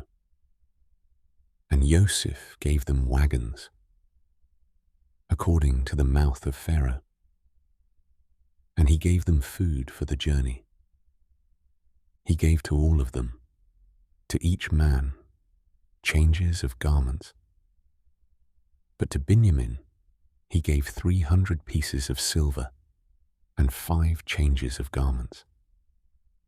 And he sent to his father this: 10 donkeys loaded with the best of Mitzrayim, and 10 female donkeys loaded with grain and bread and food for his father for the journey. So he sent his brothers away, and they left. And he said to them, do not quarrel along the way. And they went up out of Mitzrayim, and came to the land of Canaan to Jacob their father. And they told him, saying, Joseph is still alive, and he is governor over all the land of Mitzrayim. And Jacob's heart ceased, for he did not believe them. But when they spoke to him all the words which Joseph had spoken to them, and when he saw the wagons which Joseph had sent to transport him, the spirit of Jacob their father revived. And Yisrael said, enough. My son Joseph is still alive. Let me go and see him before I die. And Yisrael set out with all that he had, and came to Beersheba, and slaughtered slaughterings to the Elohim of his father Yitzchak. And Elohim spoke to Yisrael in the visions of the night, and said, Jacob, Jacob. And he said, Here I am. And he said, I am the Elohim of your father. Do not be afraid to go down to Mitzrayim, for I shall make you there into a great nation. I myself am going down with you to Mitzrayim, and I myself shall certainly bring you up again, and let Joseph put his hand on your eyes. And Jacob rose up from Beersheba, and the sons of Yisrael brought their father Jacob, and their little ones, and their wives, in the wagons which Pharaoh had sent to transport him. And they took their livestock and their property, which they had acquired in the land of Canaan, and came into Mitzrayim, Jacob, and all his seed with him, his sons and his sons' sons, his daughters and his sons' daughters, and all his seed he brought with him to Mitzrayim. And these were the names of the children of Yisrael, Jacob and his sons, who came into Mitzrayim. Reuben was Jacob's firstborn, and the sons of Reuben, Hanok and Palu, and Hetzron and Carmi. And the sons of Shimon, Yemuel and Yamin, and Ohad and Yakin, and Sohar and Shaul, son of a Canaanite woman. And the sons of Levi, Gershon, Kehath, and Merari. And the sons of Yehuda, and Onan, and Shelah. and Peretz and Zerah. But and Onan died in the land of Canaan. And the sons of Peretz were Hetzron and Hamul. And the sons of Yissaschar, Tola and Pua and Yob and Shimron. And the sons of Zebulun, Sered and Elon and Yahleel. These were the sons of Leah, whom she bore to Jacob in Padan Aram, with his daughter Dinah. All the beings, his sons and his daughters, were 33. And the sons of Gad, Ziphion and Haggi, Shuni and Etzbon, Eri and Arodi and Areli. And the sons of Asher, Yimnah and Yishwa and Yishwi and Beriah and Serah, their sister. And the sons of Beriah, Heber and Malkiel. These were the sons of Zilpah, whom Laban gave to Leah his daughter. And these she bore to Jacob, 16 beings. The sons of Rahel, Jacob's wife, Joseph and Binyamin. And to Joseph in the land of Mitzrayim were born Manasseh and Ephraim, whom Asenath, the daughter of Potipherah, priest of On, bore to him. And the sons of Binyamin, Bela and Becher and Ashbel, Gera and Naaman, Ehi and Rosh, Mupim and Huppim and Ard. These were the sons of Rahel, who were born to Jacob, 14 beings in all. And the son of Dan, Hushim. And the sons of Naphtali, Yahtse'el and Guni and Yetzer and Shillem. These were the sons of Bilhah, whom Laban gave to Rahel his daughter, and she bore these to Jacob, 7 beings in all. All the beings who went with Jacob to Mitzrayim, who came from his body, besides Jacob's sons' wives, were 66 beings in all. And the sons of Joseph, who were born to him in Mitzrayim, were 2 beings. All the beings of the house of Jacob, who went to Mitzrayim, were 70. And he sent Yehudah before him to Joseph, to point out before him the way to Goshen. And they came to the land of Goshen.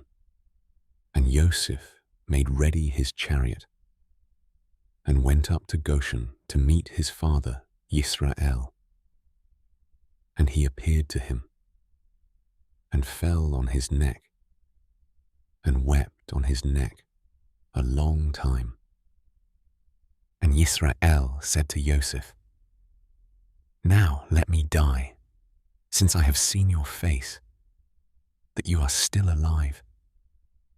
And Joseph said to his brothers and to his father's household, "I am going up to inform Pharaoh, and say to him, my brothers and those of my father's house, who were in the land of Canaan, have come to me, and the men are shepherds, that they have been men of livestock, and they have brought their flocks and their herds, and all that they have. And it shall be, when Pharaoh calls you and says, 'What is your occupation?' that you shall say, 'Your servants have been men of livestock from our youth even till now, both we and also our fathers, so that you dwell in the land of Goshen, for every shepherd is an abomination to the Mitzrites. Then Joseph went and spoke to Pharaoh and said, "My father and my brothers, their flocks and their herds and all that they possess, have come from the land of Canaan. And see, they are in the land of Goshen." And he took 5 men from among his brothers and presented them to Pharaoh. And Pharaoh said to his brothers, "What is your occupation?" And they said to Pharaoh, "Your servants are shepherds, both we and also our fathers." And they said to Pharaoh, "We have come to dwell in the land, because there is no pasture for your servants' flocks. For the scarcity of food is severe in the land of Canaan. And now, please, let your servants dwell in the land of Goshen." And Pharaoh spoke to Joseph, saying, "Your father and your brothers have come to you.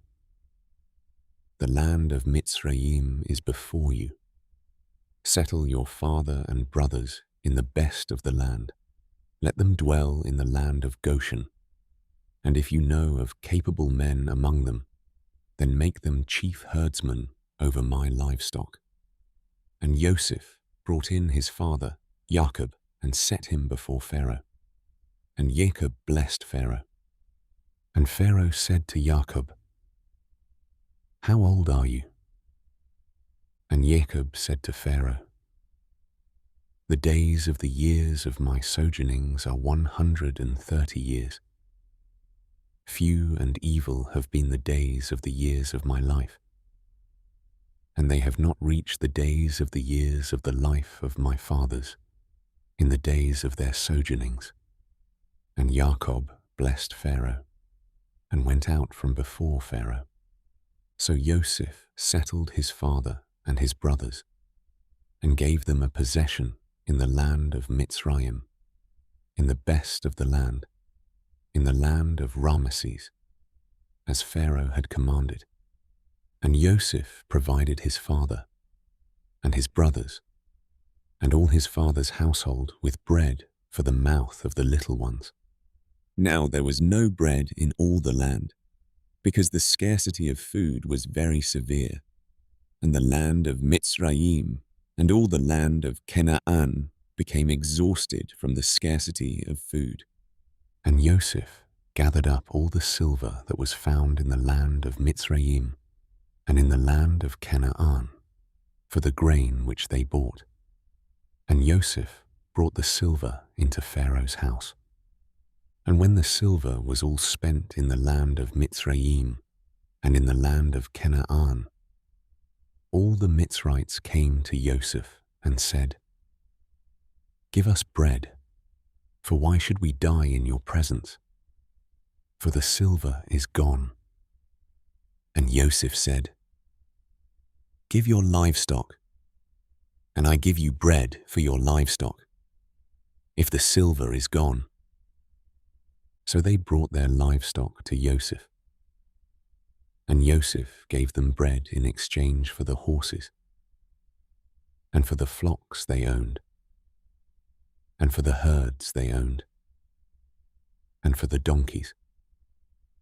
Thus he fed them with bread in exchange for all their livestock that year. And when that year had ended, they came to him the next year and said to him, "We do not hide from my master that our silver is all spent, and my master also has the livestock we owned. There has not been left any before my master, but our bodies and our lands. Why should we die before your eyes, both we and our land? Buy us and our land for bread, and let us and our land be servants of Pharaoh, and give us seed, and let us live and not die, and let the land not lie waste. And Joseph bought the entire land of Mitzrayim for Pharaoh, because every man of the Mitzrites sold his field, because the scarcity of food was severe upon them, and the land came to be Pharaoh's. And as for the people, he moved them into the cities, from one end of the borders of Mitzrayim to the other end. Only the ground of the priests he did not buy, for the priests had from what Pharaoh gave them by law, and they ate that which Pharaoh gave them by law. Therefore they did not sell their ground. And Joseph said to the people, "Look, I have bought you and your land today for Pharaoh. Look, here is seed for you, and you shall sow the land. And it shall be that in the harvest you shall give 1/5 to Pharaoh, and 4/5 is your own, as seed for the field, and for your food, for those of your households, and as food for your little ones." And they said, "You have saved our lives. Let us find favor in the eyes of my master, and we shall become Pharaoh's servants."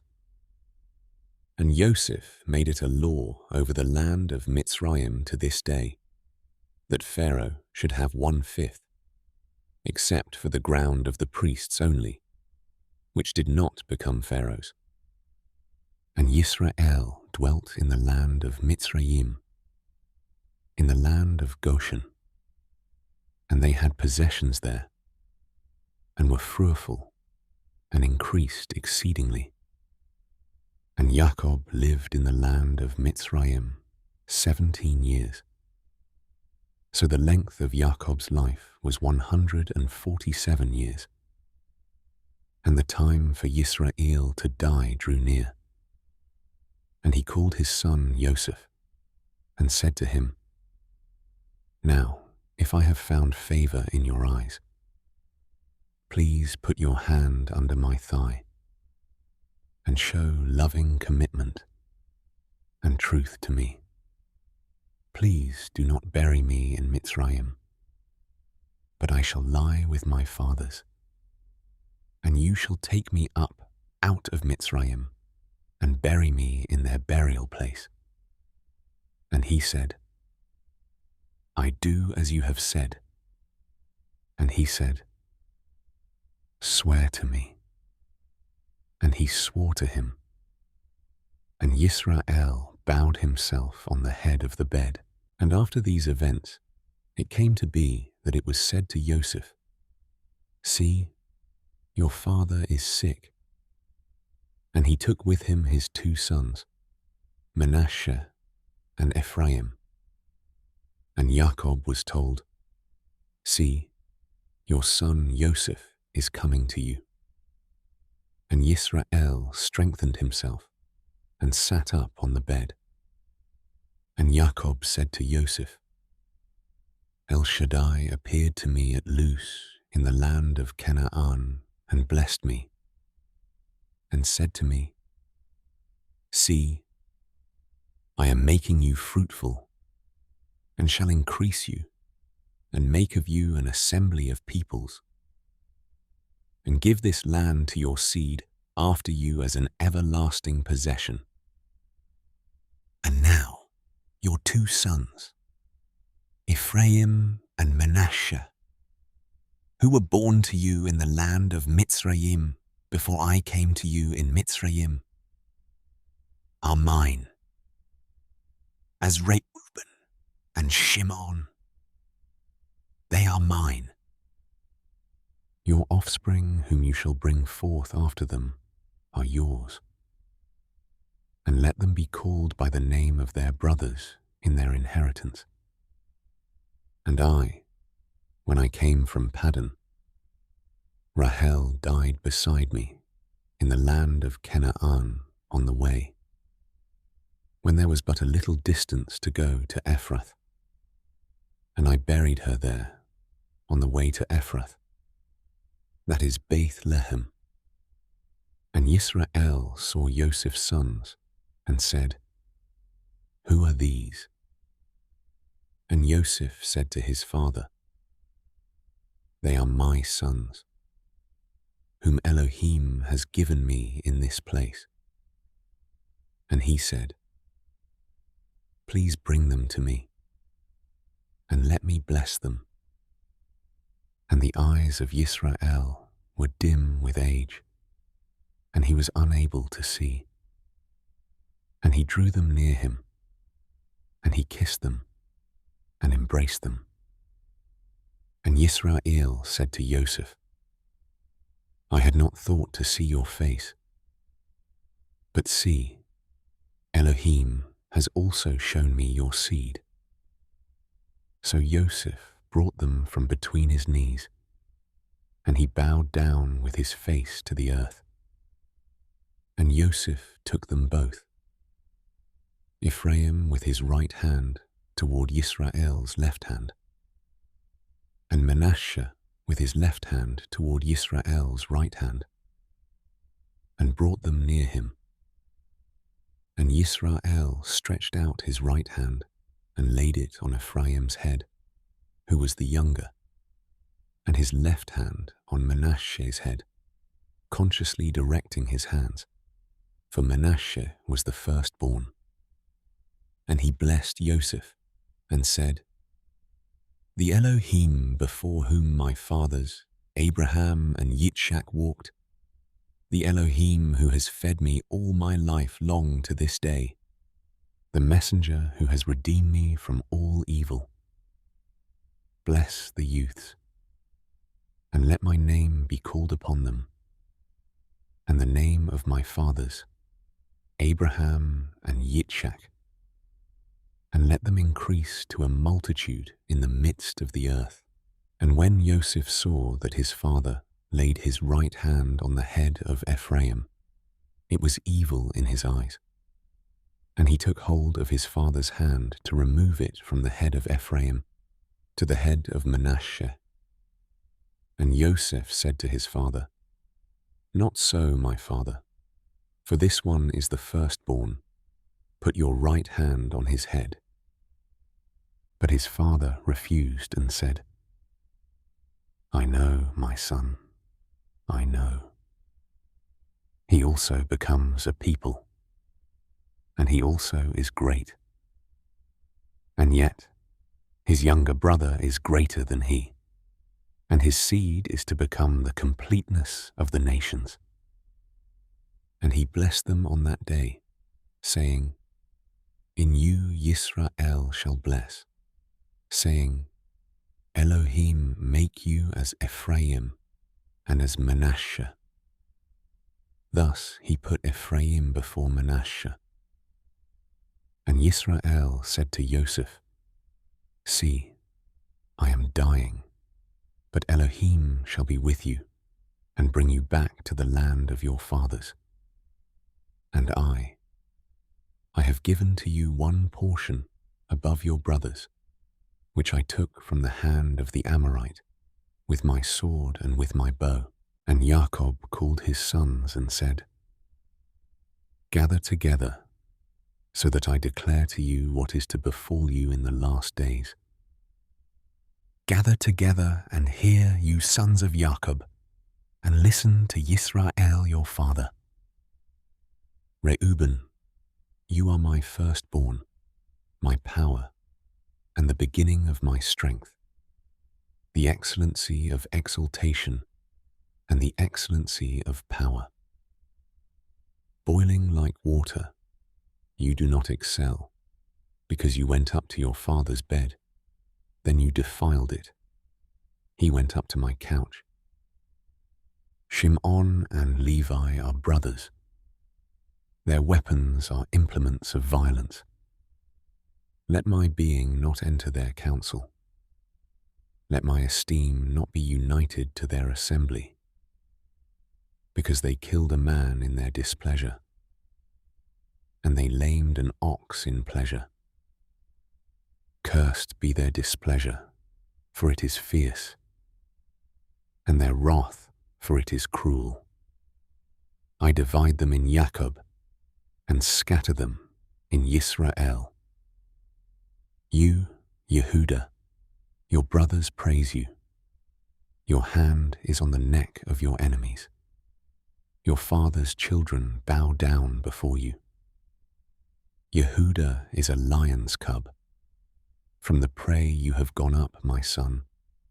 He bowed down. He crouched like a lion. And like a lion, who does rouse him? The scepter shall not turn aside from Yehudah, nor an inscriber from between his feet, until Shiloh comes. And to him is the obedience of peoples. Binding his donkey to the vine, and his donkey's colt to the choice vine, he washed his garments in wine, and his robes in the blood of grapes. His eyes are darker than wine, and his teeth whiter than milk. Zebulun dwells at the seashore. He is for a haven for ships, and his border is unto Sidon. Yissachar is a strong donkey lying down between two burdens, and he saw that a resting place was good, and that the land was pleasant. And he inclined his shoulder to bear a burden, and became a subject to slave labor. Dan rightly rules his people as one of the tribes of Yisrael. Dan is a serpent by the way, an adder by the path, that bites the horse's heels so that its rider falls backward. I have waited for your deliverance, O Yahuah. Gad, a raiding band raids him, but he raids its heel. Bread from Asher is rich, and he gives delicacies of a sovereign. Naphtali is a deer let loose. He gives words of elegance. Joseph is an offshoot of a fruit-bearing tree, an offshoot of a fruit-bearing tree by a fountain. His branches run over a wall, and the archers have bitterly grieved him, shot at him, and hated him. But his bow remained in strength, and the arms of his hands were made strong by the hands of the mighty one of Jacob. From there is the shepherd, the stone of Yisrael, from the El of your Father, who helps you, and by the Almighty, who blesses you with blessings of the heavens from above, blessings of the deep that lies beneath, blessings of the breasts and of the womb. The blessings of your Father have excelled the blessings of my ancestors, up to the limit of the everlasting hills. They are on the head of Joseph, and on the crown of the head of him who was separated from his brothers. Binyamin is a wolf that tears. In the morning he eats prey, and at night he divides the spoil. All these are the 12 tribes of Yisrael, and this is what their father spoke to them. And he blessed them. He blessed each one according to his own blessing. And he commanded them and said to them, I am to be gathered to my people. Bury me with my fathers in the cave that is in the field of Ephron the Hittite, in the cave that is in the field of Machpelah, which is before Mamre, in the land of Canaan, which Abraham bought with the field of Ephron the Hittite, as a possession for a burial site. There they buried Abraham and Sarah his wife. There they buried Yitzchak and Ribkah his wife. And there I buried Leah, the field purchased, and the cave which is in it, from the sons of Heth. And when Jacob ended commanding his sons, he drew his feet up into the bed and breathed his last, and was gathered to his people. And Joseph fell on his father's face, and wept over him, and kissed him. And Joseph commanded his servants, the physicians, to embalm his father. So the physicians embalmed Yisrael, and 40 days were completed for him, for so are completed the days of embalming. And the Mitzrites wept for him 70 days. And when the days of weeping for him were past, Yosef spoke to the household of Pharaoh, saying, If now I have found favor in your eyes, please speak in the hearing of Pharaoh, saying, My father made me swear, saying, See, I am dying. Bury me in my burial site, which I dug for myself in the land of Canaan. And now, please let me go up and bury my father, and return. And Pharaoh said, Go up and bury your father, as he made you swear. And Yosef went up to bury his father. And with him went up all the servants of Pharaoh, the elders of his house, and all the elders of the land of Mitzrayim, and all the house of Yosef, and his brothers, and his father's house, only their little ones, and their flocks, and their herds they left in the land of Goshen. And there went up with him both chariots and horsemen, and it was a very great company. And they came to the threshing floor of Atad, which is beyond the Yarden. And they lamented there with a great and very heavy lamentation. And he performed 7 days of mourning for his father. And when the inhabitants of the land, the Canaanites, saw the mourning at the threshing floor of Atad, they said, This is a grievous mourning for the Mitzrites. That is why its name was called Abel Mitzrayim, which is beyond the Yarden. And his sons did to him as he had commanded them. For his sons brought him to the land of Canaan, and buried him in the cave of the field of Machpelah, before Mamre, which Abraham bought with the field from Ephron the Hittite as property for a burial site. And after he had buried his father, Yosef returned to Mitzrayim, he and his brothers, and all who went up with him to bury his father.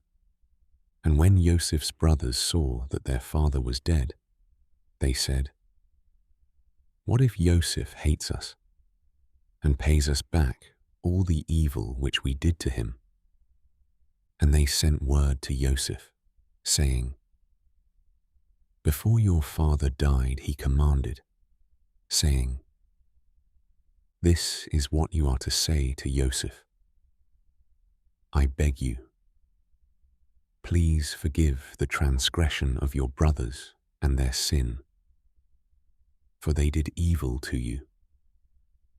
And now, please forgive the transgression of the servants of the Elohim of your father. And Yosef wept when they spoke to him, and his brothers also went and fell down before his face. And they said, See, we are your servants. And Yosef said to them, Do not fear, for am I in the place of Elohim? And you intended evil against me, but Elohim intended it for good, in order to do it as it is this day, to keep a great many people alive. And now, do not fear, I provide for you and your little ones. So he comforted them and spoke kindly to them. And Yosef dwelt in Mitzrayim, he and his father's household. And Yosef lived 110 years. And Yosef saw Ephraim's children to the 3rd generation. The children of Machir, son of Menashe, were also born on Joseph's knees. And Joseph said to his brothers, I am dying, but Elohim shall certainly visit you and bring you out of this land to the land of which he swore to Abraham, to Yitzchak, and to Jacob. And Joseph made the children of Israel swear, saying, Elohim shall certainly visit you, and you shall bring up my bones from here. And Joseph died, being 110 years old, and they embalmed him, and he was placed in a coffin in Mitzrayim.